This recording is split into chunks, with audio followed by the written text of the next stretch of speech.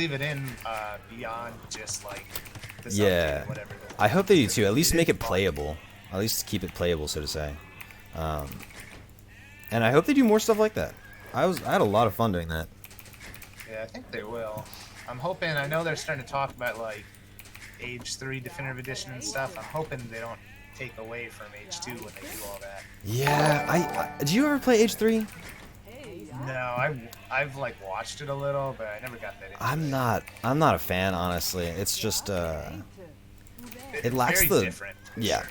it's very different, and I feel like it lacks the. Although I am excited about Age 4. I'm excited about Age 4. Yeah, I am too.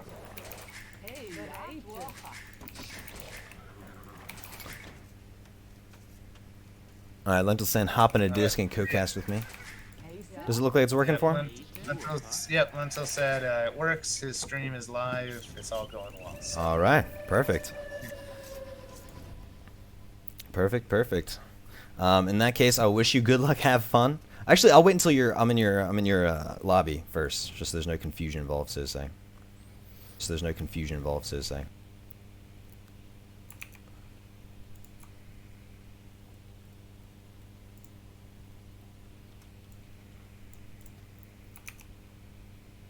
All right, lobby should be up. All right. Should be hidden civs again.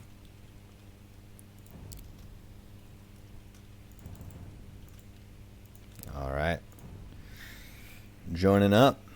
And now I'll wish you good luck, have fun. I think everything on the right looks good to me, at least. Yeah, I think it looks good to me as well. So, yeah. Perfect. Good luck, have fun. I'm going to probably try and take a little bit of a break after Game 4, I'd imagine. If that's good for you. Can you hear me? Oh, I can. How's it Yeah, I'm going? good with that. Okay. It's, why don't people keep joining here? I don't know. I'm just readying up. They're ready to go. I see the title. Yeah, right away. Alright. Cool. Good luck, have fun, and we'll try and have a chat after the games. Yeah, I don't have a professional setup. I got. Yeah, I'm sounds basically good to me. talking into Perfect. the computer mic, so I doubt I have the cred for a proper cast. No, that's absolutely fine. That works. Yeah, so I figure we both just spectate, and then we'll just make sure we're on the same same time. Yeah. Yeah. Awesome. I'm stoked to have a co-caster. Thanks for hopping in here. Yeah. Well, I saw other people are volunteering themselves too. So you know, I might do a game or so, but I think other people should give it a try too. Yeah, I think it's going to be a lot of fun, and I think they've agreed to do all 7 games. Oh, that's cool. So, so there'll be plenty of opportunities for people to hop in. Oh, that's great. Yeah, no, this is cool, man. I mean, it's really cool that you know. I'm also like looking at other people's streams, like Legion of Lumi. I think you know who that guy is, right? I don't know if you follow or watch his streams, but he's got like a real noob tournament going on, like 850 to 950, which is that's really fun. cool. Yeah, and it gives people a chance to play in a tournament setting, and it gives chance for everybody to cast, Yeah, definitely. It's like this shouldn't just be all just for the pros, right? Yeah, absolutely. I guess what's the best way? So I'm guessing you figured all of this stuff out, right? Well, some of it, enough of it to fake it. But to turn down the sound of your game and all that kind of stuff, so it doesn't like feedback and stuff. Yeah, so I have a headset, so I just it's running through. It should be okay on my side. I'll let you know if I'm getting like extra game noises or something from you.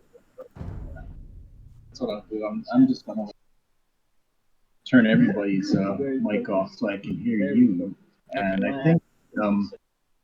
I think the stream's delayed, right? So just a little bit. So that shouldn't be. I think so. Okay, I I have not found the game yet in the Oh, because I'm on the wrong tab. Oh no. Okay. Well, I am now in the game. Are you? So we have a Mongols and Huns Arabia matchup, which is kind of oh, they are starting really close to each other. Oh, this is fun. So Pokey, let me know when you get into the chat. I think I'm just going fast forward to present time. Looks like standard starts from both. I'm not seeing anything too scary from... Nothing that's causing me to slow down, at least. Yeah, thank you, Efkilenc. Efkilenc, I don't know if you saw what I was doing, but I was totally just looking in the wrong tab of AoE.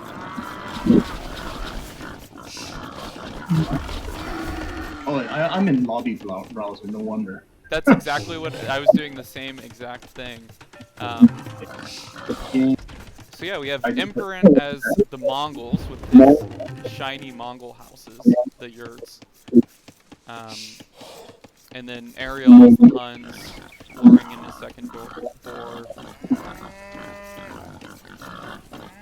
So just let me know when you get into the game. We can talk about the maps a little. Yeah, I'm trying. It's not finding it. So I am currently at present time. So whenever you get in, you can just fast forward. But I can go ahead and start casting. So okay, so Airiel's got 5 on wood currently. Let's see. Okay, both 5 on wood. Looks like pretty standard builds from both. I mean, I think just watching, having watched Airiel, I'm expecting some scout into CA shenanigans or something like that. Less certain about what we're going to see from Empirant here. But I think with Mongols, it's going to be pretty similar. Maybe more influence or focus on getting to castle faster, so you can throw up castles, start producing Mangudai. What? I can't find the game for some reason. Oh no. Yeah. I don't know if it's because, you know, it's my ping or whatever. Yeah, it's just not. I mean, I'm searching for it. I'm putting Airiel in search parameters, and it's just not showing up. So I don't know, man. I guess you gotta go solo unless somebody else wants. Well, yeah, hop in. You know what? I can look at Airiel's point of view, I guess, and kind of get a. Oh, you can watch my stream. You'll just have the same line of sight as me, so it's not quite the. Let's do that. Yeah, let's just do that. And you can tell me if everything sounds okay on my side. Mental is offline. Oh, that might be a different. Oh, I'm lentil_AOE.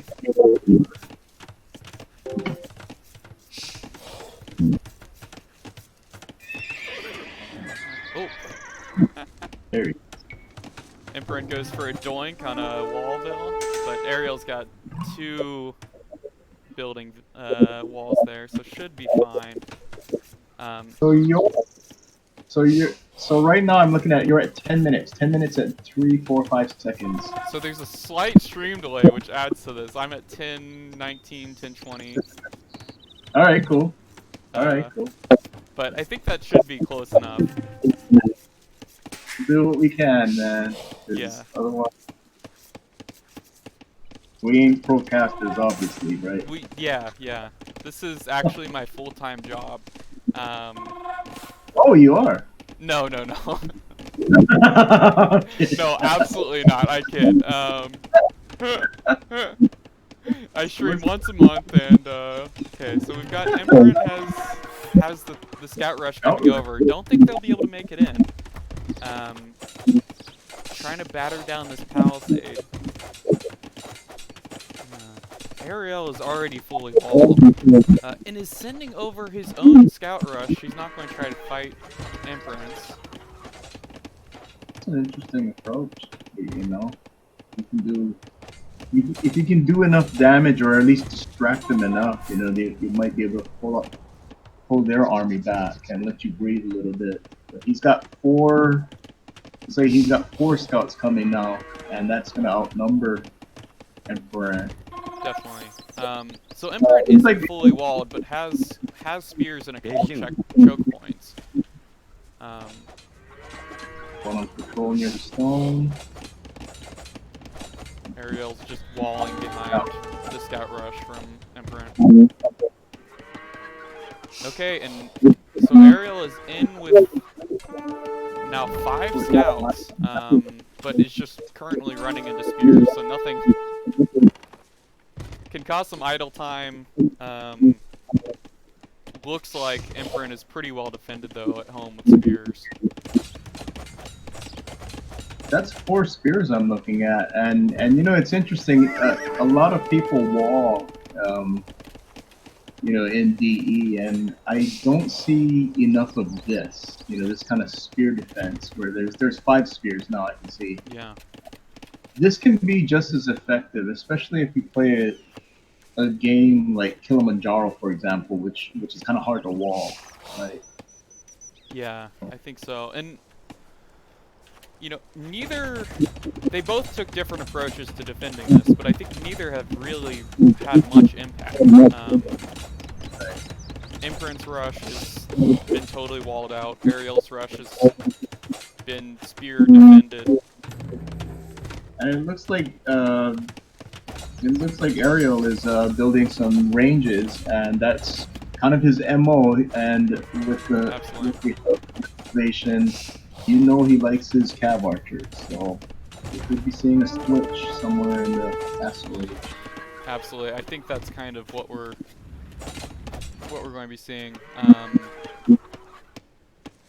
Meanwhile, Empirant, Empirant might be comfortable with just a night switch here. Finally be able to batter into the palisades and cause some ruckus in our Airiel's base. And Airiel almost getting a Berryville pick off. Gets chased away by spears right before he can finish it off. And Airiel is adding a 3rd layer of palisades back at home. Man, I think this is why you've seen in the pro scene people have backed away from the scout rush. You don't see scout rushes as often. I think this is one of the reasons.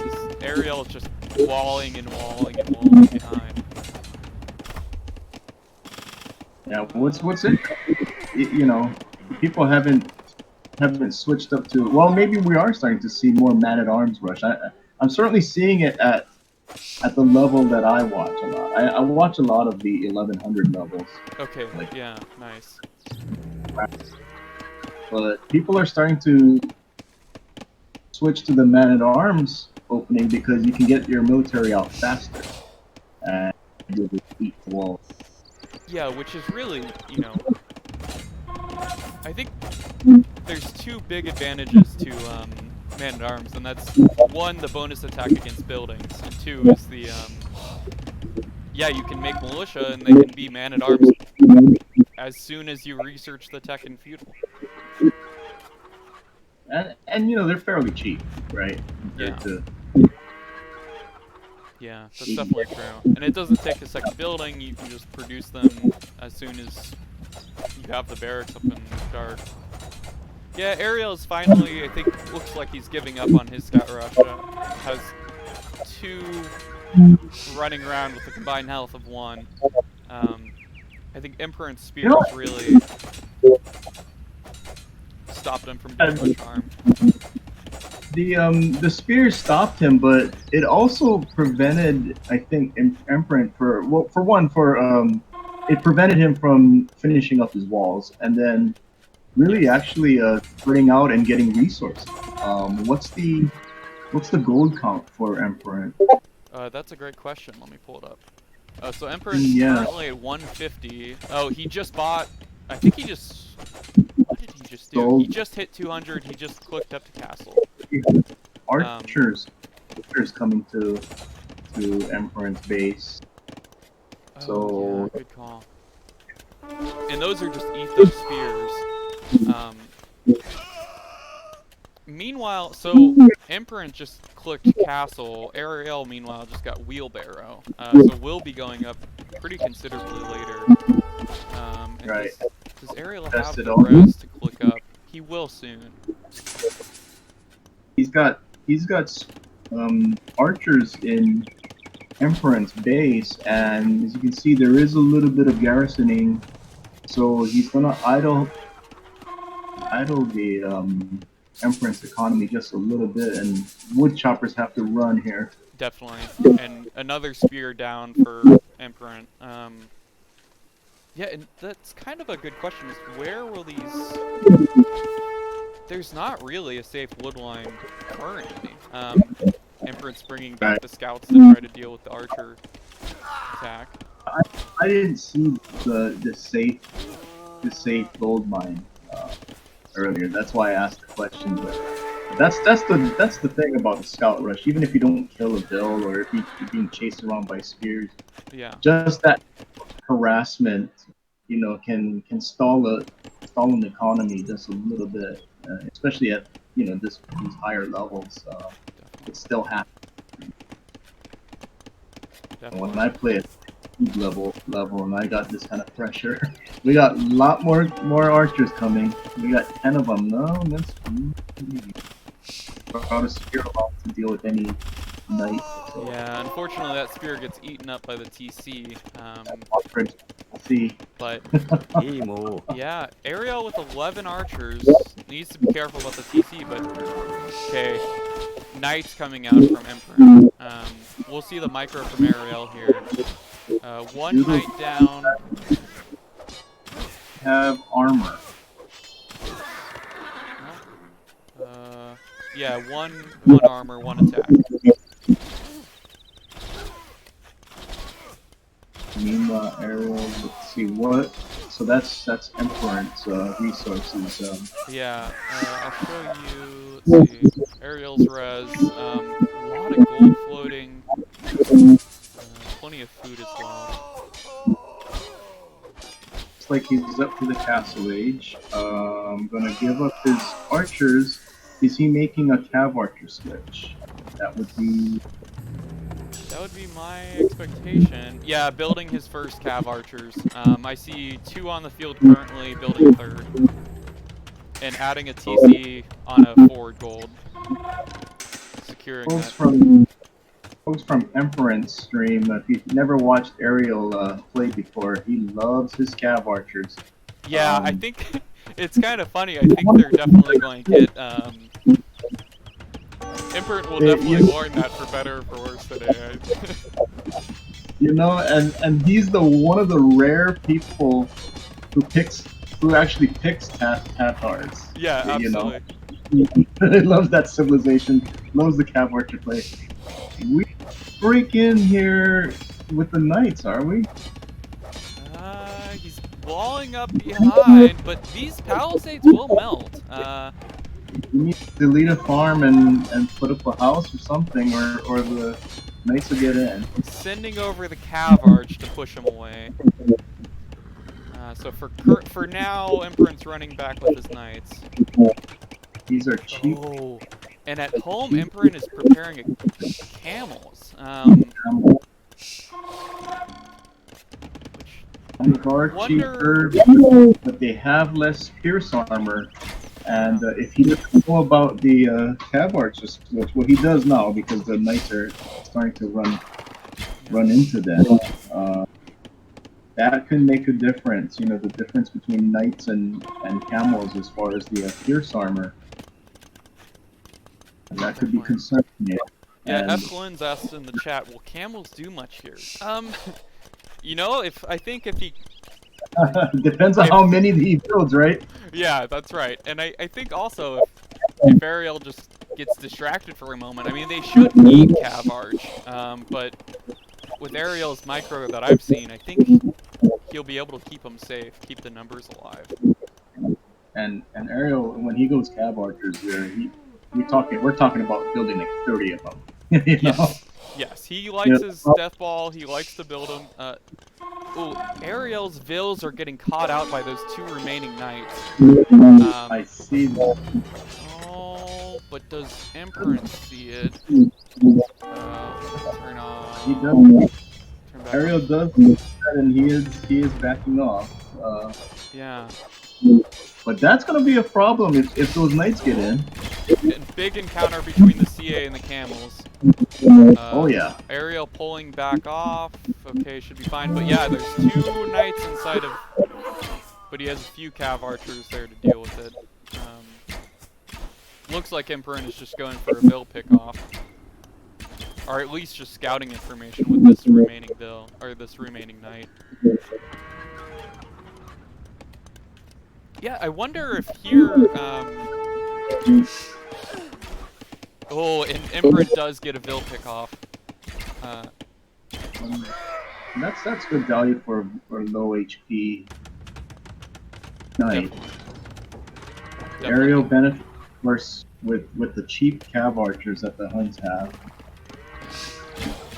How many upgrades does he have? It's Castle Age. So the Airiel's Cav Archer 6+2, and then 2 armor upgrades. I don't think he. Okay, he just finished a university. He's researching ballistics now, which ballistics will make these much scarier against the camels.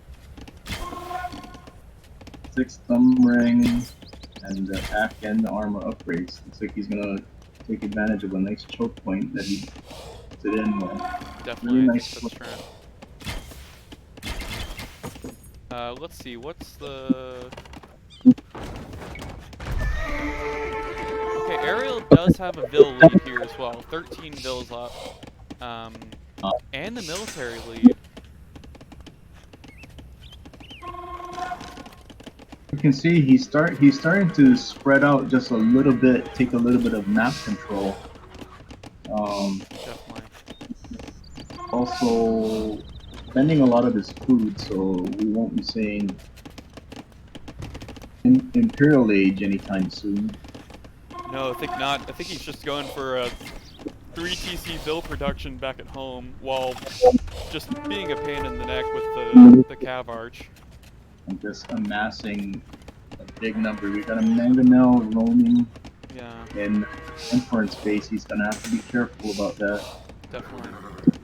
But yeah, we were talking about his how Airiel likes his Cav Archers. Currently, I see 31 on the screen. Which is one of the reasons. Well, there's hundreds of reasons why I like watching Airiel stream. But you know, I don't see this Cav Archer play a lot. He's even said, and I'm shocked when he said it, and I don't really understand it, to be honest. But he had mentioned that in some ways, he prefers Cav Archers to Mangonel. I think that's crazy, but you know, Yeah. I'm not his level, and I don't play. I can't play Cav Archer the way he can. So No. So why? I enjoy playing Cav Archers, and I look at my army, and they've all ran into a castle or something. So it's not. I'm not here to give pointers. Empirant, meanwhile, has just continued on with the camels. Okay, Airiel's moving in with the Cav Arch. Going to do a lot of damage to the economy. There's going to be a manga coming for us. Hit there with the Mangonel. Good Mangonel shot. Yeah, a couple good Mangonel shots there. Airiel's Cav Archers, although he still has 41 of them, are looking pretty weak here. Yeah. And you know, our level, when I say our level, I'm talking like I'm about a 900 to 1,000 ELO. Oh, I'm the same, yeah. Yeah, so a lot of us, when we take map control, we start building castles all over the place. But when you have this kind of Cav Archer ball, this is like a mobile Oh, another shot. Nope, missed. Definitely. But it's like a mobile castle, and he's taken all of the map control. Yeah. While Empirant is building a defensive castle. Absolutely. And I think it's just like Airiel kept pressuring this one spot here, running in, going under the TC, killing a camel or two.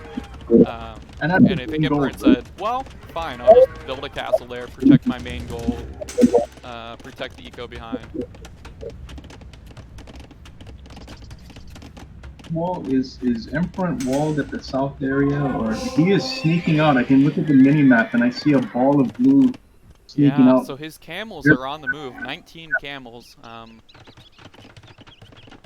suppose looking to try and find a weak spot in Airiel's eco, and he's going the long way around. Let's see, what does he know line of sight wise? So he knows that other TC went up.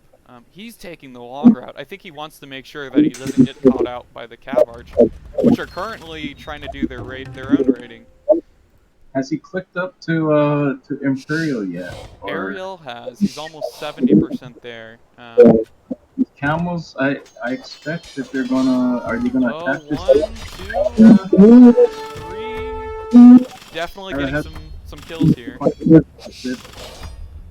Garrison comes in. He might try to run into the main base here. Yeah, I think so. Oh, and the quick wall from Airiel catches him a little out of position there. Airiel's Cav Archer just trying to track him down, might get some big damage done here. Cav Archers are faster than camels. That's another disadvantage. Camels are just a little and now Empirant himself is clicked up to Imp. And we see heavy Cav Arch, Perinthian tactics, of course. All of his Cav Arch text, but we also see some battering rams that will soon be cap rams from Airiel. A late Bodkin arrow, that's surprising to me that he hadn't researched Bodkin arrow for all this time, but he's done so much pressure. We got a ram train coming. Choo choo. Yeah. And I think these mangoes can eat the battering rams, now cap rams. Let's see if Airiel is going to try to deal with these mangoes with his cap rams. If he's not careful here, yeah. Okay, one mango down. Oh, nice shot though. That's a big bada boom from Empirant there. Oh yeah. That village. Kind of forced him to send his vills out, yeah. But kills all the cap rams. It's a big investment to knock down a single archery range. Heavy Cav Archer now in for Airiel. Yeah. Looks like Empirant is gonna get to Imperial right now. I'm 15 seconds behind you, but he's now in the Imperial age. Definitely. Airiel's gotta be in the back of his mind. He's gotta be thinking that with that castle up, and now it's Imperial age, that elite Mangudai could come out, and I will take elite Mangudai over Cav Archers. That's just me. Definitely. But, so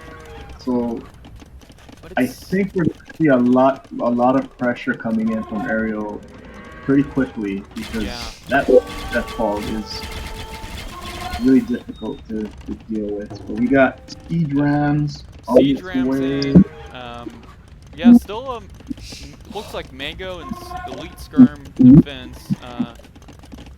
Although Empirant is researching heavy camel. Where is Airiel trying to go for a castle here on the north, which could deny, but most likely just won't get started. More likely. He's already on that side and trying to pick up. Yeah, and Empirant just deletes the foundation and decides not to. Oh, he still's got those.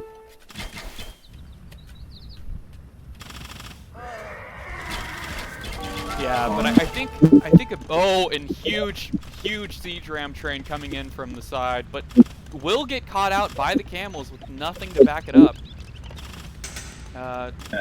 Looks like some light cav and some few archers. Although it might be enough to knock down the castle regardless. And what's he researching in there? Is that elite Mangudai being researched in that castle? Because if that goes down, that goes away, and it does go down. Oh, this is that's so much damage. If that was I know. I think he just barely finished drill in time, and now these onagers. Watch for some big bada booms. Speedy onager boys here from Empirant. That is a huge. Wow. I mean, you talk about a game of seconds, a game of inches. You know, had that research not gotten in. Big onager shot. Yeah, but absolutely. If that hadn't finished, I think those onagers would be so much more weak. But have gotten there in time. But more castles coming up. Yeah, So, Empirant rushes up a castle behind. Okay, Airiel's looking to try to do some Hussar raiding while Empirant's distracted on the front. Oh, but looks like he'll lose the trap here, Airiel. Loses the traps to the onagers, brings the onagers back home. But he is debating because he's sending the Hussars into the onagers, and he's gonna pick them off. Oh no. I just tried to, Oh no! I just made a huge mistake. I tried to change the game volume and I just backed out of the... Oh no. Oh no, oh no! Oh no. This might be... There it is. Well, you gotta fast forward through this, but... so we're gonna guess what they're doing. Yeah, we're just gonna have to guess. Oh no, what a disaster. And you viewers are probably watching this all happen, but I'm guessing that Airiel's gonna start putting in the Hussar raids, run right past that castle and go right into the economy. That's what I would be doing. Absolutely. Chat is giving me grief as I deserve. Oh no, what a noobcaster. Well, on the bright side, it's not like there was anything exciting going on. No, just a post-game fight with a Mangudai, elite Mangudai coming in. No. That's okay. We'll just catch back up.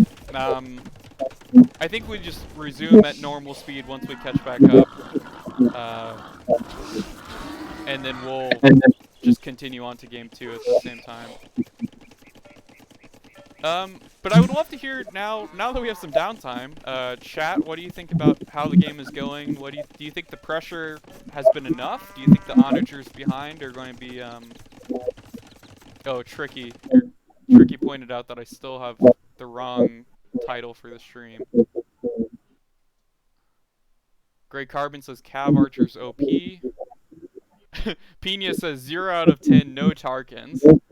No I happen to know Pina is a Huns only player, pretty much. Wow.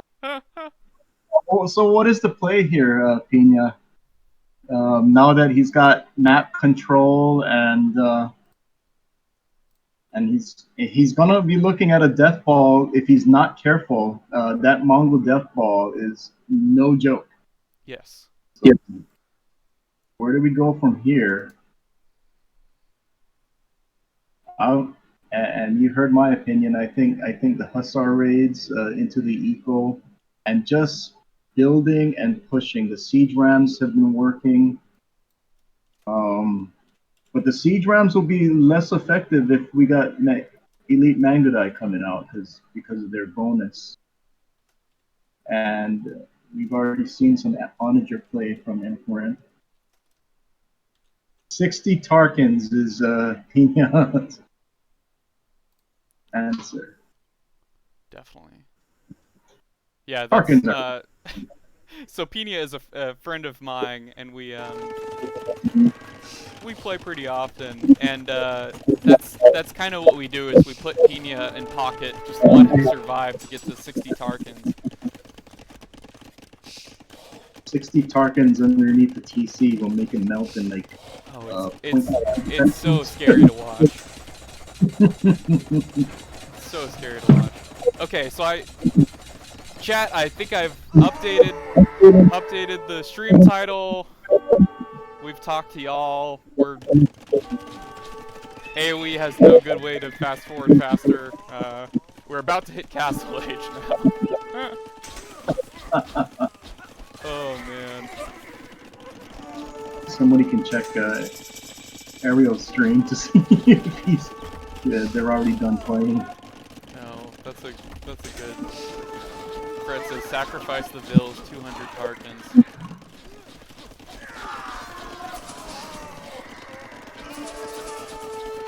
Yeah, and I think this is actually, I think we should finish casting this game for sure, because I think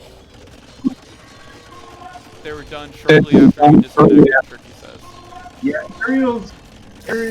I just opened his page and he's queuing up for Indians and he's smiling. I assume he won.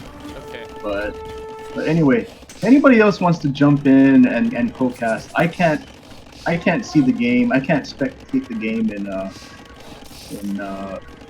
AoE for some reason, and it's a little awkward. But that was a lot of fun, Lentil. Yeah, and, no, thank you so much for co-casting with me. Yeah, and good luck the rest of the way. This is so exciting, and I'm hoping that Airiel will have more of these. Absolutely. No, this has been awesome. And I think for a first-time event, the feedback has been great. People have been wanting to contribute. They've been trying to help out. It's been awesome to see. Yeah, I think I'm going to be adding to some of the subs, so nice. probably maybe 2-1 for the winner, or we'll see. Definitely. Well, enjoy, man. Hey, that's a lot of Pokey, fun. thank you so much for co-casting with me. And I'm almost finally, well, maybe, chat, do you think I should just hop into game 2 here, or finish off the... I'd like this to be honest. So I actually want to see you cast the rest of it. Okay, yeah. Well, Pokeboy, thank you so much. Yeah, stick around. I Looking will. forward to the rest of the series. Alright, cool. Thanks, man. Definitely.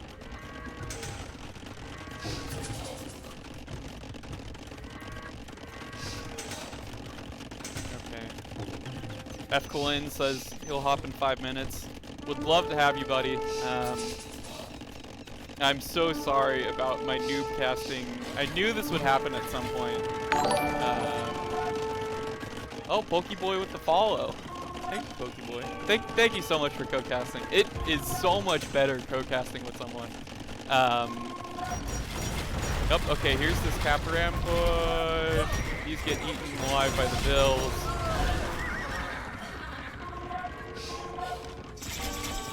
But yeah, I think we have to finish it up. I really want to see Onager Heavy Camel against Airiel just going for nothing but Heavy Cavarge.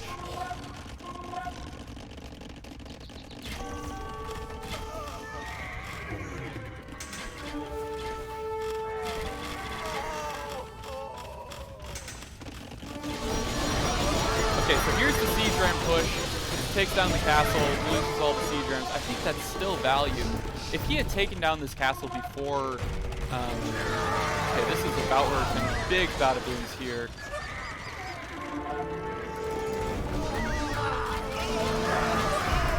Okay, this is where I remember being.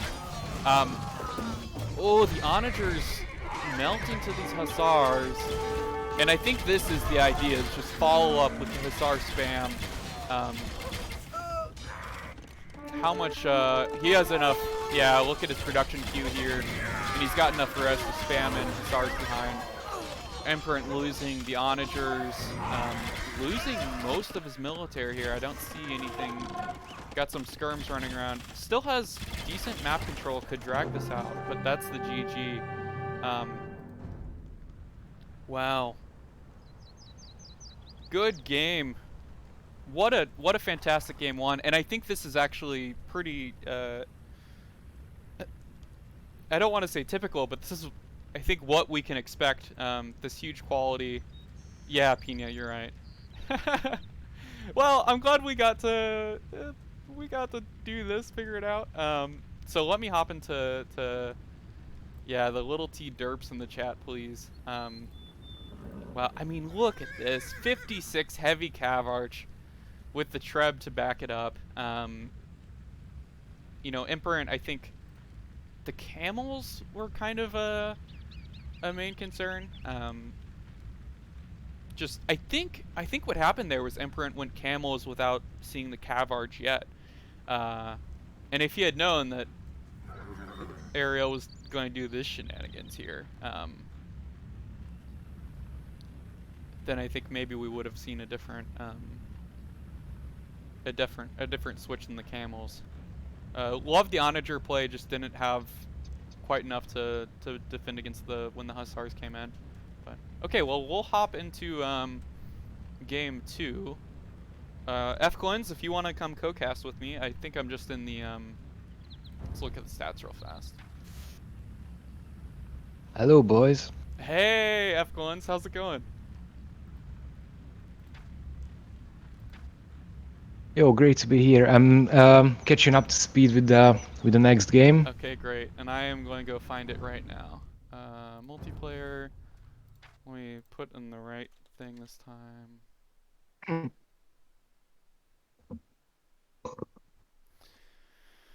Master Beef says, are Mongols a strong civ for Empirant? It's a good question. I have not watched Empirant nearly as much as Airiel. Is Tricky still around? Tricky might have the answer to that. Yeah, he's an avid viewer, as far as I can tell. Yeah, Tricky's just everywhere. Okay, where's Grey Carbon? Magyar's out in the For blue. Out for blue, out for Empirant. And Airiel is going Indians. Playing the Indians, yep. So did you just go ahead and fast forward to... I think on yeah. We're safe doing that. Yeah, it's all good. They're just booming. 2 lumber camps. Looks like a pretty standard fast castle to me on both sides. Yeah. I mean, what we've seen out of Airiel, and also with Empirant, is that they're both pretty standard meta players, especially on maps like this. Well, actually, they did click up at 23 population, so it's not really a boomy type of fast castle. Okay. So we might see some feudal regression out here. Possibly. Nah, neither option really has great hideout feudal ideas. Well, Empirant has a barracks in front. He's making militia now. Okay, so we're going to see a man-at-arms rush, I think. Considering they get as Magyars, they get the +1 for free forging. Yeah, there's the barracks. And what time are you at right now? 9:50. Okay, I'll be caught up real soon. Yeah. So it looks like Empirant's just trying to wall behind it as well a little bit. Yeah, with the houses. At least get advance warning if Airiel sends something over. Demolition. 4 on gold for Airiel. Okay, I guess considering archers, perhaps. Yeah. Which, again, I think, you know... Should be the move against the man-at-arms. Yeah, and here's the archery range coming up.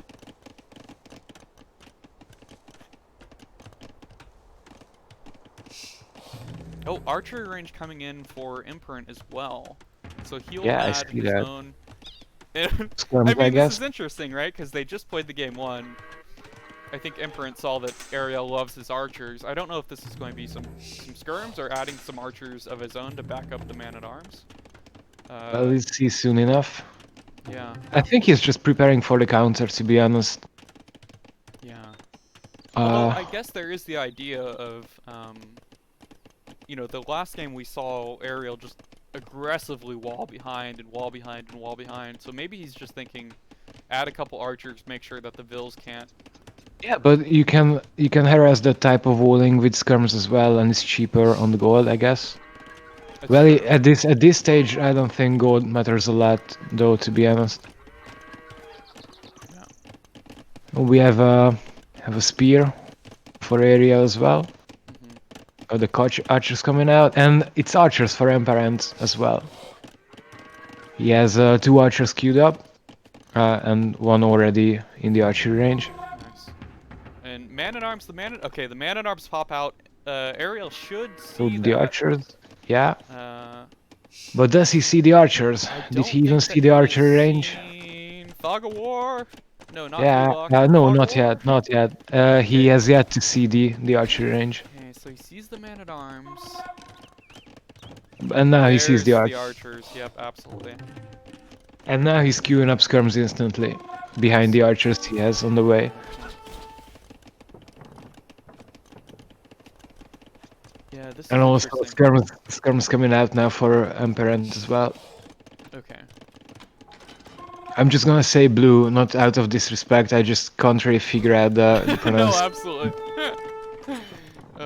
It seems like, was this the same colors they were last time? Maybe they're keeping with this color scheme today.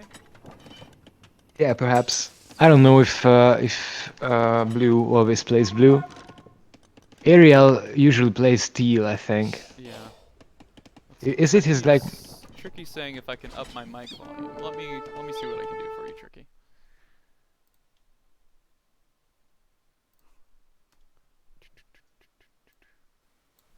In the meantime, Airiel is out on the field. Looks like he can push back Blue's army, but no big engagements yet. Definitely. And Tricky, I just adjusted my mic volume. Let me know if that sounds better. Area has no upgrades whatsoever.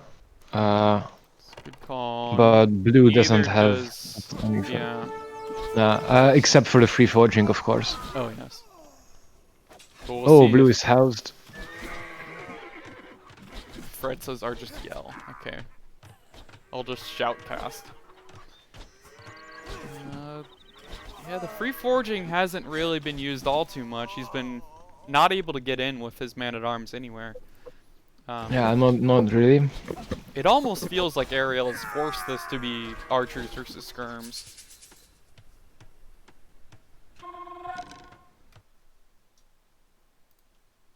Yeah, I mean, with all the archers and skirms out, it would be too much of an investment to make a stable and do scouts, I think. Yeah, I think so. Especially Airiel. I meant for blue. Because I think that would be the appropriate reaction to display. But I think he should be able to take this fight.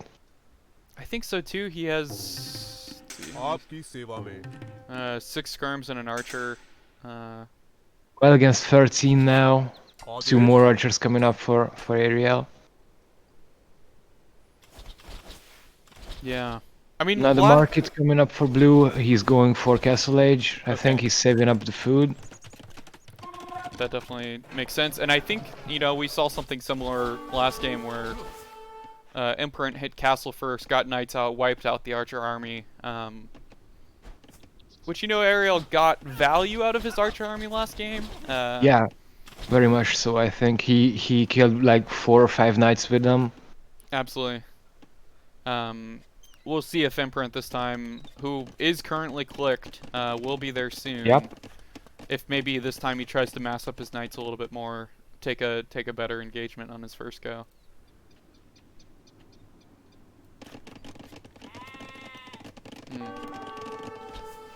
Looking at their doesn't maps, even have a stable though. Yeah. Yep. Looking at their maps, their middle wood lines are pretty close. Yeah, we should see a tower coming up pretty soon, I think. Absolutely. I think we've seen Airiel do this before, towering the middle wood line just to be kind of a nuisance to the main wood line for the other player. Yeah, I thought everyone did that. Well, whoever first spots the other side, I think. Yeah, as soon as you see the chopped trees, you just gotta go for the. Let's see. But Airiel has so much more army.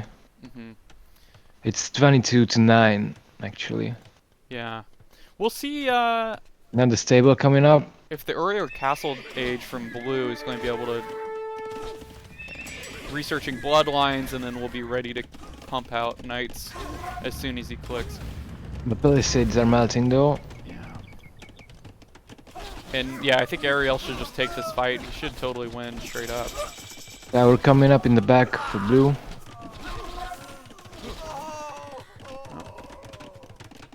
Well, Which but should be Airiel enough just of a deterrent. he's just chilling out there. Siege workshop. Now the getting siege added. workshop, yes. Absolutely. Even Vil count right now, 38 for both. That's right.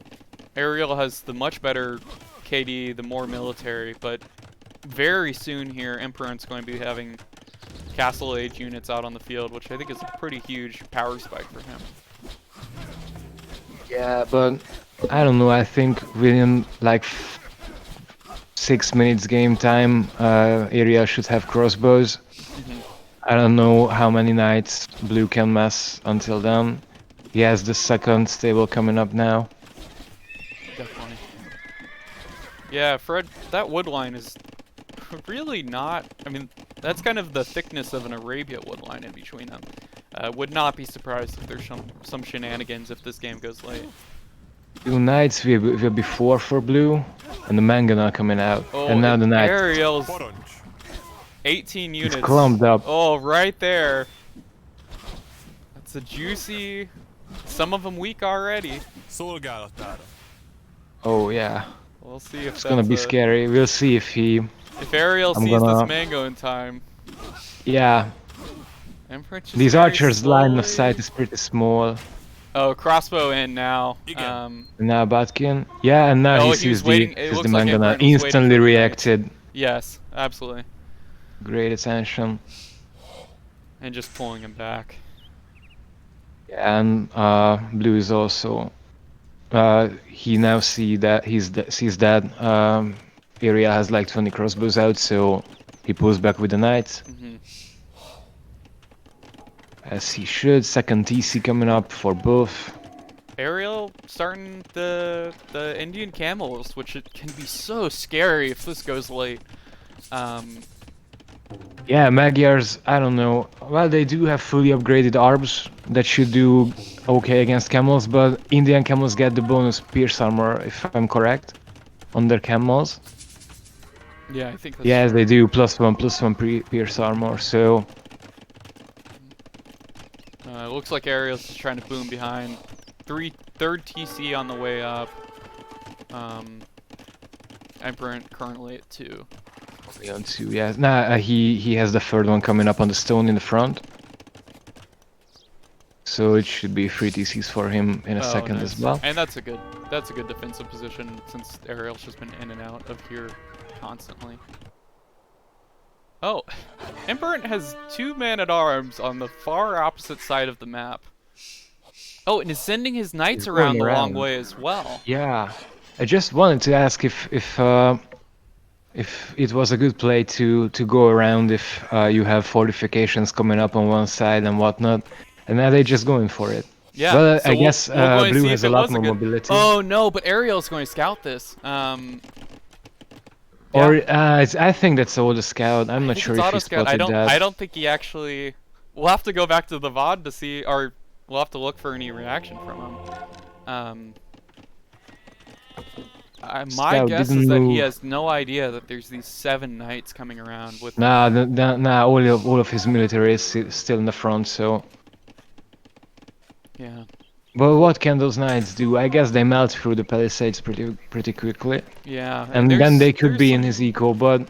Yeah. Well, all his mills and everything is pretty close to town centers, so shouldn't lose too many villagers, even if the knights get in, I think. Absolutely. But the question Airiel is... on his side is going to try to melt his own palisade walls. Could get camels in at the same... Oh, Airiel's walling behind the knights. Yeah, and now he's pulling back with the... Or is he? He's just chilling with the army. He's indecisive on the right side. Yeah. And the Okay, gate is going down. Oh no, Blue is in. Blue is in. And Ring the yellow is in bell. with the camels as well, although there's mangoes there to defend. Okay, and I think Empirant is just about to find out that there's Camels out already. yeah, camels out, archers. But he here has a in lot just more second. upgrades though. He should be able to take the fight against the camels, but The crossbows crossbows, though. are just too Does much. he have ballistics yet? Doesn't. Well, he doesn't have a university, so that answers my question. I think Emperor's Now a just going to tower try to could get come some up in the value middle. before the camels and crossbow catch up. Okay, and Empirant is stonewalling the long side around so that Airiel doesn't do what Empirant just did to him. Well, his army doesn't have that much mobility anyway, so. Yeah. Now the camels in the back. Trying to run in, but I guess it's more like for scouting info than anything else with those 3 camels.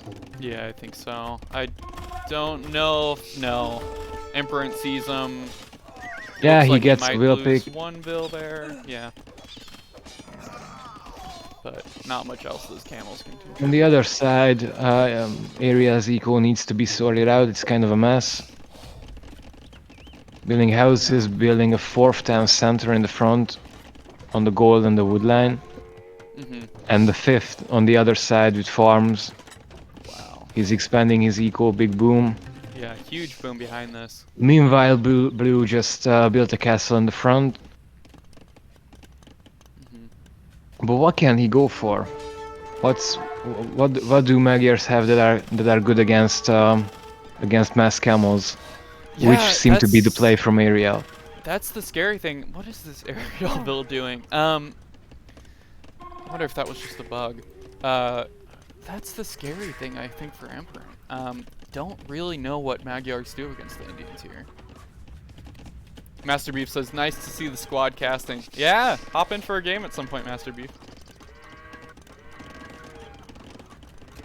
Chat, if you were Magyars here, going up against a fully boomed Indian player, with camels already on the field, what would you do? What can you do? Oh, you see, well, I was looking for Airiel's crossbows for a while, and they are right on the wood line, just Yeah. picked off of Woodville. Well, it's cheaper than building a tower, I guess. Yeah. Just having a dance party there. Another Vil. Oh no, do you know what I think this is? I think Empirant has set his gather point to that tree. So whenever a new Wow. But Airiel could lose everything here to the mangoes. Yeah. The mangoes That's are here. 25 units! Oh, That's big 22 shot. units, that's 3 down.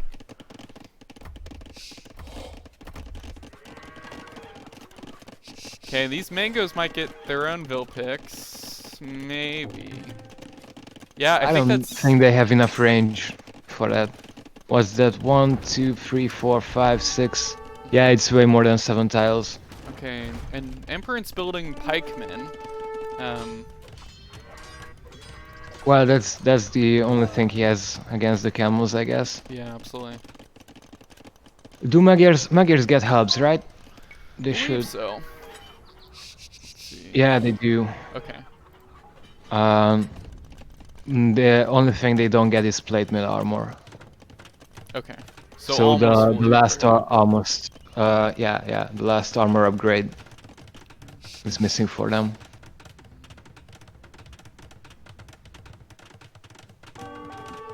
Hey chat, make your bets. Do we get to see Imperial camels in this game?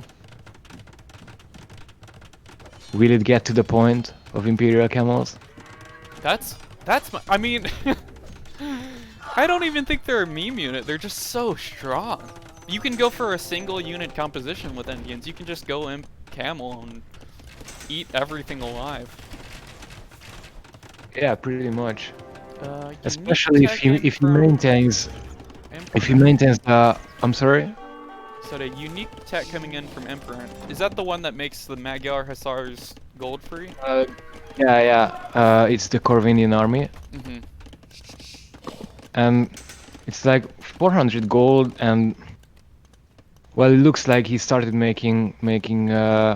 No, it's only the pikemen that are garrisoned inside. So I don't know. I don't really see what that upgrade does for blue right now, No. because heavy camel and all that will just counter him straight up. Definitely. Well, if it goes very late and area runs out of gold, then it might be a good play. I don't know. It just doesn't make too much sense to me at this point of the game. Yeah, I think so. And I think that 400 gold or whatever, there's probably better uses for it. But Yeah. we'll see. He's got the other side walled off, so he could maybe go for some food-only raiding. Now he's clicked up to Imperial Age. Okay. Yeah. But area almost arrived. Yeah. And that's a really Look at the scary. score difference as well. That's a really scary imp time difference, because if Airiel's able to get a few more upgrades on the camels, could be a really big. scary moment there for Empirant. And also almost a 20 VL difference for Airiel. Double the military. Yeah. Doesn't look too good for blue, I have No. to say. Another castle coming up on the hill, defending the gold. I mean, Well, Empirant is the- well defended here, but once yeah, the he trebs closed start up the coming side. out, Yeah, that's the big question. Maybe that's why Magyar Hussars is the play. They get a pretty big advantage on siege, an attack bonus, I think. yeah, I Maybe think he that's will try to snipe the traps. that's a really good point. Just have a little Magyar Hussar army just to snipe trebs. Especially now that he knows that Airiel is up. He has like 10 or so pikemen to send in to distract the camels while the Magyar Hussars run in, snipe the trap. I think it might be an idea. Yeah, definitely.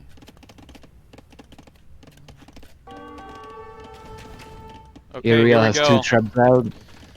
Yeah, he's coming up. Third castle going up for blue. Yeah.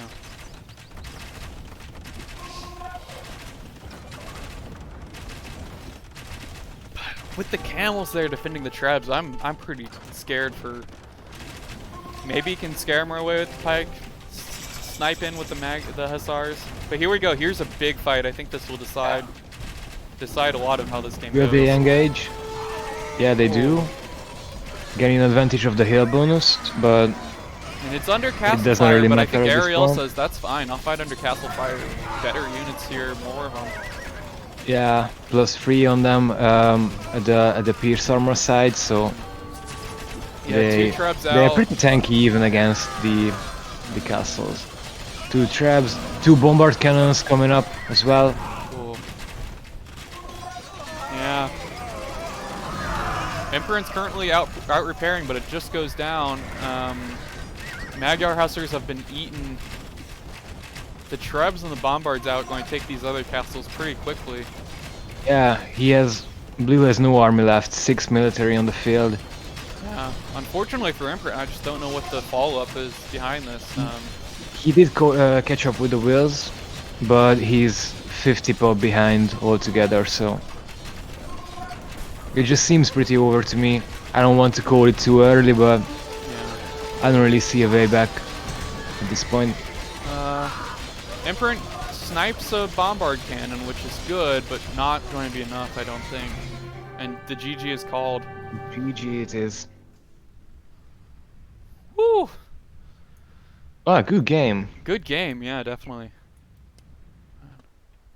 Well, I wouldn't say it was a civ win, but really, what could really blue do Yeah, and against this composition? Pokeboy pointed out maybe Cavarch would have been a good. No, we didn't see Imp Camel. Got up to heavy, that's it.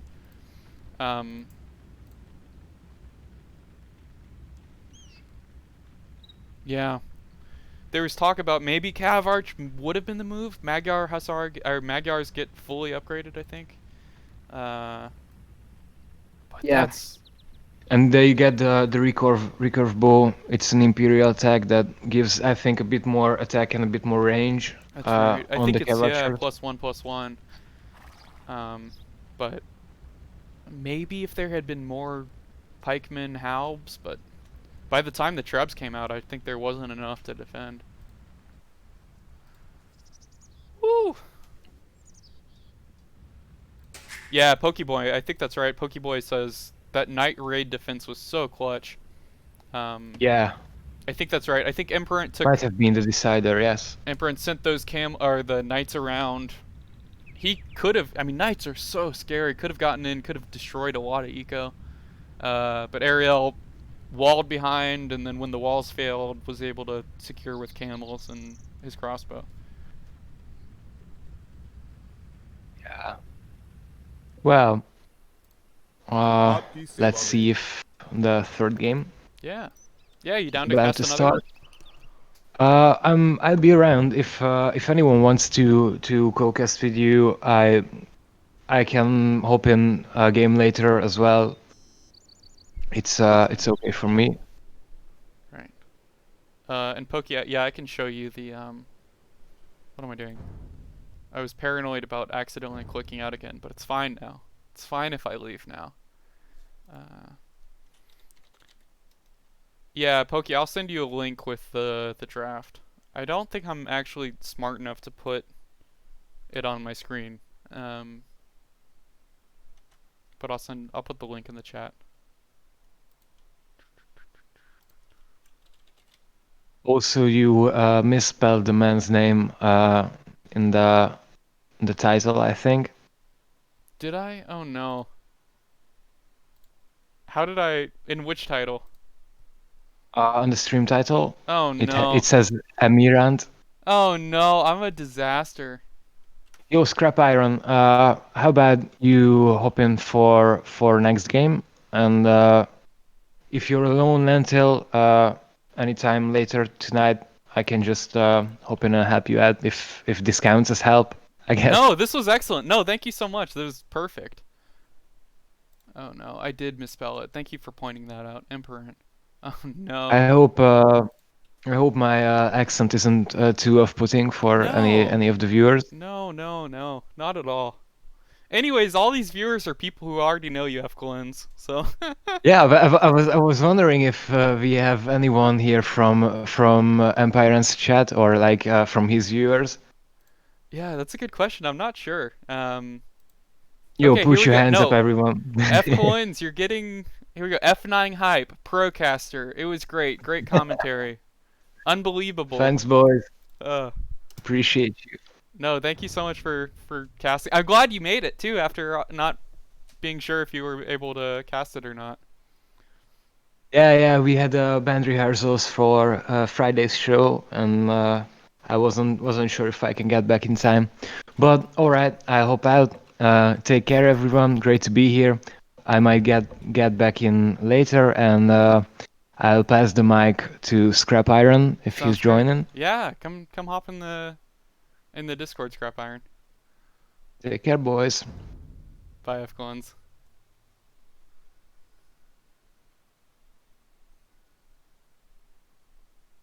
Hello, can you hear me? Wow, the perfect transition. How's it going? It's going great. How's it going for you? It's going good. Yeah, I accidentally just joined the lobby. Emperor kicked me out. This would not be a good show match, me against Emperor. Flew a little too close to the sun, right? You wanted to get your feet wet. Yeah, absolutely. Man, no, but it's been great. I was sitting here. I was like, the other day when I stress test my stream and it just didn't go well. I was muted half the time. The other half the time I wasn't like uploading the right stuff. I was like missing key points in the game. But I think having a co-caster really just takes off a lot of the pressure, because we can just chat about things. I don't have to fill airspace or worry I'm missing anything. Yeah, absolutely. More than happy to come in and help if I can. I think you're a little more experienced with some of your knowledge, so I can ask some good questions that help educate people. That's exactly. I was actually talking to a friend of mine who has no experience in the game, and I was like, dude, just just join Cocast. You can just ask all the dumb questions that everyone is afraid to ask, and it works out. It's a net gain. Absolutely. I was looking around when I was trying to just kind of see where we were ranking on Twitch for AoE, and yours was only like 10. Your stream rather was only like 10 frames down, like across to like the third row. I was excited for that. Oh wow. See us all moving up a little bit in the world, and see if we can get Yeah. some Airiel and Empirant some more followers. Yeah, definitely. That's awesome. Yeah, I mean, I'm pretty amazed that like we kind of just we had the idea, we put it together, and I think both communities just everyone, somehow we got like an almost like 30 gifted sub prize pool, which is like I was doing shower math this morning, and that's a lot of money. I'm pretty amazed. Two tiny communities I think are putting on a pretty excellent event. Absolutely, and I'm happy to see just how these communities have grown. I know I came across Airiel just almost by accident. I fell asleep one time watching T90, and he dumped us off onto Airiel, and I woke up to hear this super nice guy chatting, and I was like, this is awesome. And he's good at the game, so I'm learning a lot watching it too. It's just a happy coincidence that's been paying dividends ever since. Oh, definitely. Yeah, I was part of that first raid. And it's funny, I bet the majority of chat who all came in with that Airiel raid. But yeah, it's so funny. I think I was in the raid, and then turns out like, oh, this guy's super chill, super nice, and as you said, like incredibly good at the game. Okay, Fred's asking for an overlay update. Oh yeah, I forgot I had the overlay. Procaster.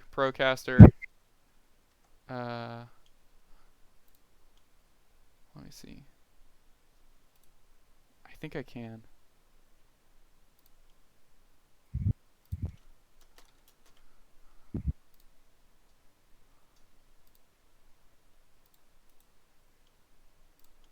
So do we have an idea as to which map is going to be played in the third game? We don't currently. Okay. So it is Four Lakes' next game, Pokey says. Great. Okay, cool. Which I know... I don't have the Civ draft in front of me, but I think Empirant snagged Japanese, which I think is one of the stronger civs for this, with the fishing bonus and cheaper lumber camps, so you can get up the dock faster. I don't know if what Airiel civ might be a good match if he ends up going Japanese. It's a very good question. I'm going to bring up, where do you have that draft housed, if that makes sense, or where I'm able to see what happened there? I just threw it into the chat. Let me grab it. Thank I'll put it back in the lentil chat again. Oh no, I found it. I can scroll up to it. I'll still do it. It's at the bottom of the. Oh, perfect. Also, if anyone's around and wants to update the games and outcomes, feel free. I think I'm not going to commit to it while I'm doing this, but. All right, yeah. Looking at Airiel's nations that he has, it's going to be some tough matchups on Four Lakes, especially if Empirant does go Japanese. Trying to see what he could use there. Yeah, and I think this last game ended up being kind of a Civ win. So we might see the reverse in Game 3. Japanese are just such a scary Civ. Absolutely. So does that mean you try to go something a little more mobile and just not take any infantry fights? Just try to choose your own battles? We all know that Airiel loves his Cav Arch, so does he just try to play to his strengths and hope that his experience can outplay a slightly better opponent's Civ? Yeah, that's kind of what I'm thinking, is we still see the mobility from Airiel, and we see him just try to needle Empirant's eco, just try to cause as much chaos as possible while, Empirant's getting up to speed with his infantry. Although it's such a tough... I haven't seen Airiel play Four Lakes all that often, but I think it's a tough map just because even if you have the mobility, never can raid the fishing eco, you know, as well as you could like farming eco, for example. Yeah, very, very true. I know Ariel's also said a handful of times that he's not confident in Four Lakes. He's always said it's one of his weaker maps. So I think it'll be the makings of a very good game. But as we look here at the drafts that he has left, he's already used Huns and Indians. So Persians, Vikings, Chinese, Mayans, and Tatars. I don't think Tatars are going to be an option for him right now. I think that'd be better off at some of the other maps with a few more hills. Yeah. So any thoughts on what you think is going to be the next choice? Persians might be the pick. Faster working docks. I know somebody updated it with. Yep, let's jump in. Okay, excellent. I'm just going to fast forward until we catch up to live. I think that's easiest for. Let's do all visible. Yeah, so pretty far away from each other. This gives Empirant a really nice back lake. Oh, and I can... Are you in the game yet? Yes, I am. Just jumped in, and I sped up to be in real time. Excellent. Me as well. My first impression of the map is that Empirant has a really safe back lake. So even if Airiel does some funky stuff going for side lakes, I think this back food eco is going to be so hard to do anything against. Yeah, I completely agree with that, but the downside of that as well is if you look at the north side of Empirant's base, it's going to take a lot of wood to house that, or to wall that in, rather. That's true. It is very wide open, so he can fortify his lake well enough, but those golds especially are what scare me, especially his main gold is so open. Yeah, you're totally right, and that's a brutal... The calculus there is hard, because it's like, you spend the idle time in the wood to go for just a giant wall, or do you just kind of seed part of your base and say, I'm just going to try to survive on back, you know, the back gold until I can get extra defenses up, maybe drop a castle on this hill or something. Yeah, potentially. I think a lot of that's going to depend on how aggressive Airiel tries to go in the beginning for Empirant, but if you look at Ariel's base, both those golds are fairly easily fortified. I know the front berries might be a little exposed, but we'll see. I'm excited to see how this one pans out. Yeah, we'll see. And you know, these berries actually could be an issue if Empirant goes for a Japanese drush or man-at-arms rush. Those could be pretty exposed, but you know, on 4 lakes with if there's any fish eco behind, it should be fine to just kind of say, yeah, you got the berries, but whatever, you know? Yeah, completely agree with you there. Like, the berries are crucial, but if there's a map in this pool that the berries aren't as important, it's definitely 4 lakes, like you just said. Absolutely. Although, you know, we love Airiel. We know Airiel loves his berries, so maybe there's a chance he just says, no, I'll fight for everything through these berries. But you can already see Airiel kind of going for a little more cautious play. He has 5 villagers on that back wood line, so he's trying to go for farms as quick as not farms, rather, fishing ships as quick as possible. Yeah, I think that's right. And wow, Empirant is already docking, though. And that's the Japanese, the cheap mill, cheap lumber camp. He's already able to throw up dock. We'll take a... Well, they both have docks up. Never mind, I spoke too soon. So they're both starting fishing eco early, which... just so strong. Especially early on, just unrateable, incredibly fast food production. Yeah, absolutely it is. And just to explain to me, for the Japanese, one of the reasons they're so strong on 4 lakes is they have slightly cheaper fishing ships, you said, as well as... I think they're faster producing. Faster producing, thank you. Let's see. So they're stronger... Jeez. It's like...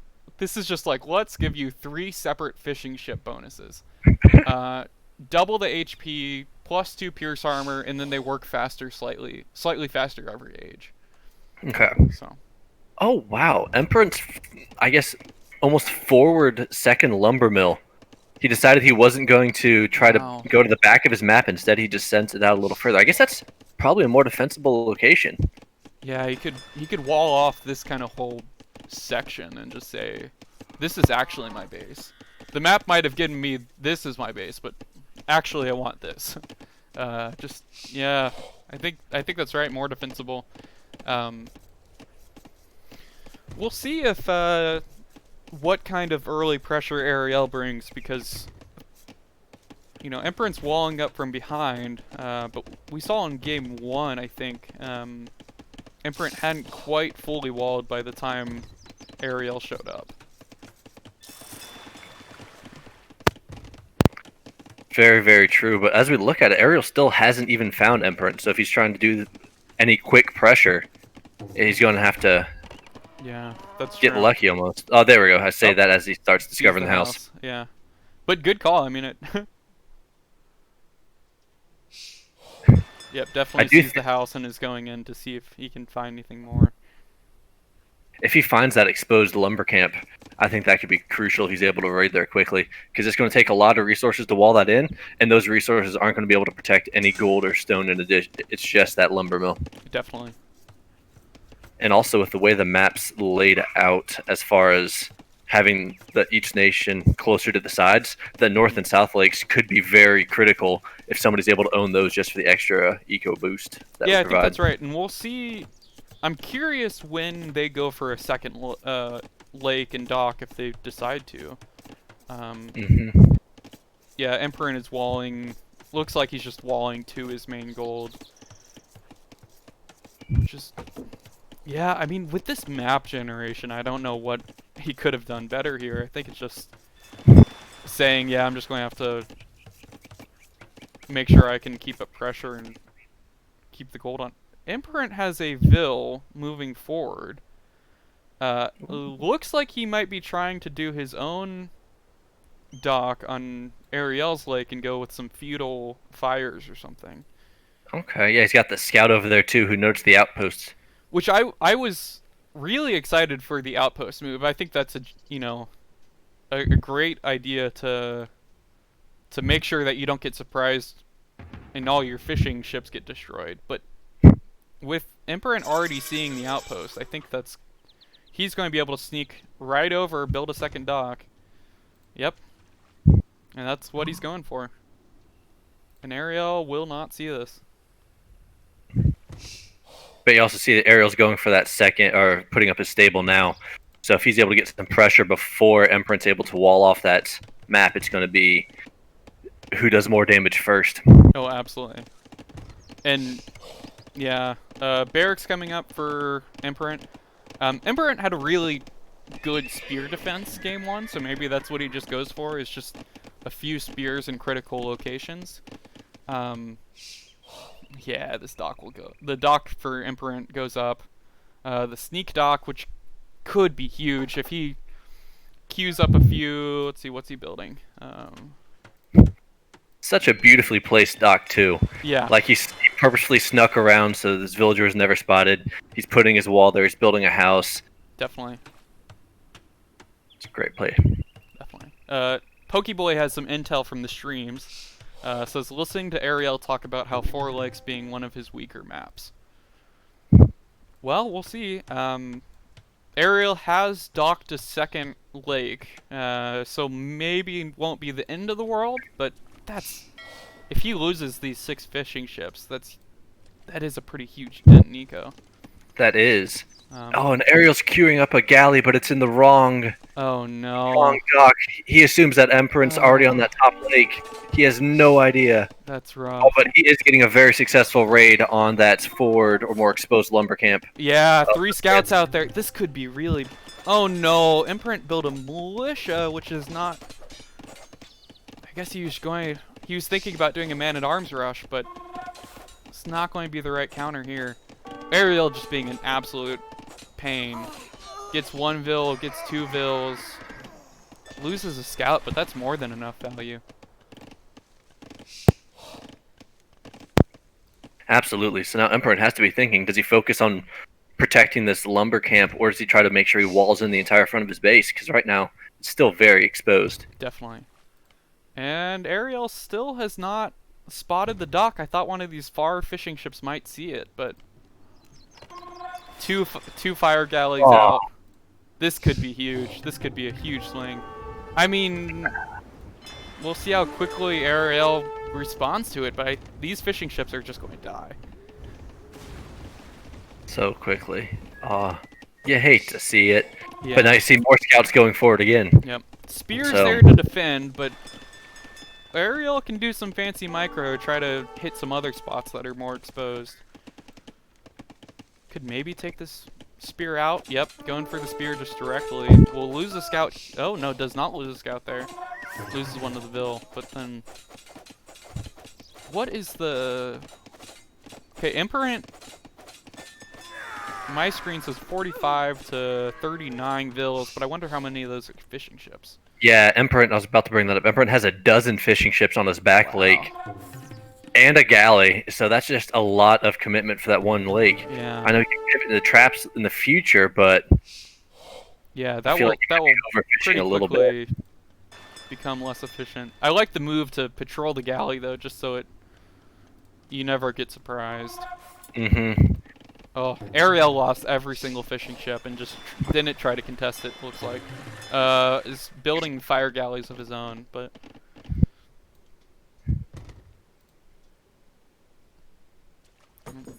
Yeah, Airiel's patrolling his northern lake that he's gotten. Yeah, and he's going pretty heavy in the fish boom in that North Lake as well. He's got the one fire galley queued up in the West Lake. So we'll see if he tries to combat it or if he just kind of gives that one up. Definitely. Market going up for Empirant, so he might be thinking of Castle Age soon. It's funny to see these militia running around with the spearmen.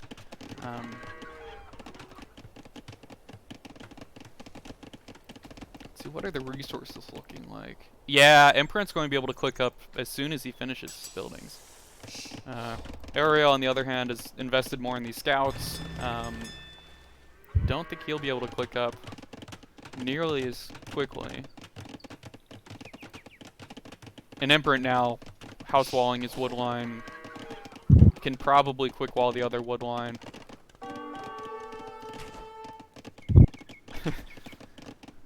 Don't think he's going to get much out of that scout rush. Mm-mm. I mean he's getting a lot of idling the idle gold, time, which is good, yeah. And then also, if you look at that, I guess we'll call it the forward lumber mill, there are 5 idle villagers. Okay, he just got back around to him, but there was a lot of idle time just from them sitting there as he tries to micro that army. Yeah. And I've done these really tight walls before on a wood line, and the vills start bumping into each other, they get confused. I think it really kind of adds some inefficiency there. We'll see if that actually happens, but... And even after all the fishing ships that Airiel has lost, he's still only behind by 3 villager count right now. That's a great point. And I think it's just they are both going up. back in. Meanwhile, Empirant's almost out of fish, and his lone... Oh, okay, there we go. He's docked on the south side now, too. Efkilenc says, is there a hole between the house and barracks? Are you talking about this house and... Oh! Yeah, I think there is. Efkilenc found a hole in the lumber line, that forward Empirant wood line. Huh, and... Oh yeah, you're right. Unless there's some kind of straggler tree there that we can't see due to the small trees. Yeah, I think. I hope for his sake that's the case, because you hate to see something like that swing it. Oh, that would be tough. Definitely. Well, he actually deletes the house. I think he's adding more bills in there, yeah. See, I really thought Empirant was going to be able to beat Airiel to castle by a fair amount, but it's actually the other way around. Airiel's going to get up. Empirant is following very closely, but... I'd be curious to see what composition Airiel goes for in this situation. You can see Empirant's going all out in archers. He's going to try to get his death ball of crossbowmen. Yeah. We'll see what the Persians do to counter that. Definitely. Airiel's reclaimed his fishing ship, or his first lake. But, I mean, Empirant has already done the damage there. I think that's... He doesn't even have to contest that. That's still a win. Okay, and Empirant is sending his one woodcutter forward to maybe dock the final lake that he hasn't touched yet. We can see Airiel has the galley on patrol now too. He's prepared to do some Definitely. defense. This time he'll be ready, I think. Yep. I'm sure that when his lake got raided, there's definitely an oh-no situation for him. Oh, I'm absolutely positive, yeah. Let's see. Pokey has 3 TCs. Let's see, we have 2 TCs up from Airiel. The second going up for Empirant, looks like.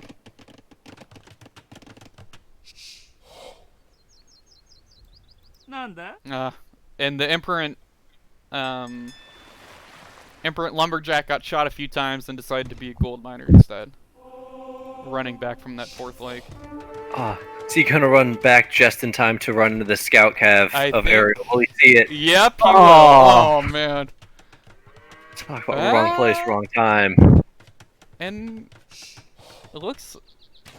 Airiel's tempted here. I think that Bill might actually survive amazingly. Yeah, and Airiel's scouts get caught out by the crossbows popping out. Really committing to this one, Bill! Got it! Either way, I do think that was a good trade for Airiel, just because he was able to kill, what, 3 crossbowmen? Maybe use 2 and a handful of Bill as well. Those scouts aren't going to carry a lot of weight in the future. Definitely. Pokey says Japanese halbs are great counter to Persian knights, maybe the best in the game. I expect we'll see plenty of halbs, especially the later this goes. I mean, Japanese halbs are just such a powerful trash unit.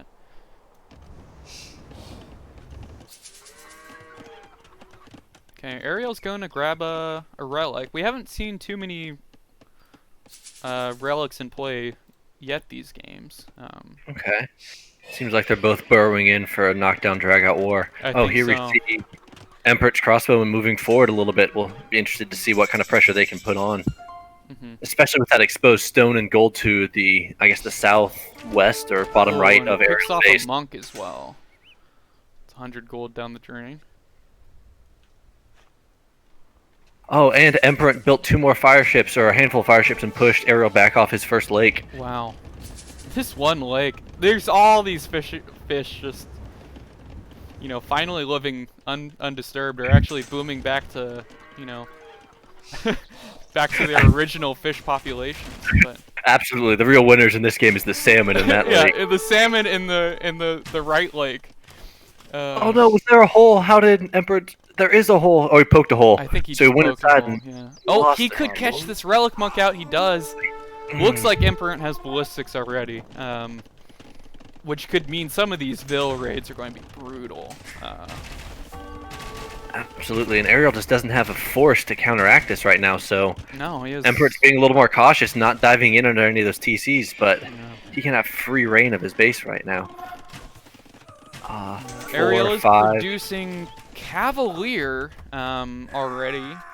Couple Cavalier out from the Persian player.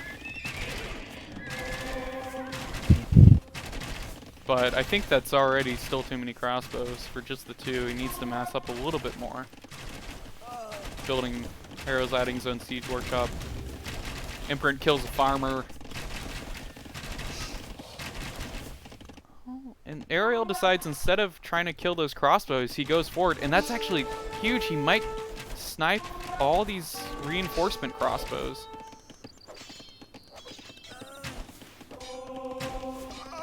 That is huge. But that was a great raid by Empirant. Nearly a dozen villagers killed. Oh, yeah. I think that's... Empirant is now up 12 Vil count. Yeah. Wait, I'm bad at math. He's up 20 Vil count.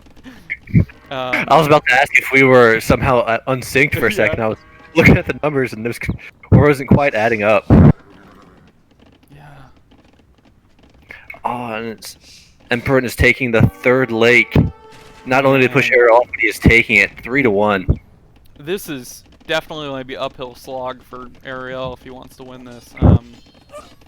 Okay, Airiel catches these crossbows out, but I don't think that's...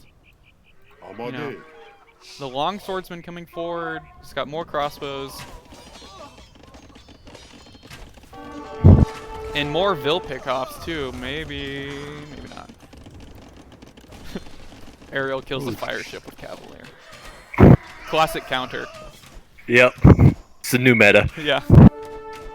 But Airiel's got 3 villagers sitting in... Oh, there he takes care of them in the starting town center. They were there for so long. 25 Vil lead. It's going to take... I think it's going to take a misstep by Empirant in order to even this out. I think so. And, you know, Empirant lost those Vils, but he killed so... Or he lost those crossbows, but he killed so many Vils that it just doesn't matter. Coming forward, he might be dropping... Does he have the res for it? Yeah, dropping a castle. Curious where. How aggressive he'll go with it. Oh, these Vils need to be careful about the Cavalier. Don't want to get caught out. Oh, that is an aggressive castle. Right on Airiel's face. Ah, that is a thing of beauty. I love the confidence. That's how you have to play when you're down 2. Absolutely, absolutely. He might need to add some walls to... Because these Cavalier are hungry for Vils. But if you think about it, he has 11 Vils up front, now 10 with that one falling. And then he had 9 idols for probably 30 or 45 seconds. How much is this? This might be a doubt castle. There's one, 2 building? Oh. That's a doubt castle. That hurts so bad. Doubt castle. That hurts so hard.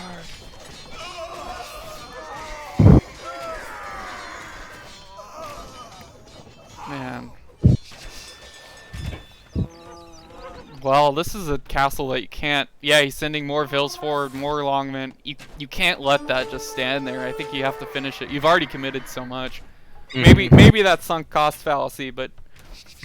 That doesn't go up. You just lost so many Vils for nothing. But with the resources he's still floating, does he try to... I don't even know what the best play here would be. Like, he's already owning the map so well. Does he try to drop that castle up a little higher, potentially hem Airiel in, and just go for full map control? Oh, he's lost his second wave of Vils, and Airiel's putting up a defensive castle. I think that castle might never go up. 95%! That hurts. Efkilenc says, if I was Irish, I'd say bejesus in a high-pitched tone. I think that would be fitting here, Efkilenc. No, he's committing more. I mean, Empirant still has the Vil lead, but I don't know how many of that is just inefficient fishing ships. Mm-hmm. I think you got to look at his resources. He's got 42. It says on food rather, but the food is finally goes up. But Airiel finishes his castle at the same exact time. We've got a castle war. Wow. Okay, and where is Airiel going with these Vils? Okay, going back, evidently. I mean, Airiel does have pretty exposed gold there. Where is the next gold pile that Airiel is going to be able to go for? That is a very good question. As you look at it, you think he has to go for the one that was by his lake that has the burning outpost. But that is very exposed. Absolutely. Meanwhile, Empirant still is walling everything up. He's got that wall all the way to the bottom left corner of the map taken care of. He's producing pikes and more longswordsmen. Yeah, and he's gearing up for total war. Adding the second castle. I mean, Empirant still, you know, I think decisive map control. Oh, yeah, but Airiel beat him to Imp. Has a this thing, a Treb out. This castle will probably fall down. I don't think he can do much to protect it. I'm curious what Empirant's point of view is. I'm going back to his Fog of War. Absolutely. So if he sees how wide open that bottom right-hand side of Airiel's base is, that is ripe for the picking. if he can get even a handful of archers, or just starts trying to do some small raids over on that point of Yeah, I think that that's could pay huge dividends. absolutely right.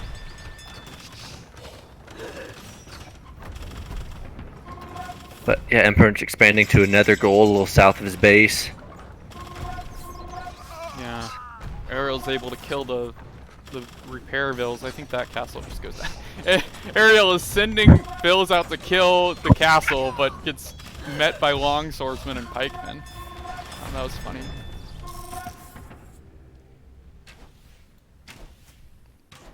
I mean, I think the longer this game goes on, the better position Empirant is in. Airiel might have beat him to Imp. He might have knocked down that one castle, but Empirant's got another castle behind it and has so much better eco, I think. And if you look at the military counts, yes, Airiel has those pikes, but he only has 21 total military, where Empirant's sitting on 65 with 24 plus pikes. Yeah. If this is a bad engagement for Airiel, and it's under that castle fire, yeah, it's the best he can hope for, though, under that castle fire. I think so. But Halberdiers now. The minute that cavalry melts, he's already going for the castle to protect his eco on the bottom, but there's a wide open hole to all of his villagers. Yeah. Man, I wonder if Empirant needed to take this fight. I think he could have just sat back and protected his trebs, but well, I think he might have made the good move there. GG. There we called. go. Wow. GG is called. Wow, killed all the cavalier, started killing the trebs. Wow. 2-1, we've got a series. We absolutely do. Where do you think the turning point was in that game? If you could point to a definitive moment, what jumps out at you? That's a great question. I was thinking that first crossbow raid that went in from Empirant was able to kill probably a dozen plus I think of Airiel absolutely. villagers. I think absolutely. Between that and pressuring on his lake and being able to push him off it not once but twice, and then owning the other lakes, it just gave him such an eco boost. Definitely.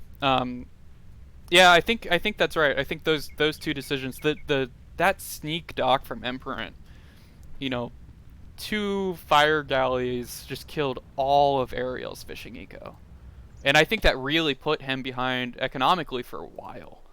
Mm-hmm.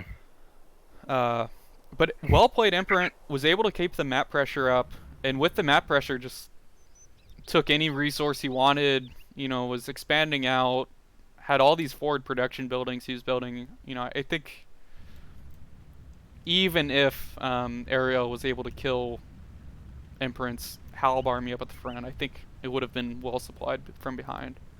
Yeah, I completely agree, and Empirant did a fantastic job of making the best of a not fantastic situation with where his gold was at. Just looking at how he was able to wall and keep Airiel from being able to punish his open eco was fantastic. Definitely. Yeah, excellent job protecting that with the spears, the walls, yeah. Wow. He did scare me a little bit with that Doubt Castle. He was able to get it up, which was huge. I thought that might have been a swinging point in the game. That was... Well, it's funny because you asked about what I thought and I guess we'll go to the stats. You asked about what I thought the turning point was going to be. And I was like, almost the turning point was that Doubt Castle. That was... He threw like 15 vills to their death trying to put that up. Mm-hmm. Let's take a look. Yeah. Yeah, Empirant just commanding lead on all the eco. Mm-hmm. Yeah, doesn't have the KD, but has the eco to back it up. Wow.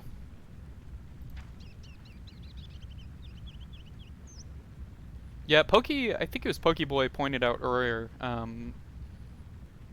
Airiel might have gone up a little bit too aggressively. Like, he hit Imp.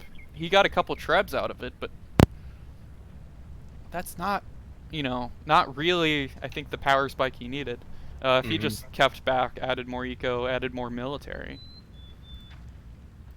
It's so tough, though, because the military's trying to add is fully upgraded paladins, so the cost for that is substantial. So if you just look at the army counts, just how that stood, 21 to 67.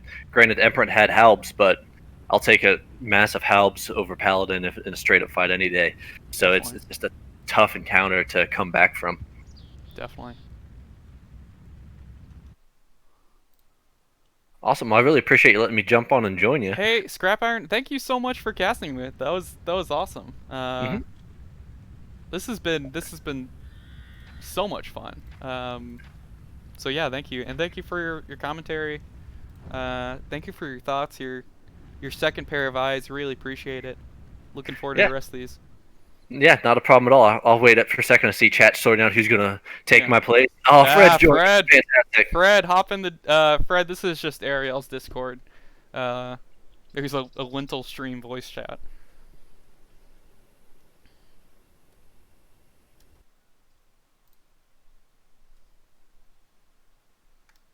Perfect. Well, I will go ahead and bow out. I appreciate you, and looking forward to thank you so much. hearing from you, Fred. So much fun. Yeah, definitely. See ya.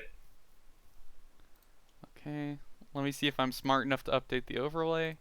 The casting's been too professional, at least the co-casting, so we need to take it down a notch. We need to take it down a notch, you think? I think so. Get the broadcast. I saw, is that Efkilenc that said that? It's just hilarious. Well done, ScrapIron. Yeah. Let me see. I'm trying to be smart enough to change the overlay so it has a. Am I smart enough? I don't know. How are you doing, Fred? Doing well. And for those listening, I'm out here in the mean streets of Des Moines, so if you hear, I'll try to mute myself if a train goes by or sirens. I think we have to leave we have to leave the train in for the ambiance. The ambient. Yeah. It's pretty loud.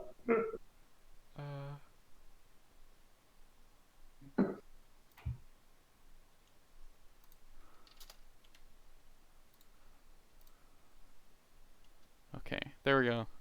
I think the overlay is fixed. We can try to find the next game. Yeah, we'll just sit here and nervously refresh until it pops up. You've seen me do it. Yeah, that's just all I do. I realize you could sit there in the lobby browser and look at it until it disappears, and then you know it started. Definitely. I think you called it out when I accidentally joined the lobby browser. I was excited for the matchup. I think you might have had a chance. Oh man. Yeah, Pokeboy says, Pokeboy, so let's review. We got cast from Des Moines, Hawaii, Budapest. ScrapIron is Indiana, I think. Choo Choo's worldwide. Yeah, we've had a international stream here today. I definitely got the community all over the place.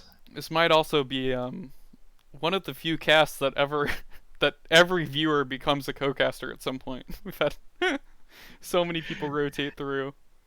I don't know, I'm pretty impressed with the professional setup. I mean, you think big tournaments like Hidden Cup or Battle of Africa or whatever, we're doing the same thing, just on a different scale. But I mean, it's the same continuum, you Definitely.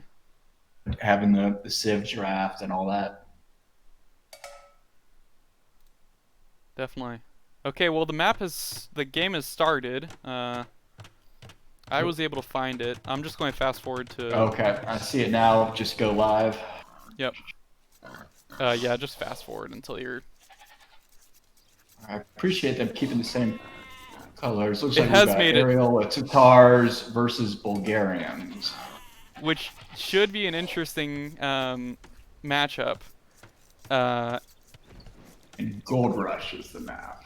Gold Pit, I think, is. Oh, Pit rather. Rush. I think Inverse. Gold Rush has a hill in the middle, and then Golden Pit has a pit in the middle. You don't say. Procaster. Yeah, so we have Airiel here for the Tatars, which chat is pointing out, Pokeboy's pointing out, probably Airiel's favorite Civ. Well, and you have to think with the pit, as you mentioned, and that hill bonus, probably going to be the big play. Absolutely, absolutely. And I think that's, you know, I think it's pretty obvious why Airiel has picked Tatars for this map. You know, even if Empirant takes middle control early or something. Yeah, I think it should just be a death donut of cavalry archers surrounding the pit. Definitely. Just any angle he's shooting from, he'll be able to be a big nuisance. And then, so we have the Bulgarians for Empirant, which I also really like. Because they have those little outposts, the Cree post or whatever. Yeah. You think that might come into play with some map control maybe with the pit? Yeah, I think that's right. Securing the middle with the Cree post. They also get a really nice man-at-arms rush because they get the free militia line upgrades. Yeah, that's right. So we could see some Bulgarian shenanigans this game for sure. Yeah.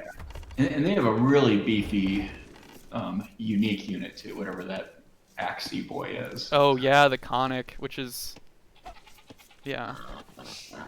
And looking at the map, I mean, both of them very exposed on the front. But I anticipate both will try to wall to some degree. Maybe yeah, not just, a lot of wood lines between them and the pits. yeah. We'll see what they do there. Airiel, why are you housing your own? Oh, I guess that's the start of Airiel's wall. I was like, why are you laming your own gold? But I think that is just. Watching Airiel play the couple times I have, he tends to like to do this. He just kind of builds out the buildings he needs in a wall and kind of builds it as he goes. Definitely. Yep. Adding another house there. I think every single map this game, maybe not Four Lakes, but the two land maps we've seen so far, we've definitely seen Airiel walls up so early. And then Empirant is kind of finishing up his wall in feudal. Yeah, building the barracks there. Which I think is worked out both ways, which Airiel will see the barracks, so knows to be looking out for something. Airiel's scout does have slightly more HP. Looks like they both run under TCs at some point.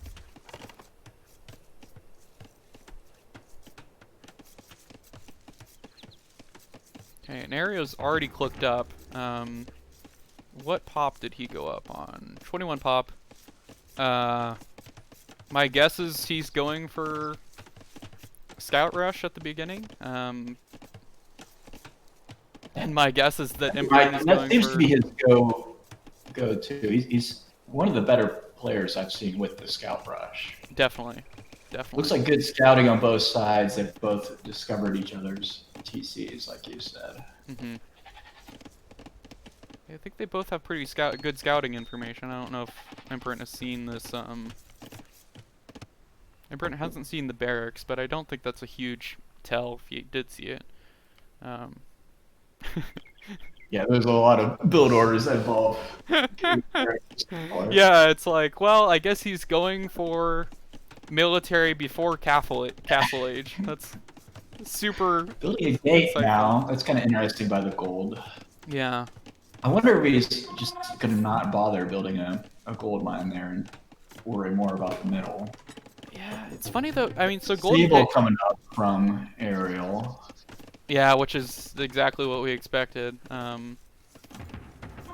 Meanwhile, Empirant is building his third militia. He seems to really like this man-at-arms rush. He's on his third militia right now. Yeah. The nice thing with the Bulgarians is they can leave right now, and they just instantly become man-at-arms. Walking into the pit. Yep. Airiel has a single spear, which we all know the power of a single spear, but probably better against scouts than. Does he see? Yeah, he sees the rush. Is he trying to doink the? Yeah, he. It's kind of amazing. The palisades are really flying. He's almost at that front wall all the way up. Yeah. Yeah, now they're man-at-arms. Oh, and Airiel gets caught out with his first... Lost a couple scouts. Yeah. That single spear is just going to hold down the pit by himself. It looks like.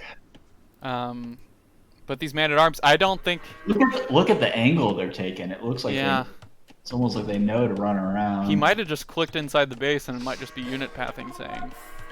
Yeah. So I don't think Airiel might do anything here. This doesn't see it in time. Oof. We'll see what Does he even? He okay, should. Well, he'll know now.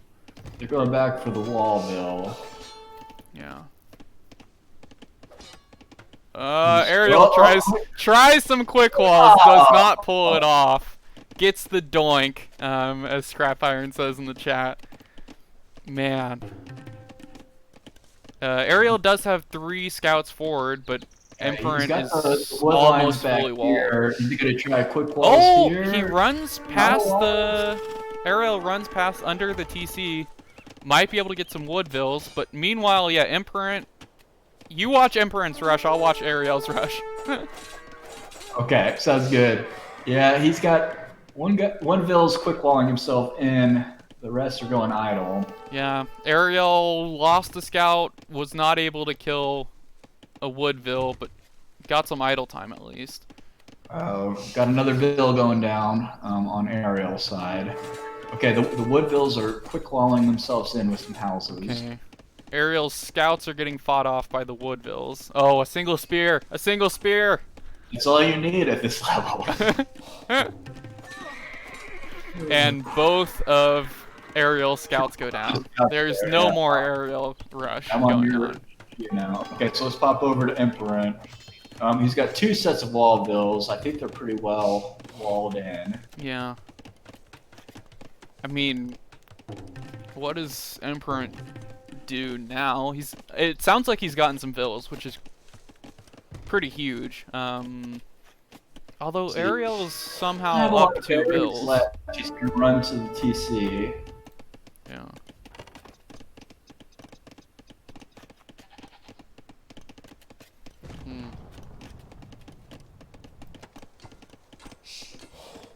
Oh, spear fight in the middle. Oh no! Oh no! Yellow goes down. All right, Blue has control of the pit now with his 7 HP spearman. That's GG. Put it in the chat. He ceded map control by losing his center spear. The men-at-arms are still being there, and then he runs away.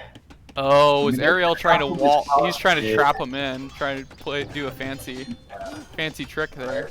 They're repairing the palisades. Let's see what else is going on. Well, Empirant might not get any more vills for the rest of this man-at-arms rush, but walling, so hopefully he'll be in a good. Yeah, but he can drag out lots of idle time. Not really seeing a military answer from him. Focus on the walling behind and whatnot. Yeah, I think so.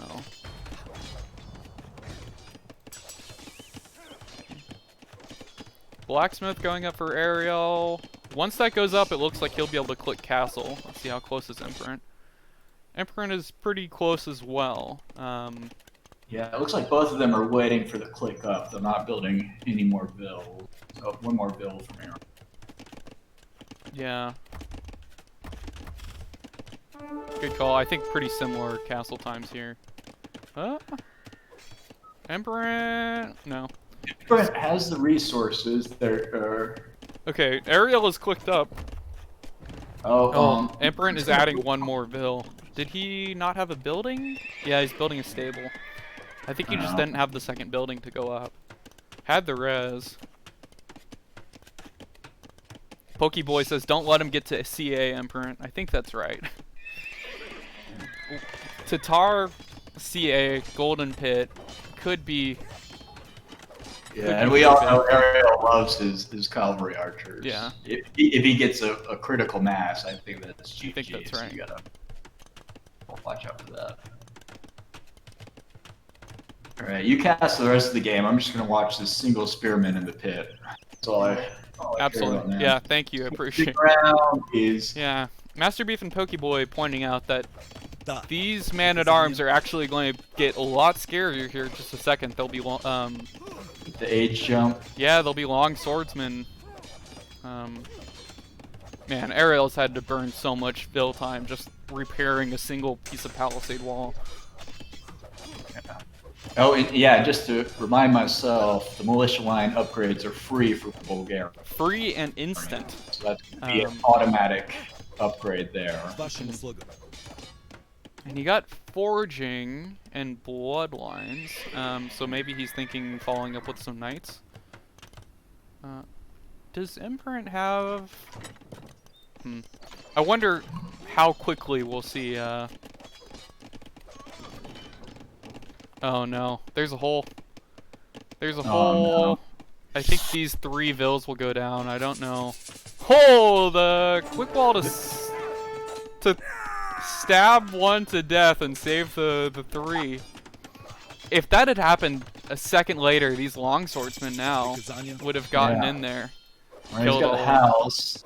I guess he could still reach his lumber mill. There's too. that one space gap there, yeah. As usual.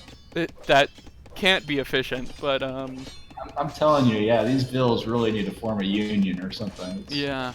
It's funny that it's really funny to look at these vills that have been harassed this entire game, and you go over one woodwine, and there's like... Oh, yeah, and they're completely open, unwalled. That's funny, they totally chopped it. Okay, here's the first... Okay, well, Empirant knows that this is happening now. ScrapIron says more efficient than death, I suppose. That's true. Alright, so that's the end of the Men-at-Arms rush. The Man-at-Arms rush that lasted forever. I think it was a pretty good response from Airiel. A little bit of idle time. Okay. Got a vill or 2 sniped, but... Yeah, first Cray post is up. Yeah. Should be able to go up before... Oh, no, he's going to take... There goes the spearman. I think these knights will be able to slow down. The Cray post should go up. Yeah. Well... I think if the knights just run around... He's leading... Yeah, the knights... I think he's going to lead them away. He's just playing a cat and mouse game there. Yeah. Yeah, definitely. I would lead him away from the creep post if I was him. Yeah. But Oh. 6 cavalry archers, a 7th coming in. I mean, is this a doubt? I'm showing 96, 97, 98. A doubt Cray post. Just denied by a handful of cav archers. Alright, Empirant commits to 5 it. more bills. I mean, he's just got to get that one hammer doink. There it is. Loses 5 to get it down, but that goes up. The cav it's in a archers great run back for location. now. Man, that was now killing running the knights off. Just got to run away. I mean, this is gonna snowball quickly though if he keeps building. Oh yeah, and he's building the town center in the middle. That's huge. You can see there's a 16 vil difference right now. 31 to 48, 17 now. But I really like, someone in the chat earlier was talking about how the way that Airiel plays cavalry archers are kind of like a mobile castle. And if he gets the town center in the middle, I like that he built farms in the middle of the gold pit. Yeah. Because why not? That's right. But he's going to have so many cavalry archers here, and I don't know what and Airiel's dropping a university. He'll have ballistics soon, and ballistic CA against 2 yellow bills at the bottom. Is this a forward something? Oh, what are they doing? Okay, they're just walking back. Now they're running back. Was that a miscue? Yeah. Okay, yeah. We'll just have to keep an eye on Airiel's cav arch numbers. Yeah.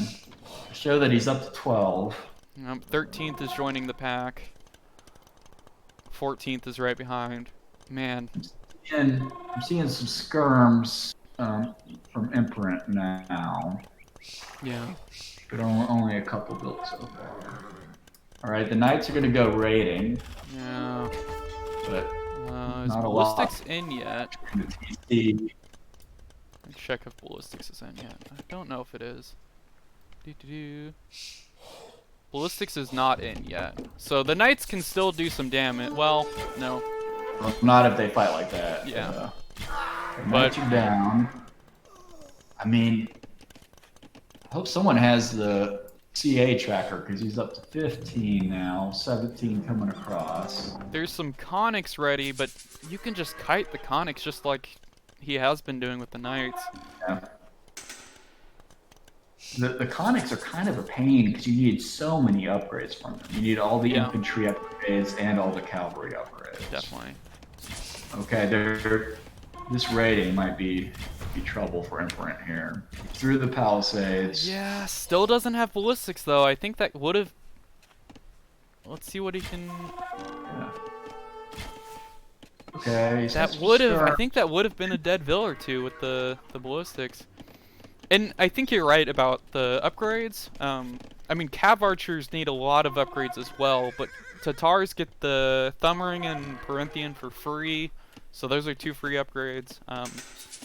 And Empirant is also going for skirms, which is just now you've doubled the number of upgrades you need to go for. You need to go for the conic upgrades. You're doing infantry, cavalry, and archery. Absolutely. Single archer here. Okay. Just really going for it. Scouting. Oh, just trying to mix in with the pack, I think. Just you got a spy. He's like, maybe they won't notice I have a horse. Hey, officer, I think I lost my horse. I hate to see it. Subterfuge could only last so long. Pokeboy says Bulgarian archer. Yeah, did Bulgarians get crossbow? No. They do not. I got their tech tree. I think that was a miscue. They might be the only civ that doesn't, or one of very few. Spanish? Yeah. But yeah, very extremely few. Okay. Seeing castle, that seems bold, considering these cavalry archer numbers. Where are the villas you're going to build this castle? I wouldn't be surprised if he just takes that stone back. Yeah. Well, he's got the skirms protecting. Okay. 5 conics in the cray post. Looks like ballistics now for Airiel. Empirant looks like was trying to stone wall behind a little bit. Any advantage to a castle versus a cray post here? I guess more HP. You can research more. I guess. Well, he's not getting any competition for it. It's going to be a bigger change in Imp with Trebs. Oh, Airiel has just a few CA, which Empirant's skirms aren't there anymore. Empirant's skirms went to go. Oh, the conics though. Here comes the conics. This castle will go up. Yeah. Even if all he does is force him to micro, I think he'll be in good shape. I think that's right. The cavalry archers are coming back. Yeah, there's the castle. Yep. Airiel adding his own castle. Airiel's castle will go up. I don't think there's anything that can. Oh, well, it's within range of. Yeah, but he's not able to snipe the vills. No. He's only able to hit the castle itself. Is coming forward for something else. A TC, he wants to buy gold. I think the question is, who do you think's in the better position to get to Imp here? Because I think it's going to be all about the Trebs here in the pit. I think that's absolutely right. I don't think the cavalry archers could take on a castle. Neither of them really have the res, so I think this might be... the castle's just shooting arrows at each other. I don't think either will get there in a bit. Just adding eco. Let's see, what's the vil? Holy! Look, do you see the vil count? Airiel somehow is 50 vils up. It's 52 to 100 and 54 to 105 now. Even military count, but Airiel has so much eco behind. Airiel has just been booming while CA's been running around the map. Look at all the farms he has. What's the TC count? Can you tell? I think I'm smart enough to do it. Maybe I'll just have to count. 1, 2, 3, 4. I think for Airiel. And just got that one up in the middle. So just finally up to 3. Trying to add a Cray post will get denied, I think, by Yeah, I think the cavalry archers. Yeah, he's gonna run away from it now. Yeah. Skirms are out of position. I mean, that's the trouble about skirms against CAs is. I mean, obviously it's a great counter, but as far as mobility and Airiel's ability to micro, I think he's got numbers on him too. I think he's gonna get to the point where he can take on these skirms if he wants to. Definitely. Okay, that seemed like a bad move. Trying to get the crate post again. Yeah, I think you gotta wait until the skirms come in. Skirms are chasing him away, so we might get this crate post up. Meanwhile, all the castle archers are just shooting arrows at stone walls. Little battle of attrition there. I mean, look at Airiel's micro though. Airiel's just going in. Yeah. Still left. He's gonna snipe it as well. Yeah. Skirms not known for their ability to build Cray post. Yeah. Not great architects. Walking away. This last Vil could go down.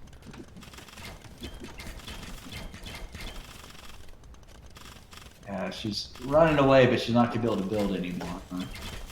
Okay, Airiel's adding in Scout Cav, which is a pretty hard counter against the skirms. Yeah. Because, I mean, skirms are good against archers, but pretty terrible. Pokeboy says, pound for pound, elo for elo, Airiel might be the best Cav archer player in the world. Yeah. I think that's... Yeah, if you can somehow weight that, I think it works out. Okay, the Cray post will probably finally go up this time, but a lot of... Be getting close to... Oh, and the Scout Cavs are in an Empirant base. Another castle coming up from Airiel. Does... He's sending... Yeah, he's got some bills there. Yeah, Airiel got a Vil from Empirant, but... And you might think one Vil, that's not a huge difference, but with this Vil difference, I think Empirant needs all the eco he can muster. Well, he doesn't have... He just... I mean, skirms are the best he has, but just not a great counter for these cavalry archers. Airiel's about to hit Imp. All of his heavy Cav Arch upgrades are going to come in. Trebs are going to come out. This is not looking great. Not looking for... Although, I do appreciate the tenacity of these skirms. They're about to take out the house there with their spears. Yeah. Look at... Are you seeing this blue dot? Oh, a Cray post drop, yeah. Good call. The woodline there. Some good pressure can drop. Holy hell. Airiel is pop capped. Yeah, it might actually work in his advantage to get rid of some of these Vils. But that's probably a better use of these comics to go raiding than try to face. The Conics are going to be able to do some huge damage. Airiel's army is out of position. It's all the way at Empirant's base. I think that's maybe 5, 6 Vils going down. The Cray post, is able to range this TC. Yeah. I like the... Alright, Vils, we need you to build this very dangerous forward Cray post, and then, I don't know, lumber camp. Yeah. Forward lumber camp. Yeah. They both got raids going on. I think Airiel Scout Cav. He had his Cray post attacking the TC for a second. Yeah. Or his Conics, rather. One, he lost the infantry one. Yeah, I think his raids... The Vil difference is closing, but then all the Cav are in. The Trebs are about to take out this castle here in the middle. Okay, yeah. I think that might be the beginning of that. Might be GG. Empirant doesn't have the food to go up.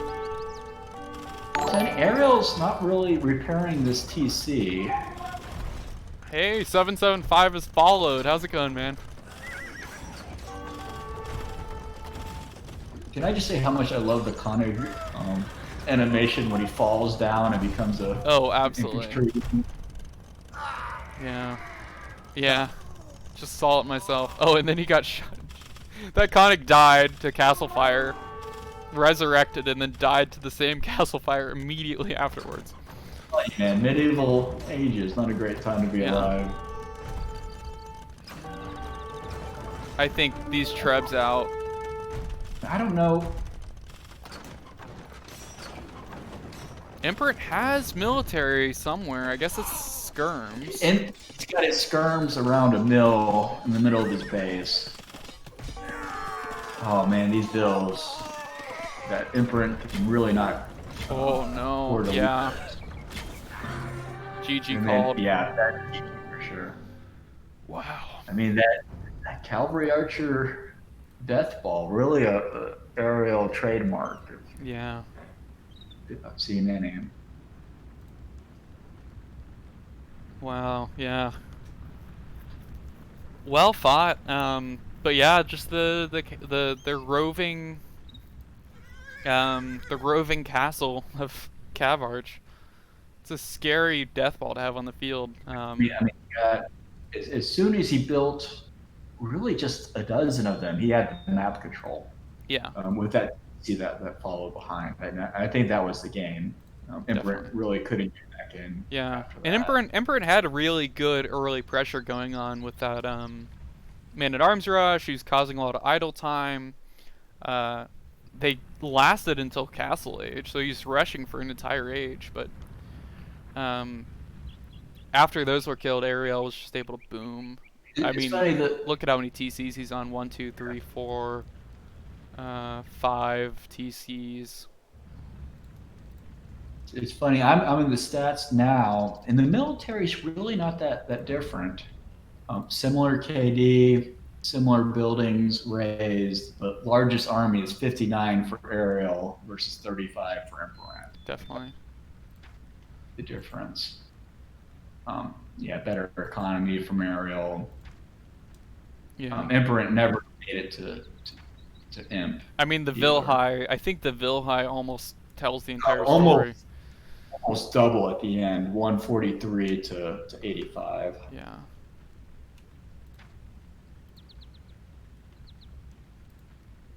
GG. Now, were they going to take a break after the fourth? Good question. Let's see. Return to main menu. Yeah.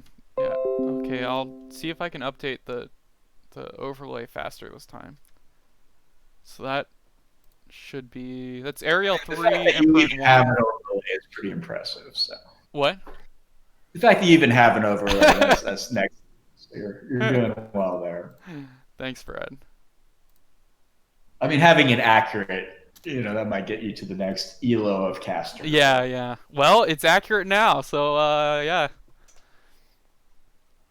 No, I see him in the lobby browser, so I think they're going straight into, well, straight into the other one, the next one. I guess I can check their streams.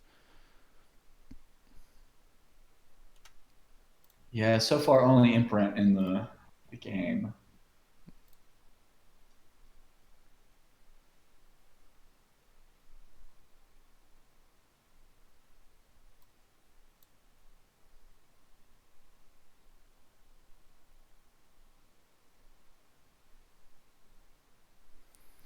Okay, yeah. Looks like they're both in now. Oh, I guess I can creep on their streams to know what the next Civ match is going to be. Okay, Yeah, Airiel says right for a 6 to 7 minute break. Yeah. Thank y'all, Pokey and 775 for that.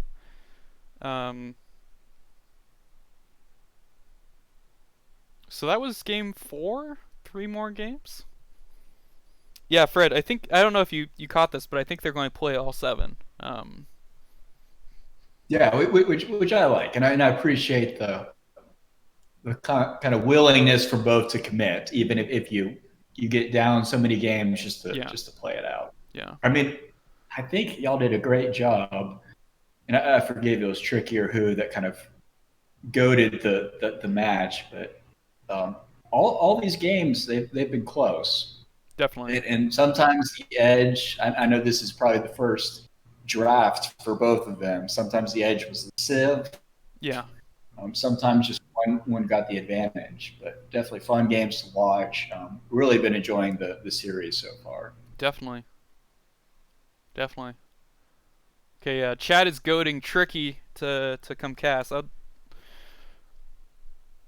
If Tricky's around, that'd be great. Yeah, I'm more than willing to hop out as soon as we get someone else in the Discord. Yeah. But yeah, Fred, I totally agree. I think this has been an awesome series, awesome event. I'm hoping. I kind of came in this with Airiel side, and I know I'm quickly becoming an Empirant fan, and I hope all the Empirant fans are becoming Airiel fans, and we'll just kind of double the communities on both ends. Definitely. I think that's totally true. And I should say, I think for such a, we're small streams here. We're small streamers. But somehow these community put together almost 30 gifted subs on the line. Yeah, kind of a disproportionate sponsorship. Definitely. for the small time. Definitely, I think that's true. And the nice thing about that is that's going to be split 60-40, so it's, really both communities will get some gifted subs out of that, which is pretty awesome. It's not like an all or nothing for winning. It's pretty evenly distributed subs on both sides. I saw some of the kind of backers, if you will, were giving out an even number of subs, whether you win or lose, which I thought was a really cool way to support the Showmatch. Definitely.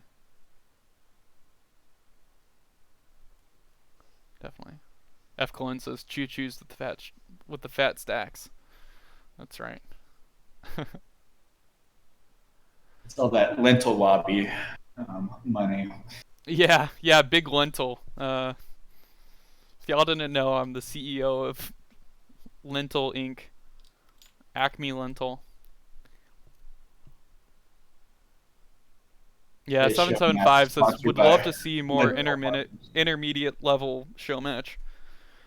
Yeah, I've told this to Fred and other people that I think watching like events like this, Airiel and Empirant, it's kind of aspirational. It's like it seems achievable. Yes, I don't know exactly. You read about like Olympic athletes, and you're like, he's top tier, but he also has lungs that are bigger than anyone else's lungs. That's why he says, well, I can never swim like Michael Phelps. Yeah. But maybe one day I can have a cavalry archer death ball. Or maybe one day I can, play the Japanese well on 4 legs. Absolutely. I think that's right. But I don't think I'll ever be able to do quick walls the way that the very top tier players do. Yeah, I think that's... Oh no. Efkilenc says Lentil AoE versus F9, memes only, best of 7 in a month.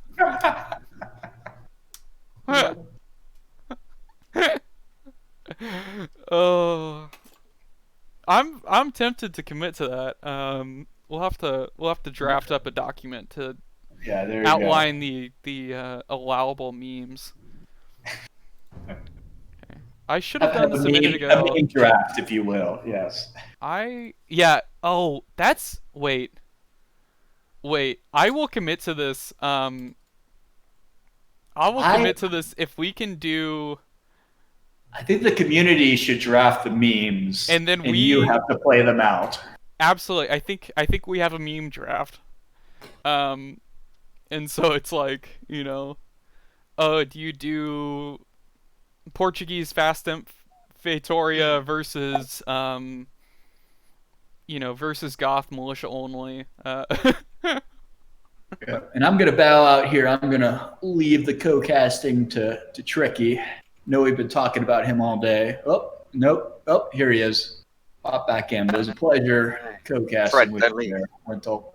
Yeah, wait. Actually, y'all stay in for a second because I'm going to actually go grab a beer and take a bathroom dual co-cast. Here we go. So, y'all stay in for a sec. I will be right back. We need the answer. We're all desperate for the answer. What happens a little cheated here, Pokeboy?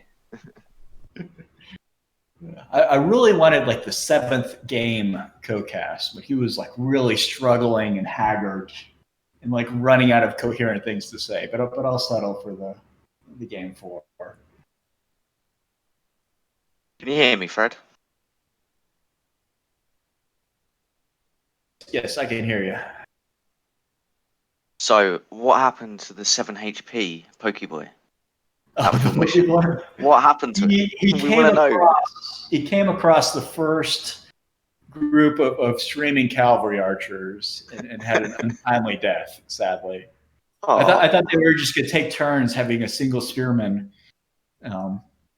That's a little bit of a meme with Lentil and I, because I can never micromanage to this extent. But in the pros, you'll see the scout rush come in, and a single spear is all it takes to scare them all away every time, just because they can wield them so effectively.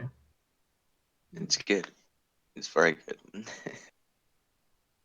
Oh dear. So the score is 3-1. Wow. We've got a good turnout as well. It's quite a few people across the streams. It's good. Yeah, it's very really, good. really encouraging to see not only the streams from both Airiel and Empirant, but also from the Lentil stream as well. Yeah. I mean, I've been sitting there watching all three. There you go, a true bipartisan fan there. You know, getting it from all angles. Yeah. And the joke is I've had to abandon that and go down to a laptop screen for the Cocast. Yeah, it's been an interesting experience. I put all the streams away and just kind of guessing what Lentil is looking at versus what I'm looking at, and trying to make a. Yeah, it's funny. I was thinking about that. I was like, I'm actually kind of glad I got roped into being the main caster, because I don't have to guess what I'm looking at. Yeah, true. But unless you're a very bad caster, yeah. That's true. That's true. Yeah, I'm just kind of staring at a middle wood line or something. No, it's been. I don't think I could have done this without Cocasters. It's been awesome having everyone hop in with different perspectives and everything. Yeah, it's been good. It's been very good. Yeah, it's been real interesting to me, and I'll stay on since this is the awkward halftime show or whatever. But to see the people that I play with, just the level of an intelligent commentary that they have to offer, it sounds just like the real deal, like a T90 or something like that. At least to me. Yeah. You heard that sneaky can opening. I was trying to be. I figured it's. What time is it local? It's 6:30 here. It's time to crack open a cold one. Yeah. I don't know how many folks up there are in lockdown, but I definitely went straight from coffee in the coffee mug to wine in the coffee mug. So it's like the only way you could tell time anymore, really.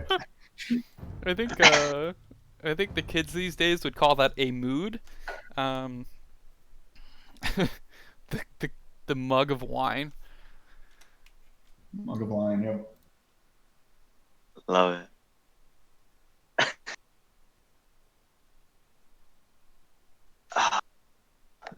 Oh, the hype. Oh, we got Dick Fry in the chat. Dick Fry, thanks for coming over here as well. I am drinking. God, this is going to make me sound like such a snob.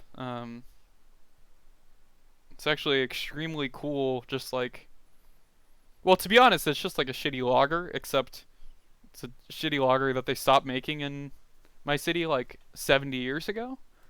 And then my local brewery worked with a Oregon State University professor of fermentation and recreated this like shitty lager that hadn't been a thing for like 50 years or something. All right, I'll hop out, let you do the co-casting, Tricky, Hey. but here we go. Oh yeah, it's the. Thanks for sticking around, Fred. We have Khmer versus Mayans. What is the map? Arena. Oh. Here we go. Okay, Tricky, have you found the game yet?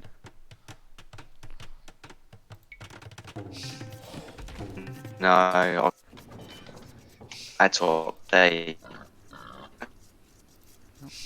let me know. I'm just going fast forward. I mean, it's arena, so you're not going to miss. Yeah, no, I'll catch up this one. You're not going to miss anything. So what are they doing? What are they doing? What are they doing? Yeah. Tell me all. Yeah. Yeah, Oregon State, okay.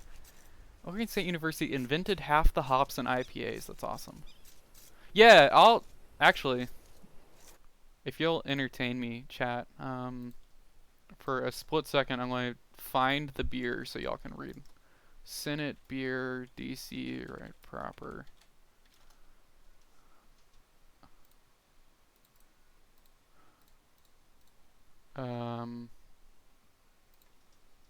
Here you go, Dick Fry. This is the beer I am drinking for more info. And thank you, Efkilenc. Score is up. Empirant taking a early and commanding score lead in this fascinating Arena Dark Age.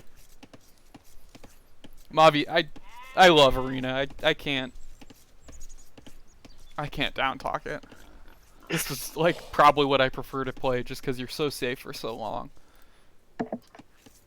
No one comes and upsets your build order. You can just you know, hang out. There's a really big difference between like the elos on how they play the arena, because people see it as a really safe map for like the lower elos. Yeah. Makes it easier to play. You get the whole completely different game when you go like higher up and then go on to the pro, and it's another game entirely still on arena. Yeah, I think that's true. Do you It's really interesting to watch. Do you think we'll see any early aggression? We got Khmers and Mayans. There could be some sort of obsidian arrows. The Khmer could go for... Well, I think the Khmer move is probably just boom. I don't know, but what do you think about this Civ matchup? So Khmer could go for quite a big boom, couldn't they? Mm-hmm. They really could. But the Mayans, they'd be much better in the late game. Definitely. Which is what works on arena normally. Yeah, and the Mayan eco bonus of just having the resources last longer, it's just so clutch. Even if there's pressure up against your walls, you won't run out of res. Your gold pile will just do more work for you. Okay, it's just loading, so it should be. Okay, great. I'll be on catch up in a second. Sorry. No, we're seeing, beautiful Borlors. Empirant is pushing in some sheep or some deer already. Awesome. Yeah. Chat is totally right. Chat has pointed out that the map, Efkilenc says, mini-map looks like Franklin the Turtle, so you have that to look forward to. The map is actually hilarious. Slightly better relic distribution for Empirant. He has 3 on his side, compared to 2, obviously, on Airiel's side. Yeah, I mean, he's almost got 2 safe ones, hasn't he? Mm-hmm. Completely. And we'll see. So that does make a difference. I anticipate there'll be some fighting over the relics, probably Eagles versus Scouts and all sorts of trying to sneak around monks. Airiel now pushing in his deer, but I would imagine both go for pretty standard FC builds here. So Airiel doesn't have as many safe woodlines though, does he? It's quite open. That's actually a really good point. I mean, he could block off that corner, but it's if he doesn't. Yeah, and I think he's going to have to, because this back woodline is not that big, especially if this goes pretty late. Could have a bearing later on. Yeah. Man, those ballers are really fast when you're on fastest playback. Yeah. And he's scouting it. It's not like Empirant has beautiful woodlines either, though. Actually. Oh no, he has that full. That's touching there. Yeah, that full corner. Yeah. That. By chance, it was close to being similar, though, wasn't it? Yeah. Yeah, they both have scouted each other. They're both doing the same thing. I'm sure they'll just find the relics before it matters. Oh, I forgot that you can change onto Gaia point of view. I was just So thinking about I'm that now, as well. I'm now this deer. Oh, the deer's dead. The deer and the birds. I like how you can see the hawk point. Sorry, this is arena casting here. This is the exciting content you get. Yeah. So what is he going to do with Khmer? Because they can do a fair bit. Yeah, and I think I kind of wonder if you go for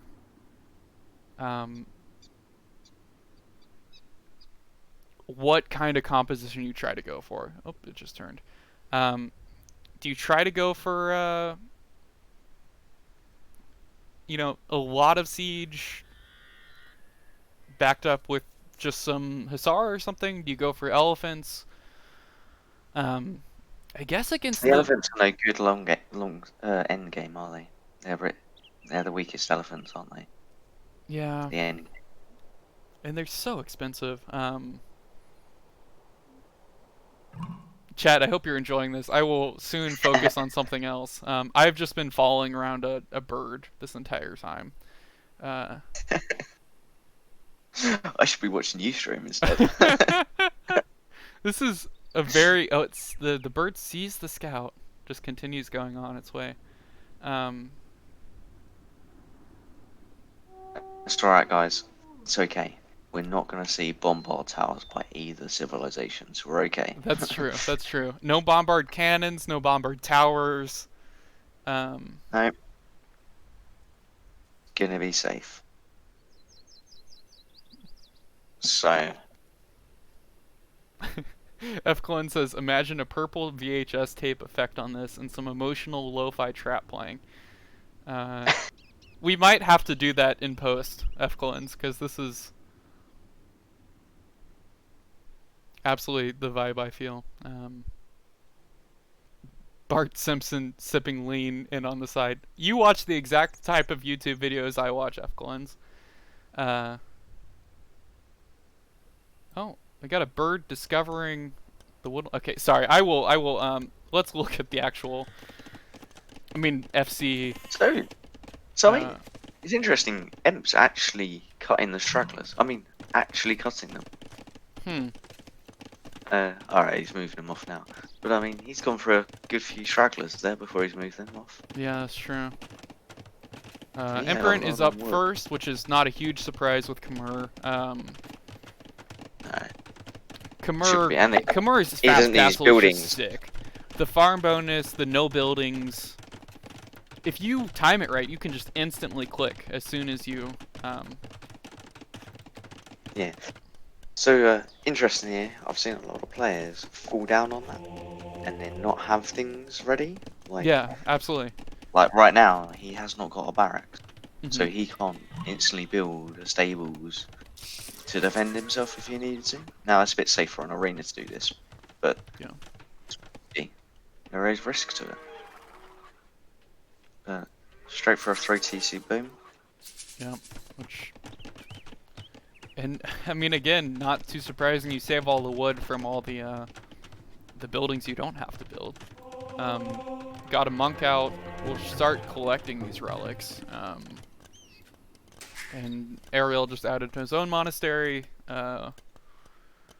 No additional military, so it might just be 3 to 2 relic count. Yeah. Yeah, that's from both of them. They went for, yeah, he went for a blacksmith market. So we've just got a scout and an eagle. Yeah. Which is actually, I mean, I'm kind of curious. Yeah, I think both scouts are just on auto scout. There's definitely with no military out, you know, there could be some easy monk picks, but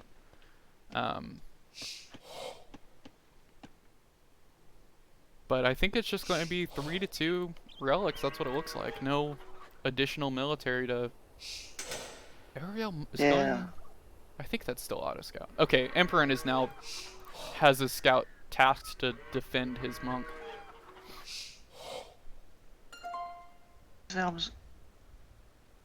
Yeah, he does. Eagle I'm coming surprised they in. haven't camped the relics. They're Yeah. scouts. I was Or expecting eagles. this monk still might go down though. I don't think. Yeah. Okay, so that's a monk snipe for Airiel. Pretty huge. I think it That could still be an eagle will scout. ultimately go. His eagle could go down. Yeah. I think it'll ultimately go 3 relics too, but that's 100 gold down the drain. Yeah.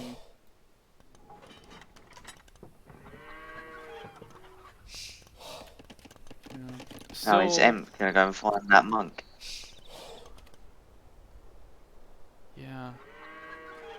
Yeah, I think Airiel's monk won't be there in time. And that will be the 3, 2. Ready to say? The 3 of the 2. So slight relic Cool. advantage for Empirant, but we'll see. I think the Mayan eco bonus is pretty huge. And yeah, There's a Vil lead. There's 7 Vil lead. 8 Vil lead. yeah, and I think that's just the benefit of hitting castle first. Monk goes down to Empirant Scout, which is still running around. Let's still get the second one if he goes back now. Yeah. I'm gonna go back. But yeah, Chad is right. So this whole wood line is open. I would imagine if Airiel tries to add a TC, he might just wall behind.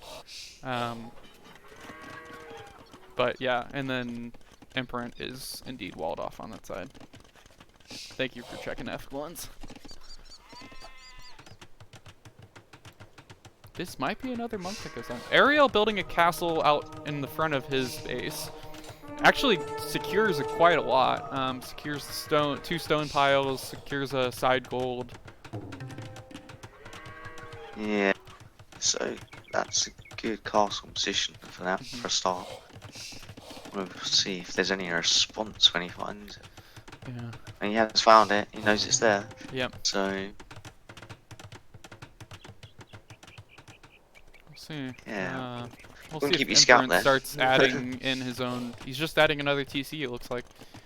So he'll be up to 4 TCs. Even Vil count now.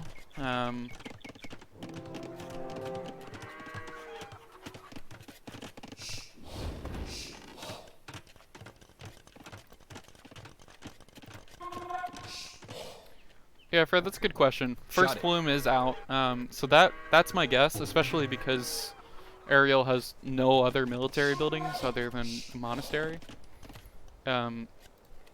So my guess is he starts massing plumes, starts trying to deny these extra resources, take map control.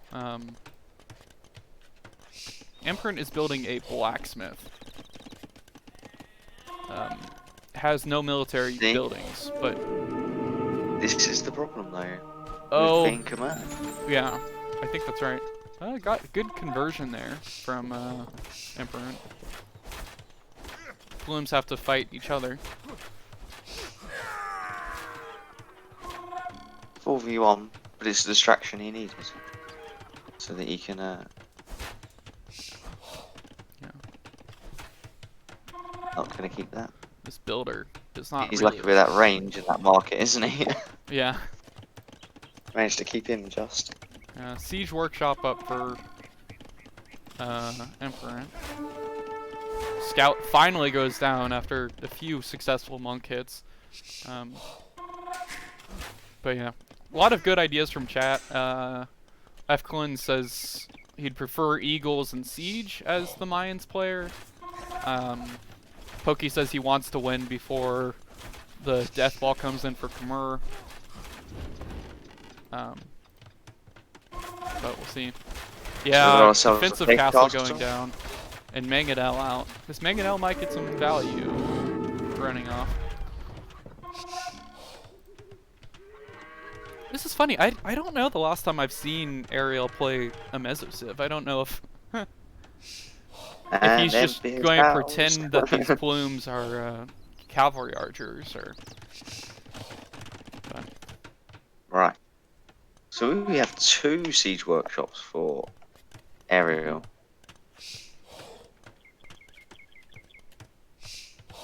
What do we think we're going to see out of them then? Could be. I'd be tempted to add rams, but I think mangonels would be pretty strong as well. The only problem with rams is they don't get siege onager, do they? No, they just get their onager upgrade. But that's a little bit later on in the game. Yeah. So. Yeah. Could... We'll see what he queues up. I think a ram push. I think a ram push so he can get into the base and therefore definitely. And I think do a little bit of raiding with those plumes. Okay, stables going up for Empirant, so maybe some elephants coming out, which should be a good counter.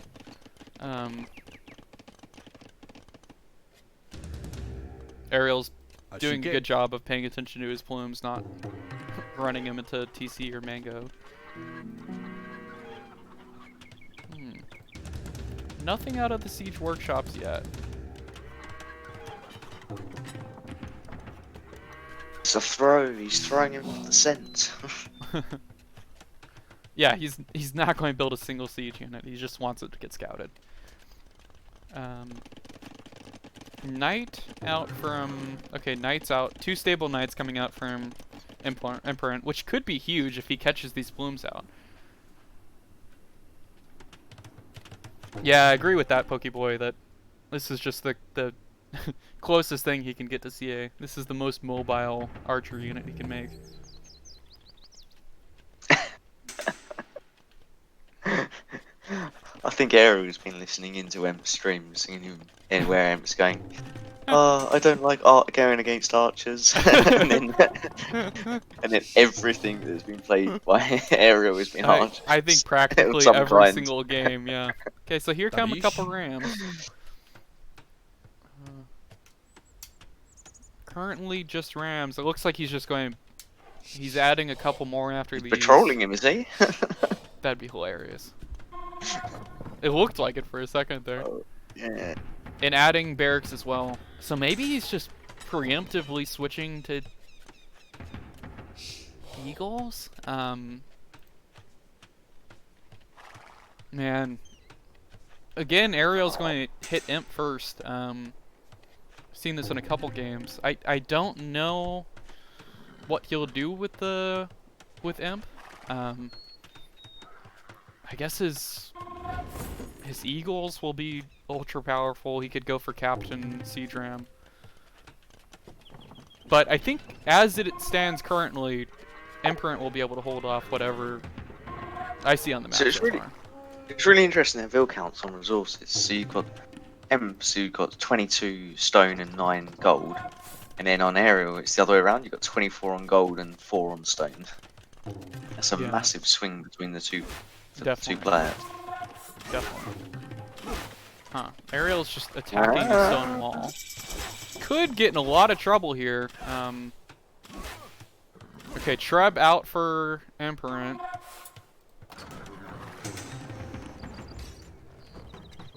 Defended by Cavalier. The balloons are getting pushed around by Ballista Elephants. This is looking like it might be a really good push. Yeah, but he's only just getting his upgrades in now. So if they're actually coming, has he got 2 barracks to get them that fast? No, not I can see. Man. Meanwhile, behind this, got pikemen, squires, 4 barracks ready to produce. Trebs get sniped by Eagle. Is he gonna lose both? Oh. Is that castle gonna stay I up? don't think he loses the second one. It's gone. Castle down. Loses 1 Treb, but the castle drops. This Airiel's Treb will go down, and Airiel doesn't have much behind this. These forward production buildings could fall. The rams just die. This is looking really bad for Airiel. 2,000 point score lead. So he's got a castle to the west coming up for Airiel. Oh, good call. He's got nothing to defend him on the front. No, That's, absolutely not. And you've got a Treb, you've got Cavalier, Ballista Elephants even.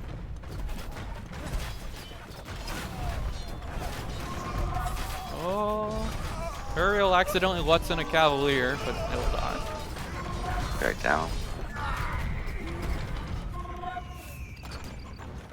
So let's see what these ballistic avalanches are going to do today. Yeah. It's funny, I don't think you see them all that often, especially in like the pro scene, but they've done a really good job of scaring away the balloons this whole game. Should do decently against the Eagles as well. Airiel's just going for another Treb snipe. And we'll get it this time. Okay, Airiel looking to just deny TC. I'm not sure why he put a TC there. He could have castled it. He's got 1,500 stone. Oh, wow, yeah. He's dropping a castle now on the forward, but I mean, look at the Vil count. Empirant's Khmer boom just so strong, already up 40 Vils.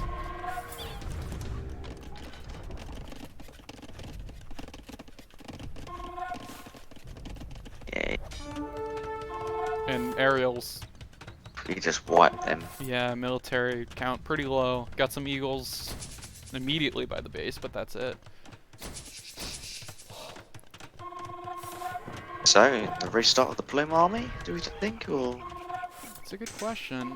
we're just going to go with the Eagles? Oh, El Dorado almost in. That will make the Eagles much stronger in these. Still don't favor him over Empirant's current comp, but for raiding, for sure. Oh, Empirant has over-chopped here. If these Eagles get in, almost fully upgraded. Maybe fully upgraded.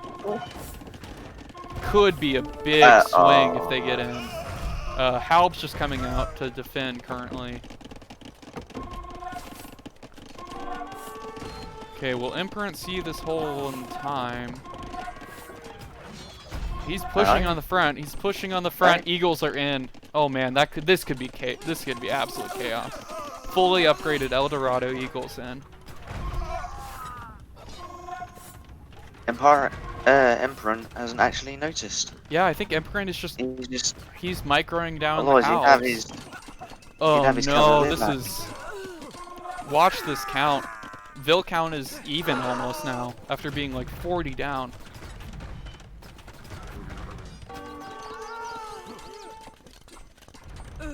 I don't know if Empirant has noticed yet. Oh, he sees it now. He brings back the gold Vils. But that's a huge swing in the Vil count. Cavalier to go back to defend. Drops another castle. I mean, I definitely think that Empirant can boom back into or still has, you know, the eco to be fine. Still has so much forward production, so many forward castles and stuff. But might lose. Yeah, I mean, he's got enough food. He's got enough resources for the to survive this. But Holy cow. Yeah. Almost 1,000 every gold, 5,000 food. 3,000 wood.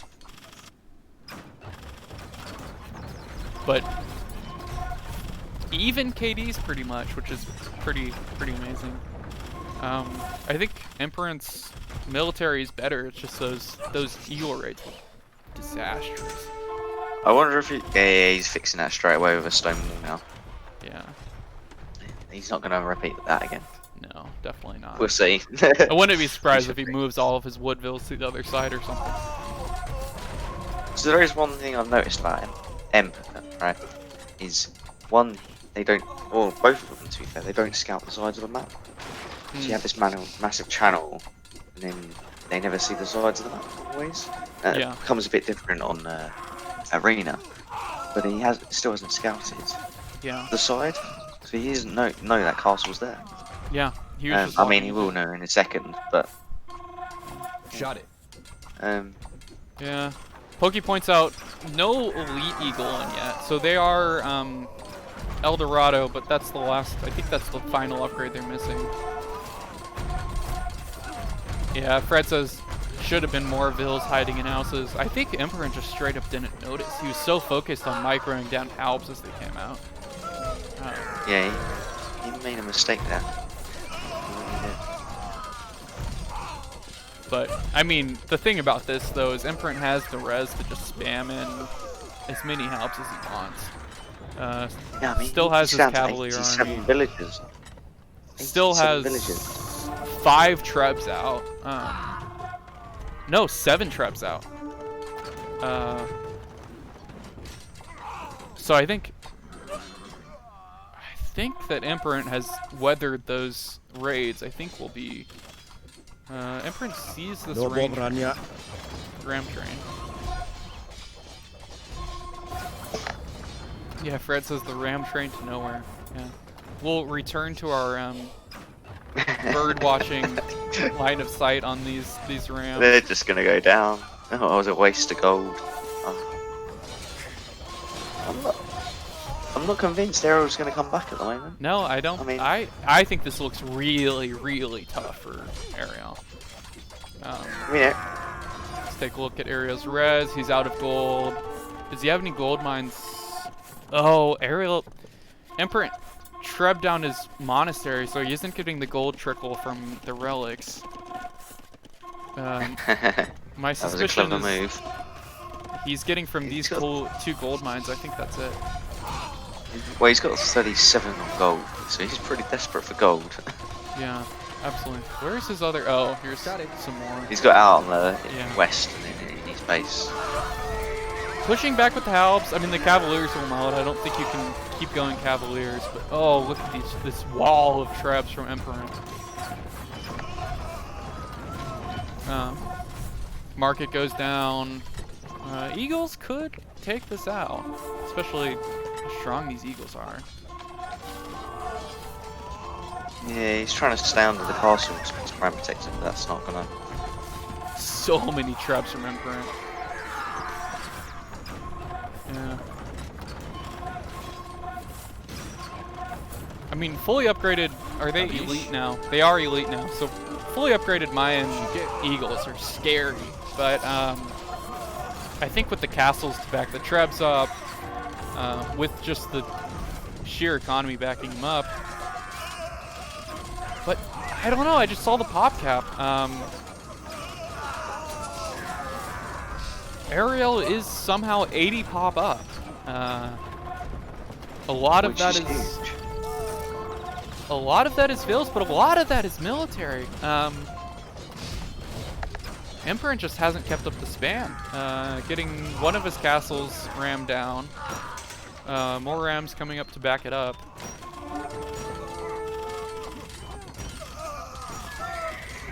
Yeah, he needs to sort out his production. Yeah, I think so. I mean, look at. And he just hasn't got enough actual production buildings. Yeah. He If really doesn't. you look at the difference between Empirant's queue, which he actually has 28 Cavalier queued up, just unqueued all of his halberdiers. No halberdiers That's queued across up now. 2 stables. It's going to take forever. Yeah. Trickle treat.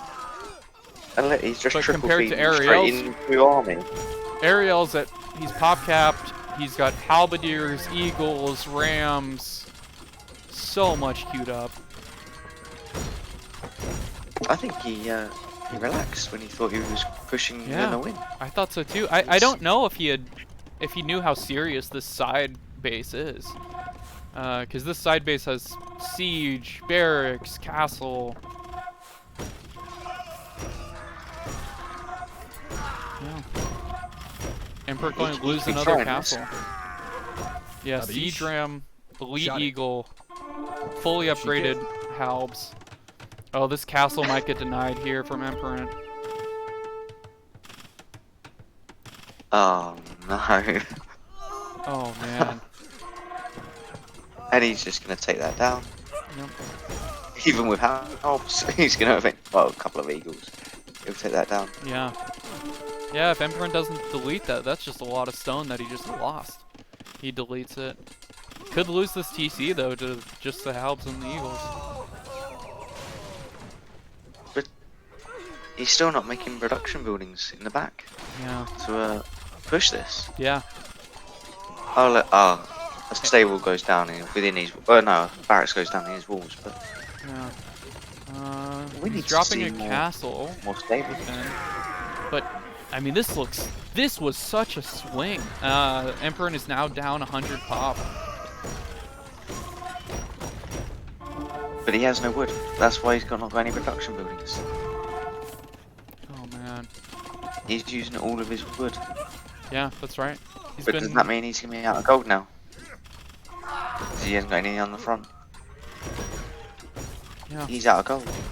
I mean, he's got 800, but barring that, Yeah, you flip won't over get to very his far rows. with that. Yeah, you can only make so much with 800 gold. It goes real quick and post him. Especially if you're building Cavalier or trying to do go up to Paladin.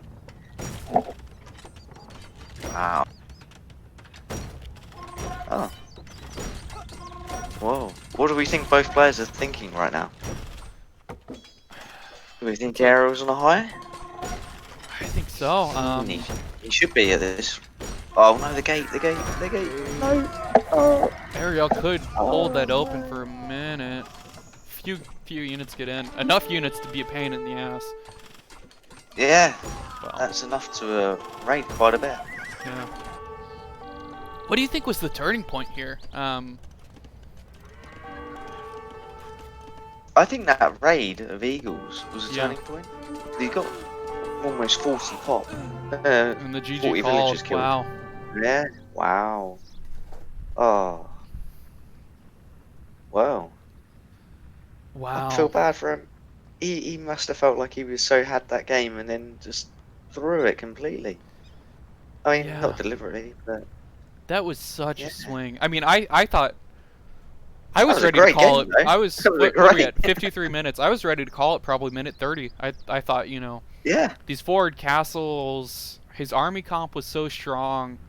Well played, Airiel. Well played. Intense game. I noticed he's thrown in a few Cavalier just to go and do a raid just at the end there, but Yeah. yeah, it was already writing on the walls, wasn't it? I think so. Wow, GG from both players. That was.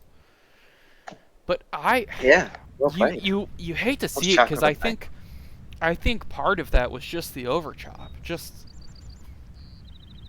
if there hadn't been the hole in the walls, Airiel would have been able to kill that single TC and maybe like the 5 vills there, but really was just able to get in and wipe out so many vills. Man. Yeah, I mean, it would have been hard for Airiel to catch up if he hadn't done that raid because he had so much eco, Yeah. right? And he could have just spammed production buildings being built, and yeah, it would have just taken the whole game. But that's not the way it happened, lads, No. guys and girls. No. So that Yeah. makes the score 4-1. Yeah. Yeah, I think so. So we have ourselves a winner. Yeah. So we have. So I think this is actually. I think they might play the rest of the best of 7. Just Oh, okay. for funsies. But yeah, we have Oh, a okay. 60-40 split now for the gift subs. Awesome. Yeah. That is awesome. Ah, right. So I wonder what they're both saying on their own streams now. I'm kind of curious. Does anyone have the rest of the streams up? I've updated the overlay because I'm a procaster. Let's look at these stats.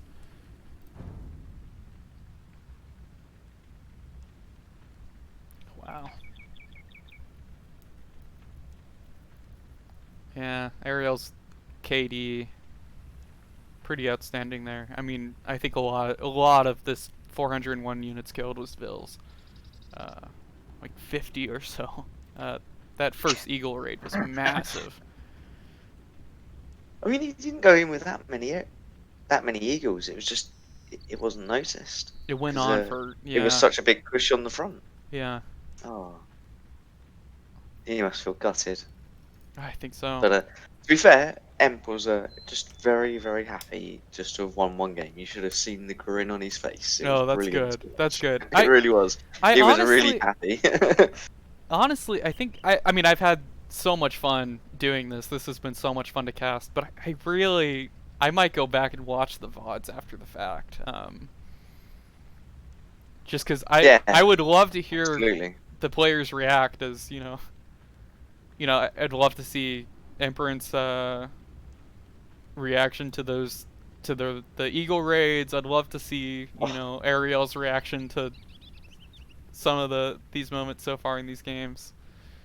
Absolutely, that'd be awesome. And I definitely will at some point.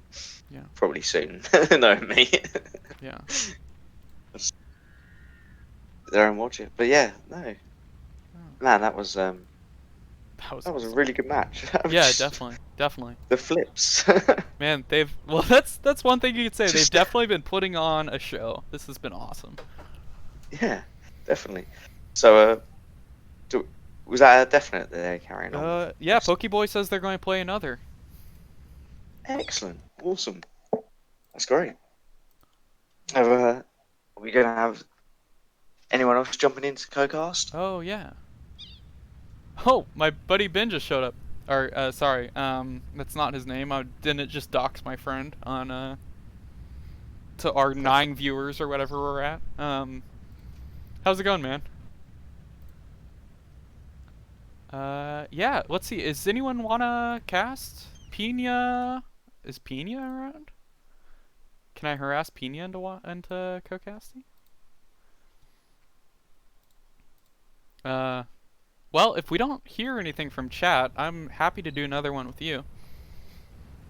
Don't know what you're... No. We can hop on just so you can hear the train going by. Thank you. Please do, actually. Let's get some... We're the mean streets of Des Moines. This arena game has been all about aesthetics. I think I followed... You didn't see this, Tricky, but I think I followed a bird for 6 minutes of the opening. There's me looking at wood lines, and we have a bird watcher on this stream. Yeah. Well, it was right when you were giving really insightful commentary about the Civ matchup, and it was like, I have to admit, there's nothing else there's nothing else to look at. Okay, Pokey says they're... I like your enthusiasm. Pokey says they're playing right now. Okay, jump in then. Yeah, Tricky, down for another one? Baltic. Yeah, sorry, unless someone else wants to jump in, you're welcome to. Chat hasn't said anything. I think let's have another co-cast with you. Spectate. And we definitely want to hear Fred jump in if he finds a 7 HP Pokeboy by himself. Yeah, absolutely. Okay, so we've got Baltic. I'm just going fast forward. Another mirror map kind of situation. Vikings for Airiel, Italians for Empirant. So this could be really interesting. I think so. I've not played with the Italians all that much. Cheaper fishing ships, cheaper dock techs, cheaper advance. Definitely a strong water civ. Yeah, so there's 4 main water civs, is there? Koreans, Japanese, Italians, and of course, what's the other civ I'm not mentioning? Vikings. Sorry. Yeah. They're the main 4, aren't they? So Yeah, I think so. they both picked water civs. So they're both playing on a massive water advantage. So this would be interesting because we haven't seen a water map yet. Yeah, definitely. Closest we saw, Empirant definitely had, 4 lakes. So that was really interesting because they both said they didn't like 4 lakes. Yeah. And does Empirant play much water? Does he play much Baltic? No, not that I've seen. No, I've seen him play a couple of games in Baltic, but that's just from random map choice. But he didn't like 4 lakes, and I hadn't seen his last stream. But before that, I just said to him, just take all 4 lakes, and you'll win. It's easy. Going from an absolute low elo without the legend part. All right. Yeah. I was like, just take all 4 lakes. It's fine. And then I saw him do it, and I was like, hey, I said that. And he was like, you did. He was like, just been listening to you for once. I'm like, awesome. So yeah, that was a bit of fun. So, okay, so we have a nice, on this Baltic matchup, actually we have a nice through gap on land without too much water interference, which we don't always get. So we can see quite a bit more land aggression rather than just reliance on water on this. And I wonder if someone's going to notice this and go for a wall. You know, or someone's going to forget this is here and get scout raided to death at some point, or yeah, I'm curious. So, I haven't seen too many Baltic games overall. No, neither have I. I'm pretty. But the ones I have, I always ban it. So. To be honest, before the maps all changed, I did it. I came across one game of Ireland on ranked, and just they had Koreans, and the only thing I knew Koreans were good for was Tatars, and then I just, I'm fine, yeah, I'm winning water, and then all of a sudden I get to their docks and they've just got like 15 turtle ships, and it just completely wipes me out. Oh no, man. Yeah. So I was like, yeah, okay, Koreans are good at water. Yeah. If they can get that far enough, they're good at water. Definitely. And I didn't know that. I needed to attack them earlier to have a chance. So, what have we got for scores? There's a nice 50 almost score lead for Airiel. And on the Vills, where are we at? Even Vill count. Looks like Airiel might have one more fishing ship, while Empirant has one more Vill.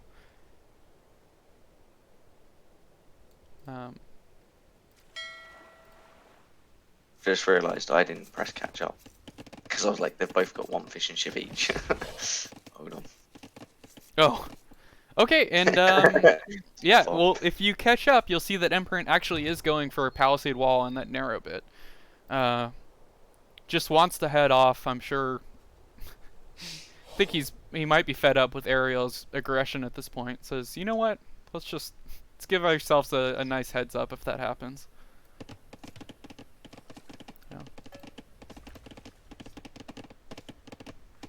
Gonna get scouted yet. Yeah. Oh, we have dock for both of the players now. But no. Oh, Empirant's going up to 3 docks. Okay, so is Airiel. Okay. It's gonna be interesting.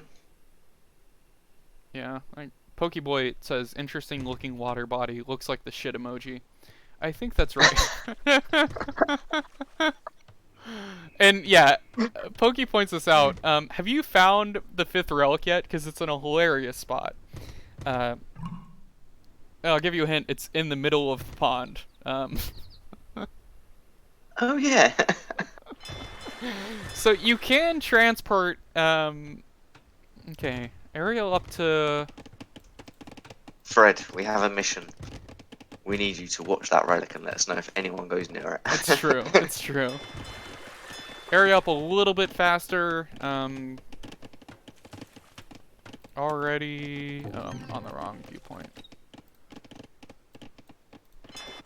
Already. I'm on it. We just need a monk with scuba gear. Here we go. So you can transport a monk, grab it, and transport back. It does work. But that's a lot of commitment. Yeah. A lot of actually micro time, honestly. It's a lot of attention to pay to something like that. But, we have the double palisade wall. man. He does not want an early. Yeah. But he didn't go for and stone. he's actually palisaded the other side as well. So, short of So I'm transports, we're wondering, not going to he's see. just gonna. I wonder if he's really gonna go for water then. Yeah. Palisade blocks up the walls and then just tries to hammer water. We've got fire It's gonna be galleys hard against against Vikings. galleys. That should just be a win for Empirant, I think. So just wait till Castle Age to get the longboats. Yeah, I think so. Well, I think you do enough to scare him away from your fish. It looks like an uneasy truce has developed here for the time being. I think I've heard Airiel say that he likes his galley micro, which is kind of a lost art, I think. You don't see Yeah, that I'd many say it's a lost galleys art. nowadays on water maps.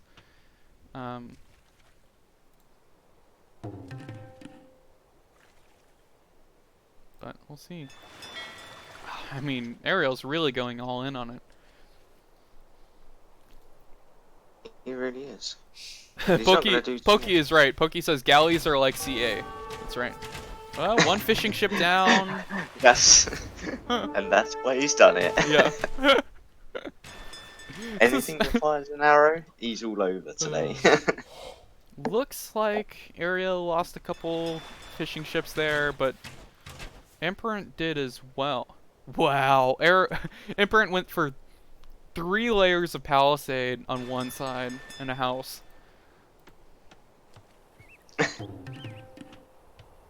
Well, So my buddy Elisol has, I think maybe I forced him to watch Battle of Africa, so he knows nothing about this. We're going to see a fight here just right now. Actually, if Empirant's not right, we might lose. Well, nope, they just go back off. No one's really getting any fishing eco though. Empirant has 2 coming from shore fish, which are never as good as deep fish. This is interesting. I think Empirant's saying you can't take me directly, so I'm just going to attack your docks until you do. But here's the. Okay. I mean, I think. he needs to be focusing down on like the same ship so he gets them out faster. Oh man.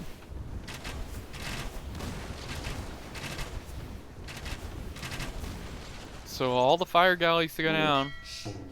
Airiel still has 13. 13.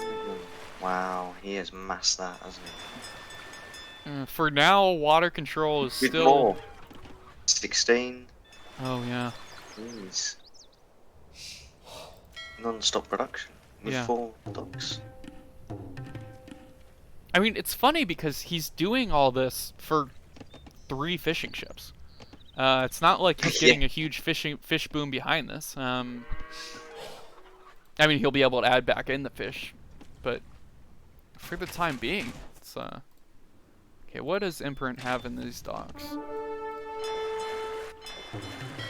I don't know if we'll see it, but I'd love some demos.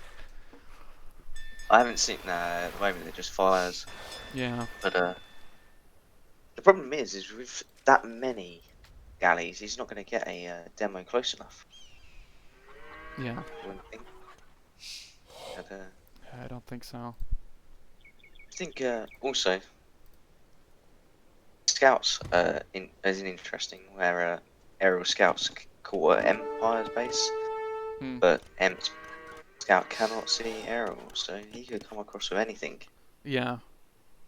By surprise. That will make a difference. Kind of wonder if that's why Airiel's over in this the tiny little finger part of the lake is just watching for transport, checking out if there's any docks over there for sneaks. I don't know. Airiel is adding his own palisades behind Emperor's palisades. So now he's taking water. He wants to keep it. Yeah. He wants to own the game on water. Yeah.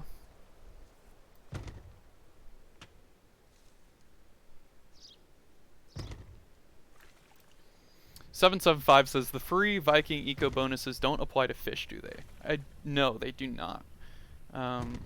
Maybe not so bad for Empirant to let Airiel fill his pop with Navy. That's true. I mean, if it goes late, it's always kind of funny when you see games where one person has total water control, but so much pop space just eaten up by galleys that are doing nothing. But we'll see. Empirant is still adding fire ships, so it looks like he's... Oh, here we go! Here's a gun comes on another fight. We have 13 fires against... 13 fires against... What is that? 23... 25? He's kind of split up the fires. I don't know if he's trying to sandwich them. Okay. Okay. Right, you need to send him back to repair. He needs to repair those fires. Yeah, I think so. It's too expensive gold just to keep throwing away.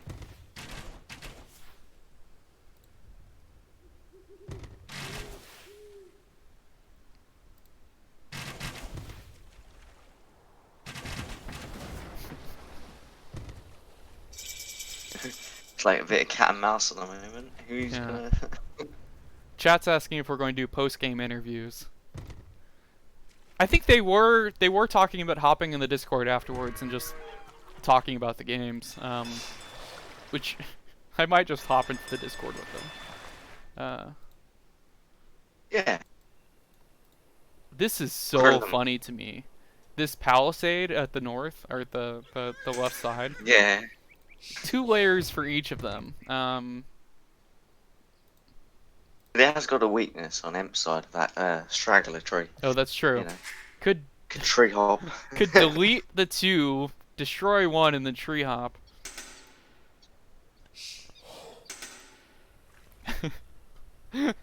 Pina says... I'm not sure it's gonna happen. He's relying on water. Look at that. Wow. Now that they're galleys, I wonder... I imagine he goes, ballistics. Water control will just never... I don't think you can... But how many fishing ships does Airiel have? 6? Vilcount is still pretty even. Empirant is now going for... Empirant's fire ships might get caught out of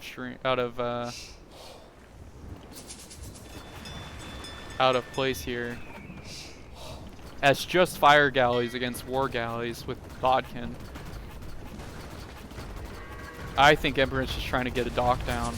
All these galleys will get, or all these fire galleys will get. I don't even think the dock falls. That's...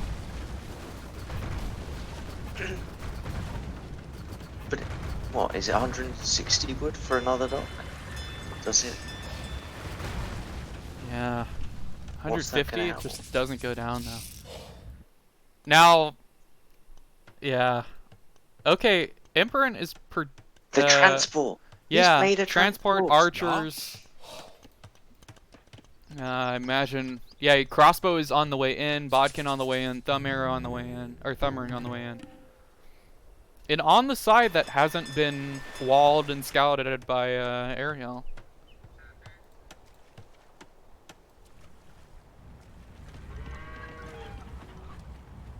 Oh no, it might get found though. I think Airiel's started patrolling the side of the lake just to make sure he hasn't missed anything obvious. These archers could get caught out. They could all go down in the transport. Yeah.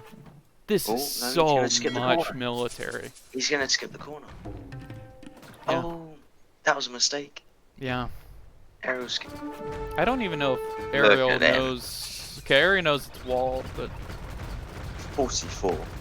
I mean, all these docks go down, but it wasn't like Empirant was relying on fish eco here.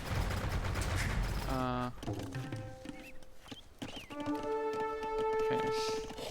Empirant, meanwhile, has... Sneak. Empirant still just has the 1 TC, it looks like. Airiel's up to 3.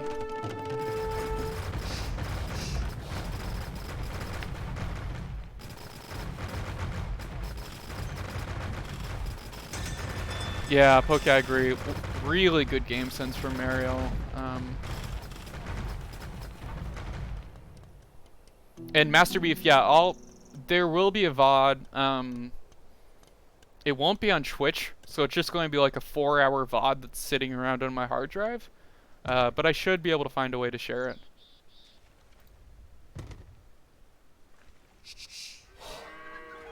And Airiel sees it and makes a wall because of it. Oh wow, yeah. I mean, still could. There's no military left for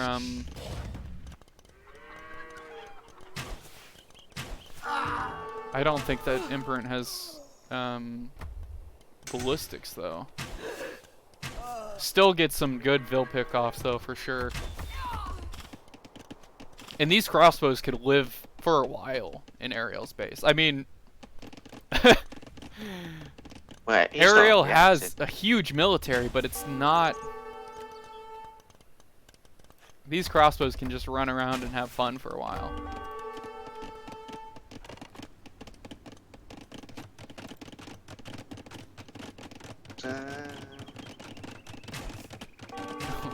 Chat is now saying hi, YouTube. Yeah, Master Beef, that sounds good. Master Beef says I can just come over to your place and watch the VOD. It's cool. Absolutely. So, he's carrying on again. Oh, we have a villager coming forwards via transport. A few of Airiel's vills have gone down. That looks like 5 or 6 on that wood line. Oh, so you said there's... Yeah. I think we still need ballistics. Ballistics is just coming in now. Yeah. I think that will make these crossbows really scary.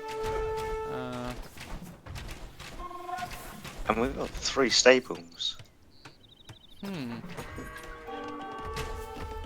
Oh, Berserk's coming in from Airiel. Ooh, had a second thought then. Yeah. I think just waiting to mass them. I mean, this has been...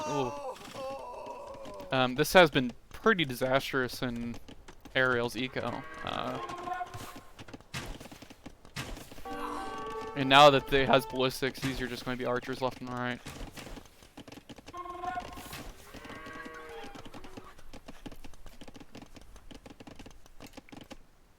It's so funny just to see the huge massive military in the middle of the pond that is just kind of aimless. It doesn't have anything to do.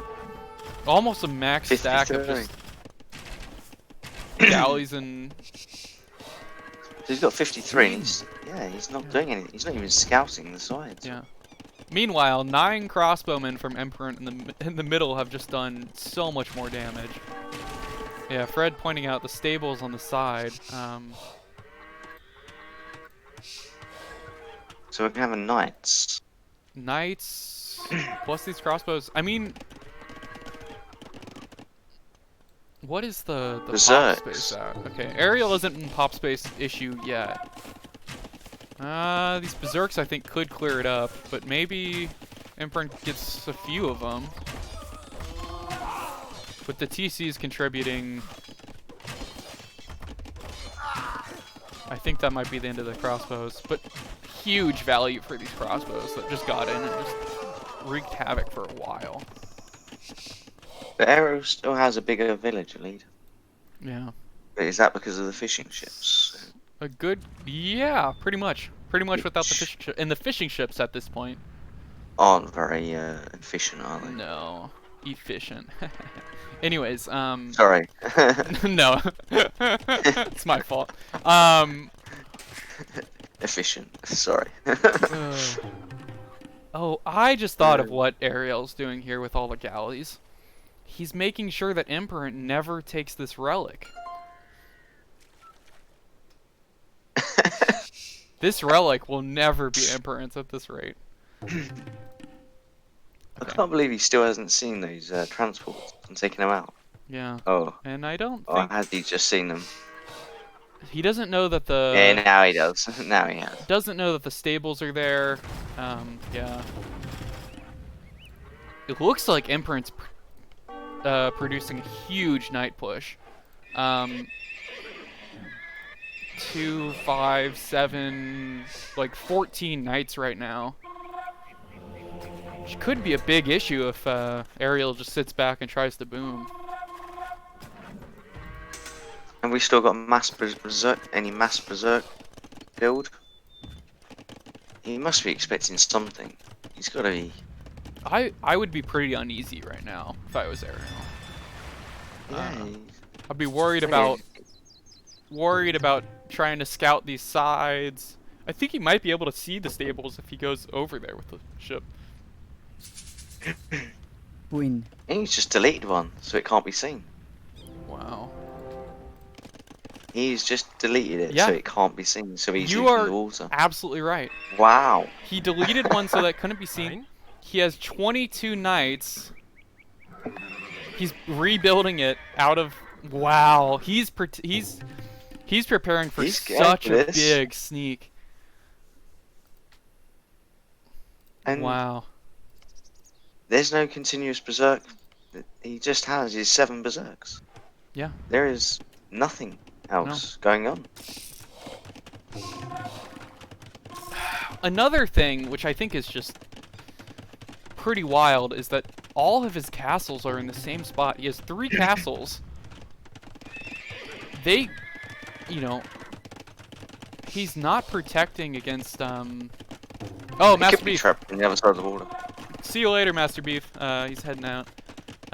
Thanks so Yeah. much for sticking See you around later. for all this. Yeah, thank you. If, Have a if good he evening. had, I understand having a castle over here on this tiny part of the lake, but he has so much eco that's just unprotected. Why has he done that? I don't know. I really don't know. And Empirant, meanwhile, is adding a castle on his side to protect.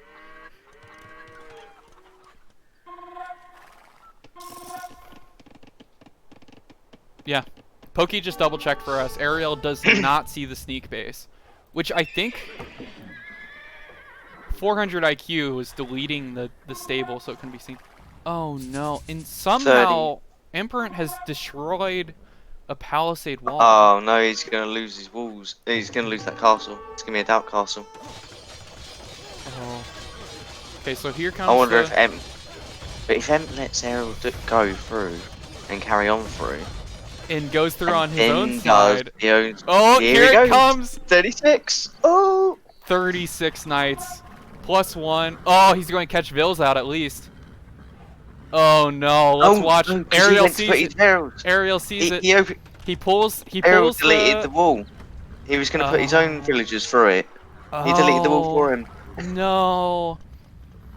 Pulls his berserks back. Back. The castle goes up for Empirant. I mean, these knights could honestly just eat TCs. There's so many of them. They could go for. They have 2 armor upgrades. Oh, saves 1 bill. Yeah. Yeah, Fred. Just I think leave one knight there and move on. I think Tricky's right about the whole. I think Airiel was sending Vils over there for some reason.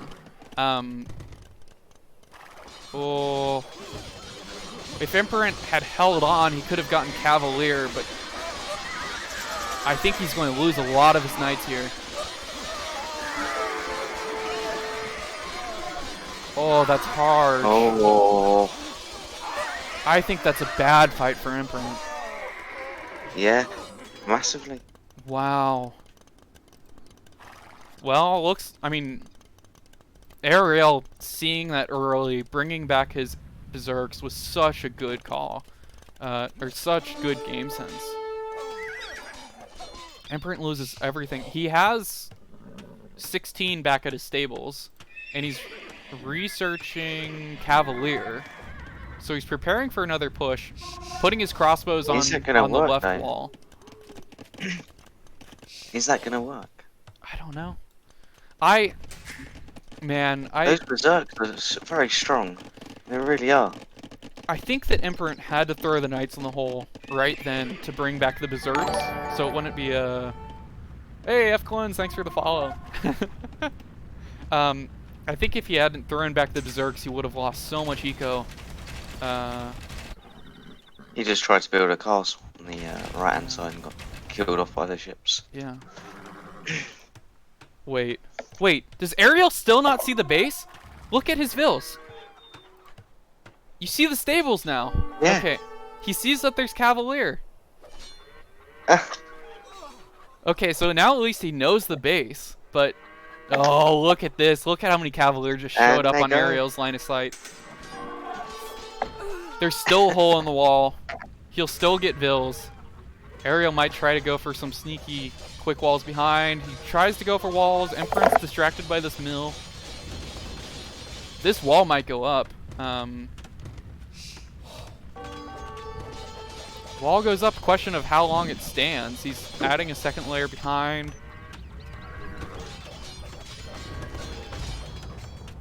Oh, it's down. It's down. The wall is down. Walling vills die. Empirant can get some good raids in here. He should be able to. And the berserk's coming back, and he's got a fair few berserks. He's got 40 berserks. And then he could melt those 40 berserks. No, the Cavalier could melt against that many berserks. Yeah. Maybe just try to get the TC down and then just go run around, use your mobility. He's gonna need to. Rather than fight it, he needs to run. Nice. And he's learned from last time. Yes. Oh, and Airiel's sending more vills to try to wall behind, but I think he'll lose all of them to these Cav. Yeah. Oh, they should have noticed. Yeah. And, I mean, Empirant can cause so much idle time here. He can just run around, hang out, kill vills. And he is. He could even just try to lose one or two at a time if he wanted to, you know, just to keep the bulk alive. So many vills are going to die here.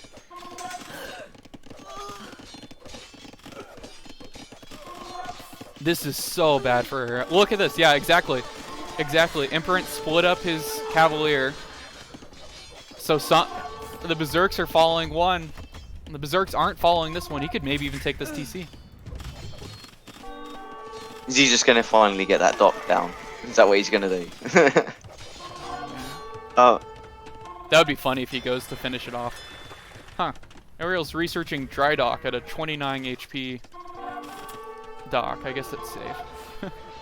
More Cavalier coming in. Empirant's Italians. Just checking eco bonuses. And there's going to be more Cavalier coming in any second. Yeah. And Airiel has Trebs taking down the left castle, but I think it might be... Well, I'd look just at let the it go. Vil I wouldn't have put it in Treb range. I'd just let that go now. Yeah. Look at the Vil difference now. It's huge. I mean, Airiel has the score lead, but I wonder how much of that score lead is military votes that just don't contribute anything. And in fact, he's losing to a castle currently. He has 11 wood and 33 on food. Oh, these raids have been so brutal.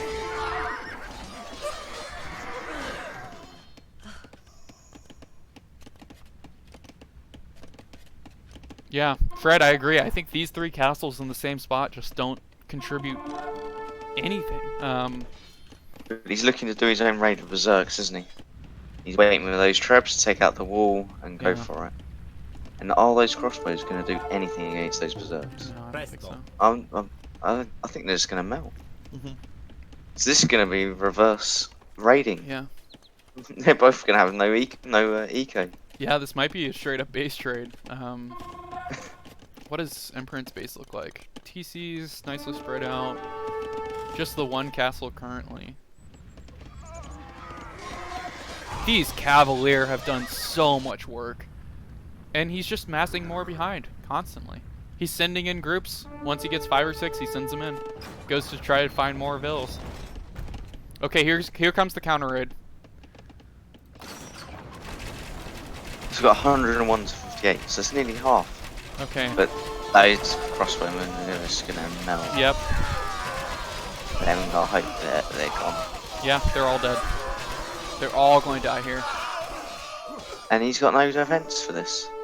No. He has... I mean, this is exactly as you said. It's just the reverse. Like, Airiel hasn't been able to do anything about these Cavalier, and now Empirant, I don't know what he does against the Berserks. I have no idea what he does against the Berserks. I wouldn't blame him if he just tries to keep going raiding, just tries to keep killing eco.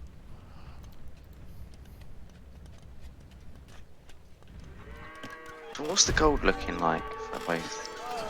It's a great question. Empirant has 400, Airiel has less than 200. Not much for either. Yeah, but M doesn't have any gold left. Airiel, where are you going with these Zergs? You could have killed all of those. Oh, you're going to protect the trap. With all of them? For one scout? Yeah, I will say Airiel's decisions to just not split up his... I mean, they're not as mobile, so it's different, but not split up his army at all. I don't know, this counter raid is going to be brutal.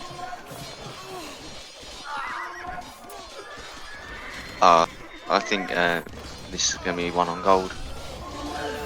Yeah. And Emp doesn't have much left. Oh, and Emp loses his Cavaliers. Yeah. And he calls it. Wow. The counter raid there from Airiel. I think he was just going to walk through. Just the... Just saying, you know, like, I can't do really anything against these Cavalier. I can't catch up to him if he keeps microing him. If he can keep paying attention, he's just going to keep running around. So let me send just 40 fully upgraded elite Zergs into his base.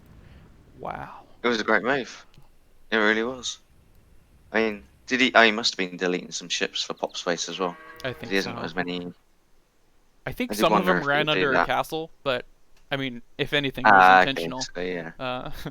Yeah. It's not like these ships are getting you anything at all. Wow. Wow. Ah.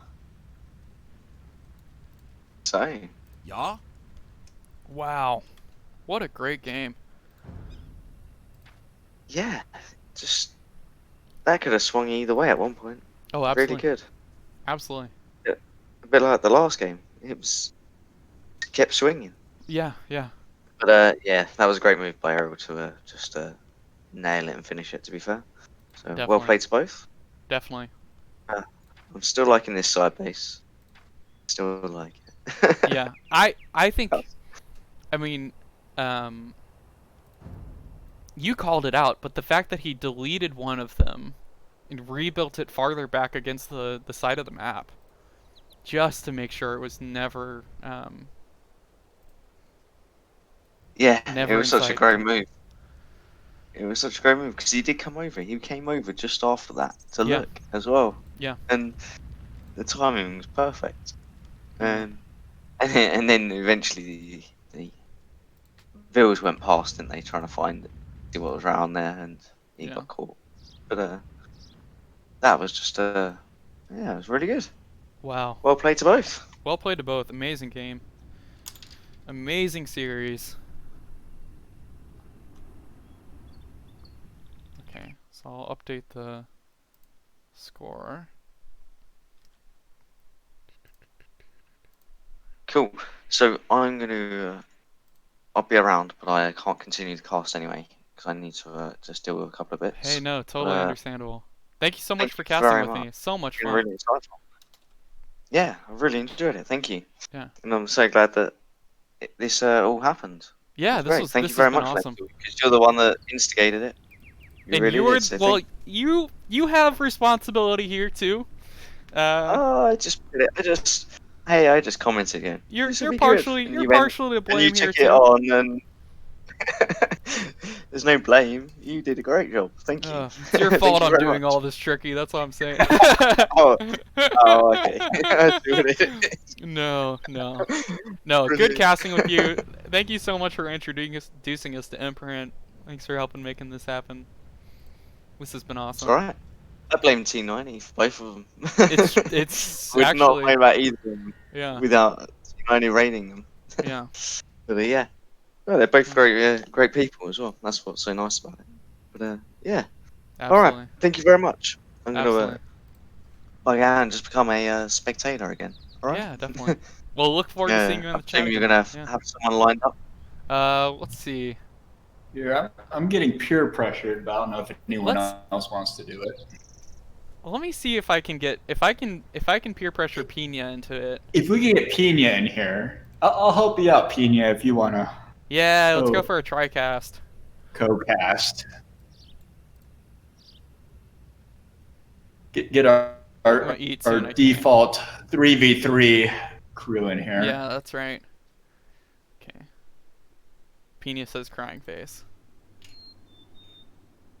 Yeah, Efkilenc, if you want to come hop in with Fred, let's get a tricast going. I don't think it's too unreasonable.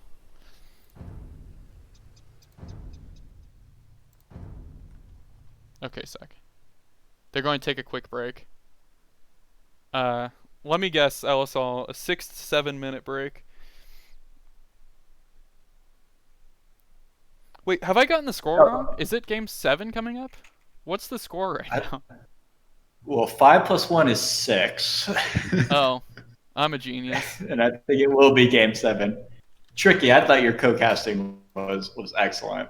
The British accent is just so classic. It was like watching a BBC nature show or something. I just assumed you were an expert. Yeah. Just it confers a certain amount of confidence. Fan favorite Tricky, I think that's right. Man, it has been so great co-casting with everyone. I would have lost my mind approximately 3 hours ago if I hadn't had my co-casters with me. Oh, we're going up to Ghost Lake. Oh, whoops! I just entered. Well, the chat agreed that it streams, so I hope you're ready for the next 20 hours. Oops. Thank you, ScrapIron.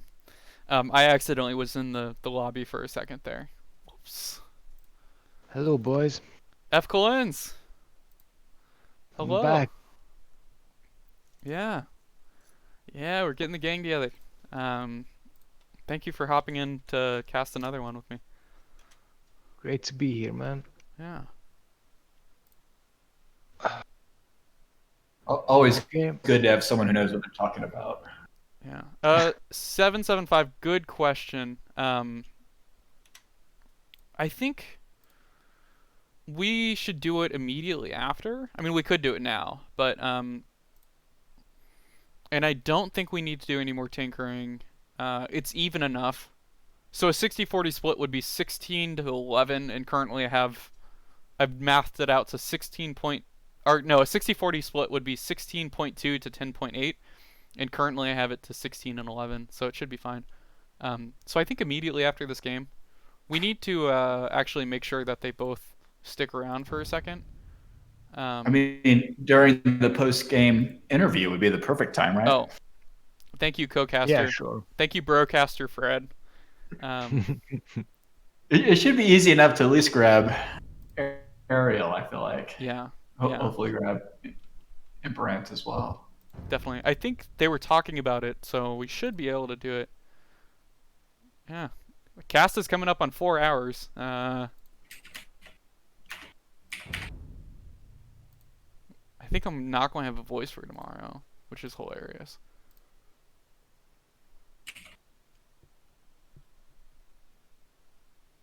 It looks like they're still on a break. Yeah. Oh. Yeah, and Yeah. Efkilenc, your music is playing on. Yo, it's F9 beat time. Jesus Christ. Wait, I think I think I have it coming through my stream now that I'm watching Airiel's stream on. Czar Potato. Czar Potato followed me on like some absolutely random stream that I did like a month ago. I'm so glad to see you back. Czar Potato, I'm casting a best of 7 between two of my favorite mid-elo streamers. I think actually, I'll just link to both. We're waiting for the game 7 to happen. But I'll just put them in the chat. If I'm smart enough. So, yeah, Czar Potato, they're both about 1400. They're both some of the chillest streamers around. And this is game 7 of 7, so we've had an awesome series. It's been so much fun. And I think we're getting close to game 7. They're back. Okay. Yep. Great.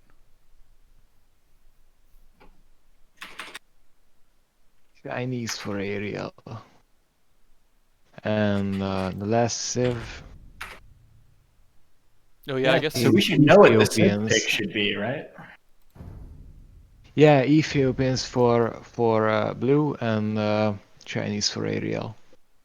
Ethiopians Chinese Archer Civ matchup. And remember, Ethiopians was the one that he had on his list, but he almost second guessed it at the very end there. Mm-hmm. Oh, did he? I wasn't here for the draft. I didn't know that. Okay, and the last map is Ghost Lake, if I'm not mistaken. The game is starting just now. Yep, I am in it myself. Great. Czar Potato, I probably shouldn't say mid-elo. I think they're both top 10%. About 1400. I'm just going fast forward until we're caught up. Yeah. Okay. Put There we are. scores. 20, Yeah. 30 seconds right now. Yeah, it's Oh. really not mid-elo at all. I think they're both a few. It's like oh, you're 12. almost there yourself. Nice. Yeah. Yeah, Czar Potato. So you'll see some strats that you're familiar with. Some good micro plays. We've had some awesome micro plays. We've had some bad micro plays. Great macro throughout. Yeah, I also, mean, you gotta- if I didn't know the players, I would easily guess like 1500 elo just by watching the gameplay. To be honest. Oh yeah. Yeah, and I think Pokeboy pointed this out. There's been some excellent just games since. And we've seen it from both players. Where just tiny little strategic moves, tiny little like ideas. I love the deleting the stable on the last one. Yeah, that was just impressive. Yeah. Yeah, he had all his knights just like hidden in the corner, right out of the line of sight. Yeah. There. Yeah. Czar Potato Oh, look says favors Chinese here just a little bit because of the open tech tree, which I think I agree with. We'll see if the Ethiopian players can get to some heavy siege, which I think can be really scary. But I don't know. What do y'all think? Look at Airiel's front gold. That's Not even in his what base. in the hell? That's his main gold, man. That's brutal. Yeah, 7 tile gold. 2, That's 3, 4, 5, 6. Yeah. pretty much in the lake. That's an awful. It's Blue funny. I thought has you were his talking about forward, Emperant's but gold not because too he bad. has That's forward forward gold as too, but well, but not like this in front of the wood line. yeah, compared to Airiel, that gold is like a back gold. Pretty much. Yeah. Otherwise, other than that gold, Empirant's base looks pretty good. As a backstone, back gold, another back gold, side berries, just fine. They're both. Okay, so I'm curious about how much scout shenanigans we'll see in the middle as they go for all the sheep. Oh, I'm getting a spam Yeah. message in the chat. Well, Last spam messages I got, they left after putting one message, so I think it should be okay. Hopefully. I guess walling should be easier for Airiel, though. It could get pretty crammed up, though. Yeah. Yeah, but his is pretty obvious as far as if he wants. Well, if he wants to wall. When he walls, it'll be pretty obvious. Here. Yeah. You could even go here. But blue, in comparison, is very open in the front. Yeah. Yeah, slightly better research distribution for Empirant, but yeah, I think you're right. Totally more wallable for Airiel.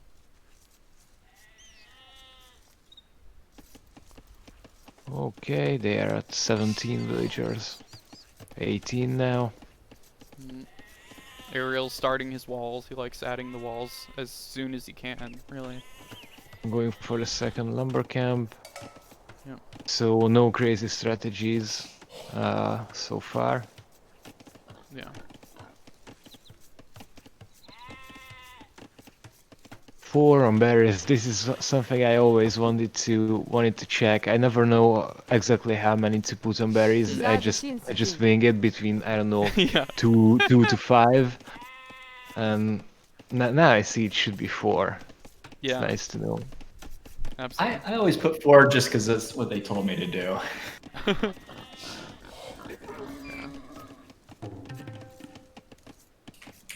Actually, now I was thinking if blue should just send the berry villagers out for those deer, but I don't know if those are too far for that mill. Oh, I see him. Yeah, I mean, huntables gather so fast that maybe it's worth it. I think you do need the scout for actually scouting this map. Yeah, he does see them though. You could push him, but Yeah, that's right. a lot of scout time that he could probably be doing other things with. Oh, actually, because we can go to Gaia, we can see how many sheep are unclaimed. Turn off Fog of War. You're missing any sheep in the middle? Looks like You the just sheep wanted are- an excuse to go to Gaia. Oh, going to Gaia is the best, honestly. It's funny that relics have line of sight. It's terrifying the line of sight that wolves have. They can really see the villagers a long way off. Oh, absolutely. Okay, Empirant's starting his wall. We'll at least have the side covered. What are you going to do with these walls?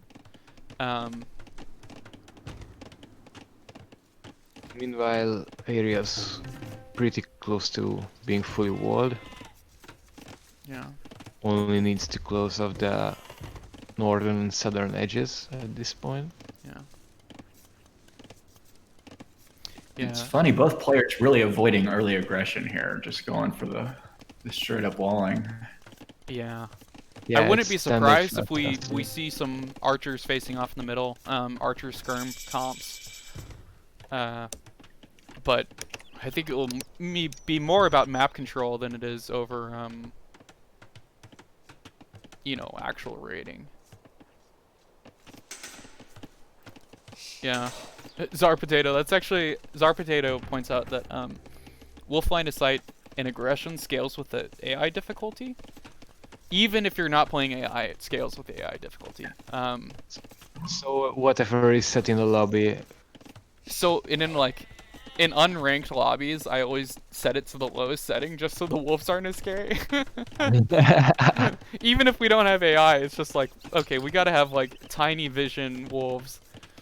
Oh wow, looks like blue's, the back of blue's base is open. Oh, you're right. That's On the right wood that's a line. pretty brutal. Yeah, that scout is hanging out there. Yeah. So 2 archer ranges up for Airiel. Wants full archer aggression. Empirant's adding his own pretty soon. His second soon. Yeah, both going up. Right. Airiel's just being a nuisance with a scout in the middle. Or in Empirant's base. Oh, Pokeboy, thanks for checking. The chat has been discussing the possibility of Airiel going Chinese Cav Arch. Turns out they only miss Perinthian tactics, so definitely doable if that's what he wants to do. Both sides going for archers so far. Mm-hmm. Yeah, I think that makes sense with the Ethiopians faster firing rate. Yeah. Airiel's housed. Nope, put it in the chat.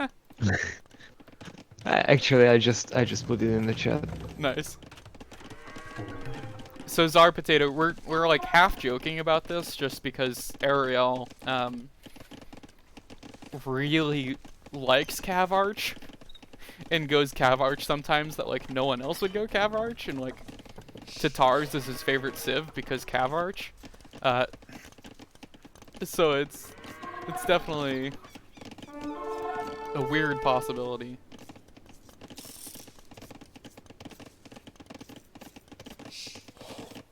Yeah, I think that's a good point in the chat. That the Chu canoe are absolutely terrifying, but it's a matter of being able to make enough castles to really crank them out. Yeah, I think that's right.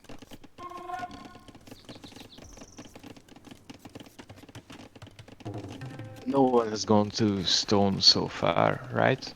Right. No, don't see any. So that no early castles, Mhm. possibly. Yeah, we'll have to keep an eye on Chinese players.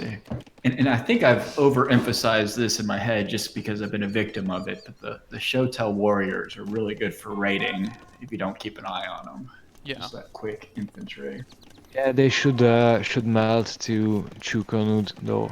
So But we'll see. I mean, if we have something like the stables, I mean, I think the equivalent of last game, whereas the stable sneak base is, you know, massing Yeah, it could make Shotels to the sense. side and just sending in.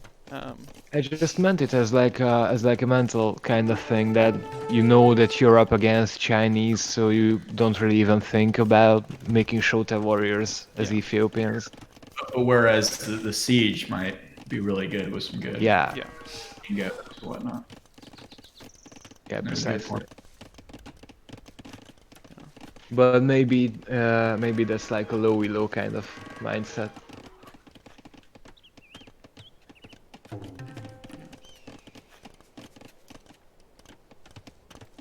Okay, the villa count is pretty even. The population is pretty even. Yeah. Blue has a little bit more military in his 2 archery ranges. Okay, Right, so- Empirant sees the hole, builds a wall. No obvious holes now. I was about to place bets on whether that would be taken advantage of or That'd not. be awful. That, okay, so Empirant's clearing the way for his archers to go out. Has to delete an extra one because they spawned out the back. Okay, here we go. So we got 16 archers for Empirant, fire fasting, Chinese. It's 12 at home for Airiel. So, finally seeing some action. Let's see what happens. Yeah. So almost 20 minutes. Yeah. About time. This has been a pretty... Pretty slow opening for sure. Quite boomy, yes. Yeah. Czar Potato... I mean, it works out when both players do it, yeah. Yeah. What do the upgrades look like on the archers? I assume there's at least. So fletching and padded arch yeah, armor, and fletching but no armor for Airiel. Yeah. So Empirant definitely has the scarier. Definitely. They're gonna has the walk scarier right archer. by each other? Huh. And he has more as well, so Took the should hill have the early, advantage. faster firing. Empirants are really scary. It's just a matter of if they get caught somehow. Yeah, the Vills Out of are place. starting to bunch up a little bit. Some of them are hiding in the TC. Yeah. Airiel's not even queuing up skirms yet. Yeah.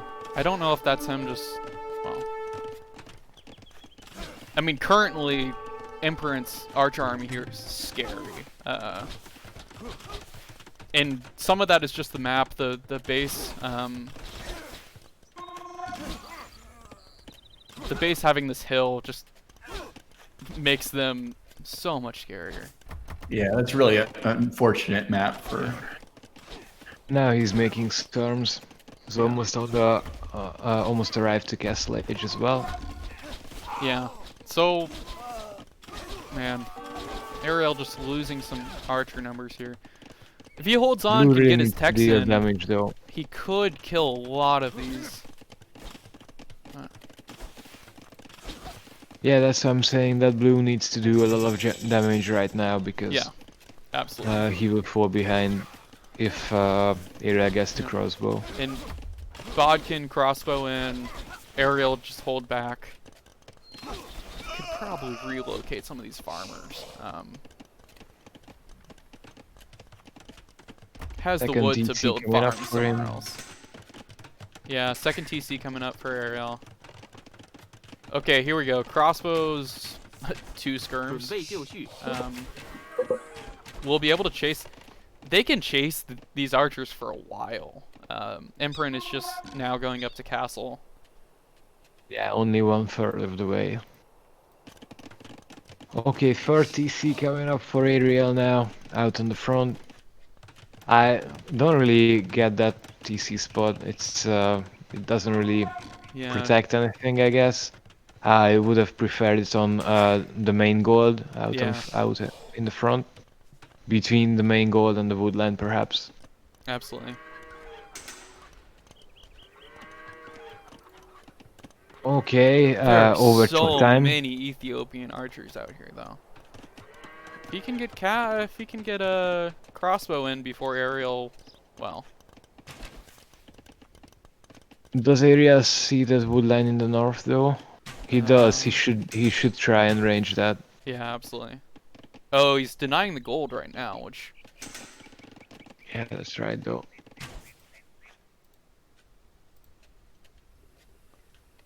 Okay, the overchop has happened in the north. oh man, we've seen that been disastrous before in these games. He keeps getting closer and closer to the other archers. I mean, he would have such an opening if he just went for that wood line. Yeah.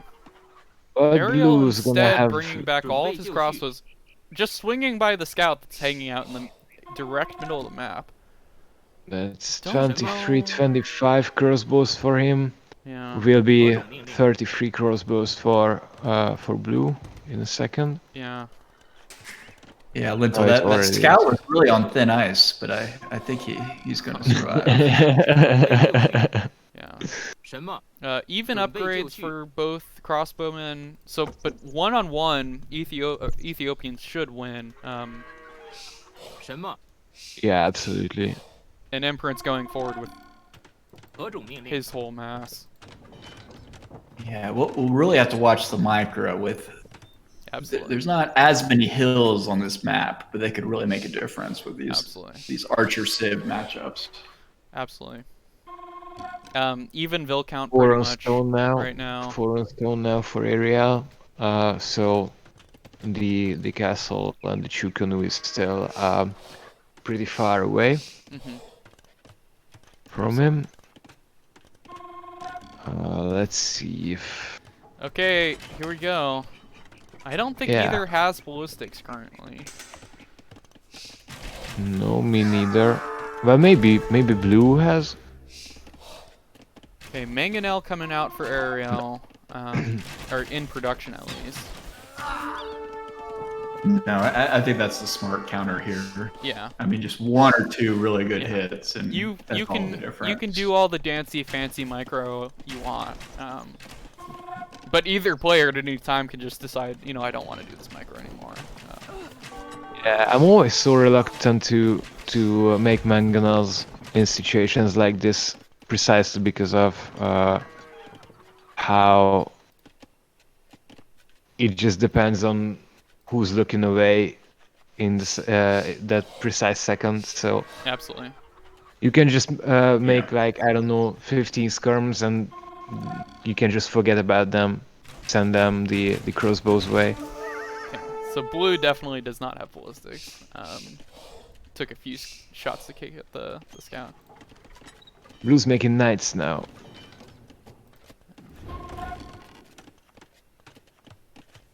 From 2 stables. Oh, good call. That could be huge. Put a couple knights in front of this huge Ethiopian army. Yeah, he has a +1 armor on them so far. That's +2 on the Airiel's crossbows. Airiel's stone miners are being ultra inefficient currently. I don't know. See, there's 2 that are just hanging out on the wrong side of the stone. Walking all the way through the gate. Yeah, pretty bad. 4 now. Yeah, they're making long trips through the stone. I mean, when your resource is your wall, you got to do what you got to do, right? Yeah, that's true. You save 15 wood by not building the palisade there. Okay, he's noticed. He's built another mining camp. That's hilarious, though. Okay, Empirant's army comp here, I think, is the addition of the knights is huge. Because if you can just run the knights between the archer armies. Yeah, bringing out a mango of his own as well. Yeah. He has 10 more military than Airiel does, but Airiel has almost 50 more villagers at this point. But I think the knights are going to be so good against the crossbows and so good against sniping these mangoes that could be a pretty big difference. Definitely. +2 on the knights now for blue. Yeah. So +2 on the crossbows as well. They get cav upgrades. I'm not sure what all else they get in their stables. Okay. So Airiel sees the knights. Might try to push an engagement. Mangonel coming in. Pretty nice shot from Empirant on the mango. Yeah, that was kind of decent. 36 against 44. And the knights. Empirant is proactively spread formation on his crossbows, knowing that there's some mangoes hiding out. Empirant has to push. He needs to win this engagement. I think so. He's down in eco almost by 20 now. Airiel's on the way to Imperial Age. Oh, good call. Yeah. Is Ballistics now on or the never way for in him. for Ballistics on the way in for Airiel. For Airiel. Not sure if does Empirant already have it. Sorry, I'm checking tech. He does not. Oh. Still hesitant to engage both sides. There's going to be some dancing here. 34 against 48. Oh, all these mangoes. And now look at all the these knights. mangoes are going to die, I think. Are they? The castle's going up on one side, crossbows on the other side. He should have kept them closer to the Quick cross. was. Quick was. Walls up. Oh, nice. Nicely done. Okay, the castle will The go knights up. are out. The mangoes have survived.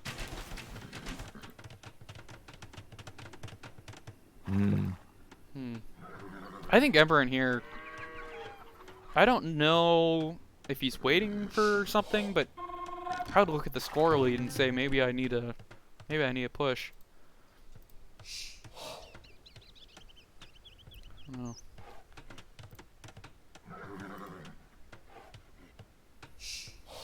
I mean, maybe he's waiting for Imp.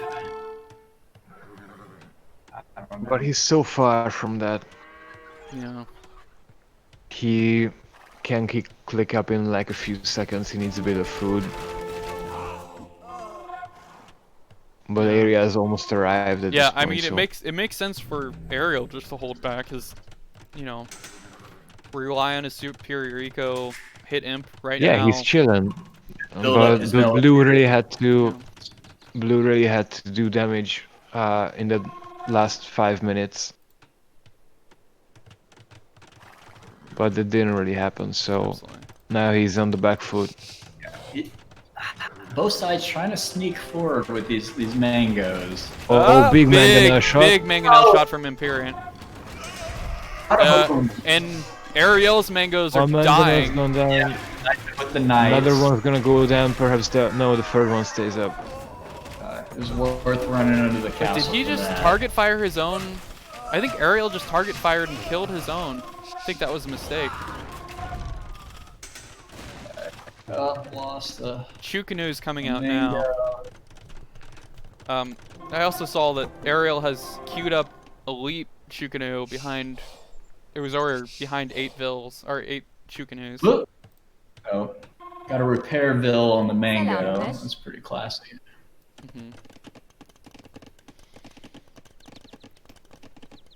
It's 30 against 44 now, but he has Chuka new mixed in now, Yeah. so it changes things a bit. Mhm. But still has a mangonel there, blue. Big shot, perhaps.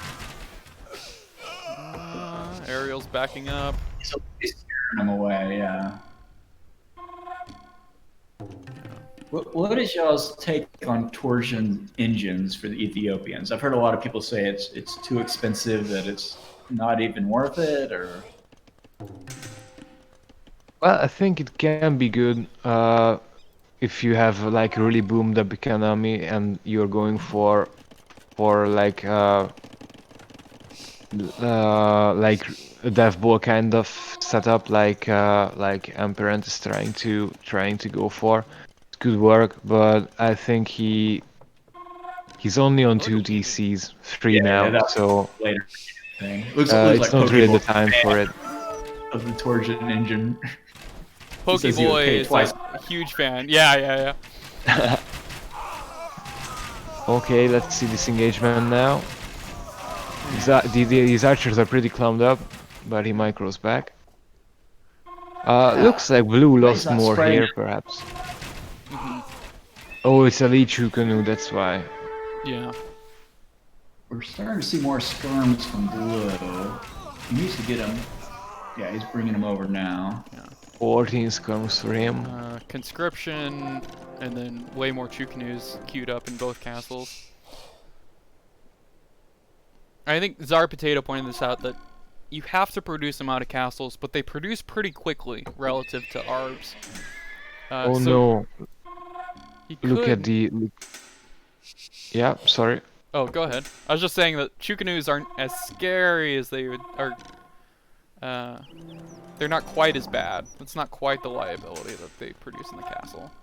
Yeah, sure, because they train a lot faster. That's probably what she said. I just got carried away thinking about how it's like almost 50 real difference once again. Oh man, Airiel's just in all these games just been booming. Yeah, absolute boomer. Yeah. And I think he's really taken off with his Chucanoe production. I don't know if Blue's will be able to keep pace. Yeah, it's just spamming now. Yeah. Even though it's only going to 2 castles. instead now. I count there's at least 48, and he's definitely transitioned away from crossbows into Chucanoes. He's messing up some Shota warriors now, Yeah. probably thinking about raiding. Absolutely, just all at the same time.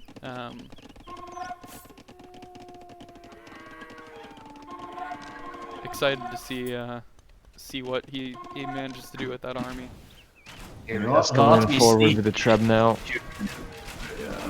Also started to make light cav, even though he has over 2k gold in the bank. Yeah, he could just go Chinese cav.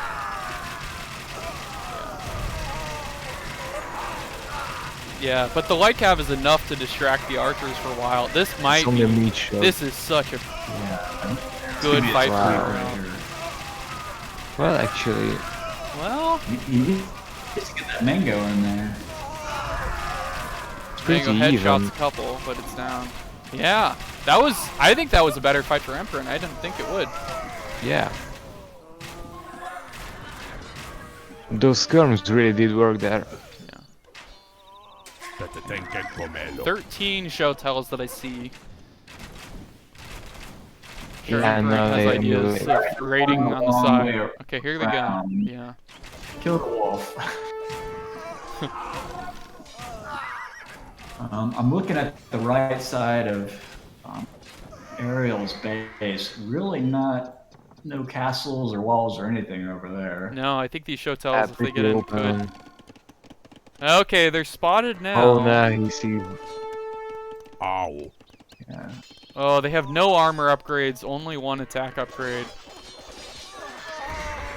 Yeah, it probably won't do much like this. No, I think without the armor upgrades. It's bringing back Airiel's army, but... That's, it's kind of an oversight. Blue probably could easily, yeah, he could easily afford some blacksmith upgrades on them. Yeah. Does he Like- at least have, and hopefully makes a big difference with the show tells. Like even if he had the feudal armor upgrade, it would change so much Yeah. with the TC fire and everything. Yeah, I think so. And on the other TCs will just side, be able to kill Iria's him. moving in now. Yep. Yeah, I don't think he's worried about the show Let me tells. see. They're pretty squishy. Well, He they do could- snipe a few wills. Yeah, he's killing some bills. It's funny, even against the light cab, which are Big fully engagement upgraded. in the middle. Oh, thank you. Yeah, I think while Empirant's being cute with the show tells on the side, this might be Yeah, big the light fight. cav really do work on the just skirms soaking now. up fire, yeah. Because now it's only skirms, no more arbor left for blue. It looks like show tells have totally died back in Airiel's base. Now the production buildings are going down. Wow, yeah. And GG Yeah, it's called. GG. Wow. Well played, good game. Good game, yeah. Wow. Yeah, great games all around.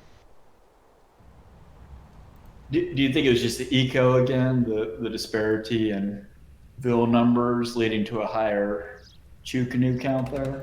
I think Yeah, so. absolutely. Yeah. And we were discussing that window when Airiel was on the way to Imp, where Blue had a lot more army and he could have pushed if he was. I think if he was a little bit more aggressive there, he could have gone forward, could have done more damage, could have set Airiel back a little bit. Boom behind that. I think he had a window there, but it was really small, like 8 Yeah, minutes I- game time at yeah, max. So. yeah. That's what's coming up. Yeah, definitely.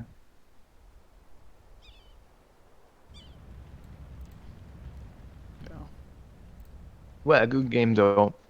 Good series, all Oh, in all. absolutely. Yeah. Great Amazing series. Okay. Pokey says they're jumping into Discord. So I might watch first. We can look at stats real quickly. Yeah. Look at the eco difference. It's huge. Yeah, someone needs to get him to hop into the lentil stream for the post game interview. I'll hop out if that happens. Let's see. I'll be unprofessional for a second. I'm gonna go look at the streams and see what's going on. In order to be able to hear you. I was like, yeah, he's just taking a look. Okay. Can y'all hear it if I have it up? No, actually I can, but I have it open as well. So. That the third game? Okay. Yeah, I'm just No, going to fourth tune game. in for Fourth a game, the second. I arena might one? be extremely unprofessional and just Yeah. I was about to GG. Listen to I them was for a like bit. very much done. You're, And then- all right, so that's the big one Oh, that I'm for like, the lentil stream, it's a good thing. I really if through you that have one. Yeah, I think so too. subs committed, Yeah. this would probably I be the think, time to drop them. Right when all of your eagles got into my eco from was that an overchop or did you actually? It was an you did- overchop. It was an overchop Okay. for sure. Yeah. Yeah, but we can't Yeah. forget about Yeah, I distributing the thought prize so. pool So here. right Yeah. when that happened, I End think is where the big series. swing was.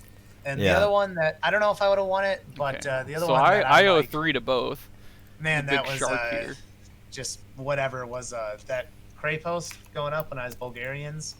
And, Yeah, no, I felt so behind. I was like, Tatars, my home map. I had this whole strat planned, and those men at arms just I had 5 vills building that cray post, and 5 vills got it to 95%. Oh and no. then and then I think I used 12 more vills and lost 11 of them to get it from 95 to 100%. I think I do remember saying there, oh, the right move is to not force it up and just use knights or whatever. But because I don't know, could I have done damage to your eco at that point if I got in? You probably had enough to get in. Okay. And do something. I probably should have gone for maybe a mangonel or something there too, or just sent enough vills to build it. I honestly feel like it's one of those things where it's like, it's like not even a mistake. It's just you did something like 10 or 20 I'm seconds still too trying to late. You process know. that arena And it's, game. all right, I got a how it sub took the thing. turn that it did. Well, It Lentil, was thank wild. you. Thank you, Lentil. Yeah, he's doing it. He's doing it to me too. Cool. Lentil and the Choo-Choos want to interview you. Let's do, if we wanted, we could do like a joint interview, so to say. Yeah, I'm down for a joint interview. If we're in Empirant's chat. Okay. Yeah, I'll go and hop into that. But yeah, that I think is one of those things where I felt like So- I didn't realize I killed 19 villagers. Efkilenc and Though. I Fred, did if you not want to realize come I killed along, that I'm many. just going to go hop into Emperor. I knew I killed We'll let you lead I might need to look the back, interviews. It but was a pleasure. it was a lot. Yeah, I good- know I had good 5 casting with y'all. originally. They all died. I'm going to let him talk Lentil for should a do- minute more. You do a raid I over to definitely sent their at stream, least or another 5. And Ah, Yeah, I I'll think leave we mine should up. do- I'll I leave mine honestly up. We felt can like raid even after I afterwards, killed those for sure. villagers, I was like, Yeah. okay, Okay. like I made it back. We're Sure. even now. We're even. I And see I you didn't there. think anything else. I was just Take like, okay, care, we're even. boys. That's cool. Later, guys. 775. Yeah, later. Thank you. And then I was, because I did not think myself ahead, but yeah, it sounds like from what you're saying is I was pretty far ahead at that point already. Yeah, I think because I maybe killed like 3 of you guys with the man-at-arms, but it was mostly just like idling some of your eco. But then kind of steamroll. You got a lot of kills with cav archers. Yeah, the Cav you had some solid hits though. I was afraid that you'd get more. I was expecting torsion engines in the last game. That's why I like tried to sit back for a minute. I didn't want to. I was really uncomfortable not watching my army, so to say. Yeah, I probably should have gone with that. To be honest, I'm not super good with Ethiopians. They were just that was almost Gotcha. like a throwaway pick, and Gotcha. I did not even think about torsion engines. So Oh yeah, I know you. I saw. I think you got drill right on the Mongols game. yes, yeah, I did there. I honestly felt like I just try and like run like I'm really scared of siege hunters in general. I think because most of the units I use are not like melee units and so on. So the funny thing is, I generally have kind of the opposite play style. So Okay. I generally never go archers, and I for whatever reason struggle against archers, and then I usually am all like knights. Like man-at-arm openings. A lot of times I'll go into knights. Occasionally I'll play archers, but it's pretty rare. And then for whatever reason I struggle against archers, which is why I definitely banned Britons right away. Yeah, that makes sense now. Yeah, that does make sense. Yeah. I also thought I thought you were pretty far ahead in the last game too. I thought you were pretty because you killed like 3 or 4 of my villagers. I feel like on that hill that I didn't want to gauge you on. Yeah. So actually, what kind of happened on that one is I thought I clicked feudal, and then I don't know how long it was afterwards, but I looked and I hadn't clicked feudal. So You mean castle or? no, I actually you need in feudal. feudal age. Okay. Which I guess may not have mattered at that point, but I was like already behind with archer production and stuff. by Gotcha. then. Gotcha. And, I mean, it may not have ended up mattering, but it's hard to say whether it would have mattered or not. But I feel like it would have mattered. That idle time probably took away part of your advantage for. I mean, unless were you still producing villagers, or was it like idle time during that time? I don't think I was producing villagers. Okay, yeah. Sorry, I think I just got echoing noise from, Yeah. from your chat. We use Yeah, we gotcha. use the same noises. It sounds like. Yeah, I just use the standard wherever they are. Yeah, same here. But so in that last game, I don't know did you get any extra sheep from the middle? Because I think I ended up with about 20 sheep at the start. Oh, really? I felt like I got a fair few actually. I didn't build farms until. Okay, me neither. So maybe there's more sheep in the middle than I realized. But I was like, yeah, man, I'm If not you got, going like, to use any 20. wood for farms. This is going to be great. But it may have been more even than I thought with that. I think I got the castle age a little sooner, which allowed me to like sort of secure my because I thought like, oh, if you just like push in, and I guess I had that gate up. I did that like quick gate to make sure that your archers couldn't get further in. But yeah, I've someone Pokeboy says I thought only noobs make those kinds of didn't click up mistakes, but I make them all the time. I was gonna say no, it happens. I didn't lose a village to a boar the whole game or the whole time. That was one I was like, I can't do this during the show match. So yeah, that's something I was pretty proud of too. I didn't lose a single villager to a boar. Yeah. I had some weird idle time. I was very like thrown off the whole Baltic game for whatever reason, I just wasn't playing my best. And then it was made like I was I think if you had like anything to hold my push, so to say, you would have just won. That timeline was like I had like a sliver in villager count by the end of the timeline.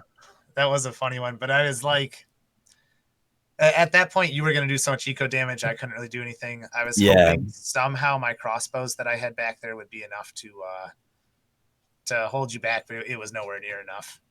But yeah, if I had a little bit more back there to do some actual damage to you, it might have been good. But well, I figured I would try to just run around and kill as many vills as I could, and maybe.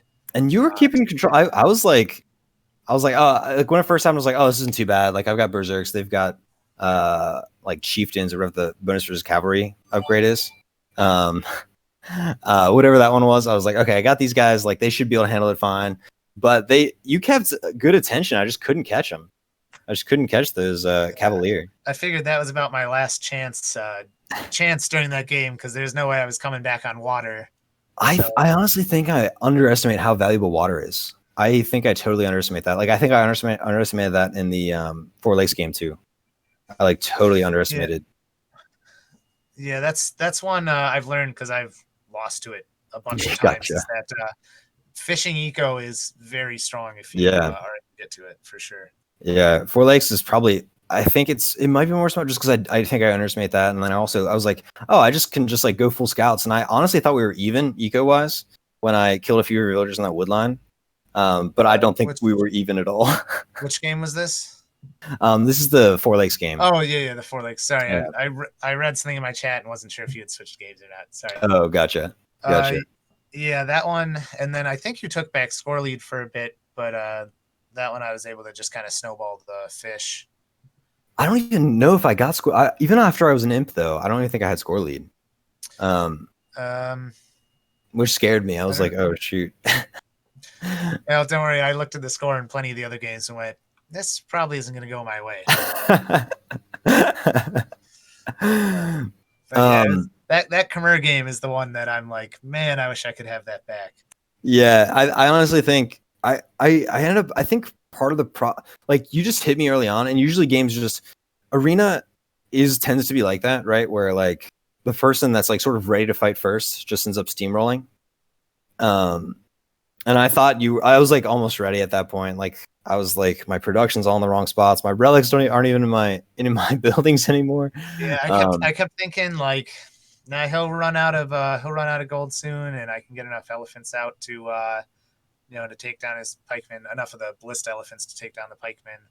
And I guess you must have had gold to the left side of your base that I wasn't thinking about.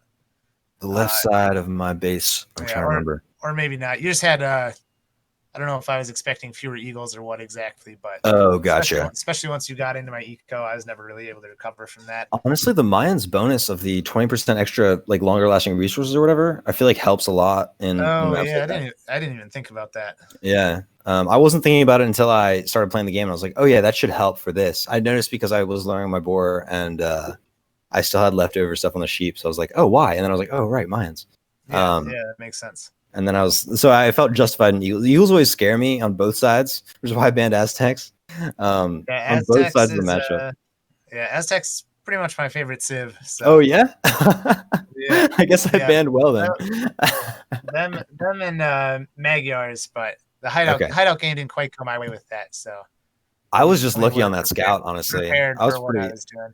Yeah, and then honestly, Indians is one of my better civs too, and I think I just ended up getting lucky with that scout because usually that's a decent matchup too with camels. Right, that's true against Magyars. That's true. Although I feel like probably most saves you would have been okay because after my beginning push didn't work at all, I was kind of behind from there. Yeah, I guess so. It's hard to know. I always I was also worried that you were going to cancel drop my base in arena because that. My chat definitely knows that's like the worst thing that I'm good at playing. Like I'm terrible at playing against. Like right when they hit Castle Age. Yeah. So I actually totally struggle against that too. Yeah, I'm terrible against it. I don't know what do you do against it? It depends on my civ, but normally I'll try to wall behind and try to let my eco kind of boom up a bit so that I can hopefully push him back from there. But sometimes it works, sometimes it doesn't. Yeah, I feel like I try everything in this match. I try like one TC play and then just like, action to multi-attack.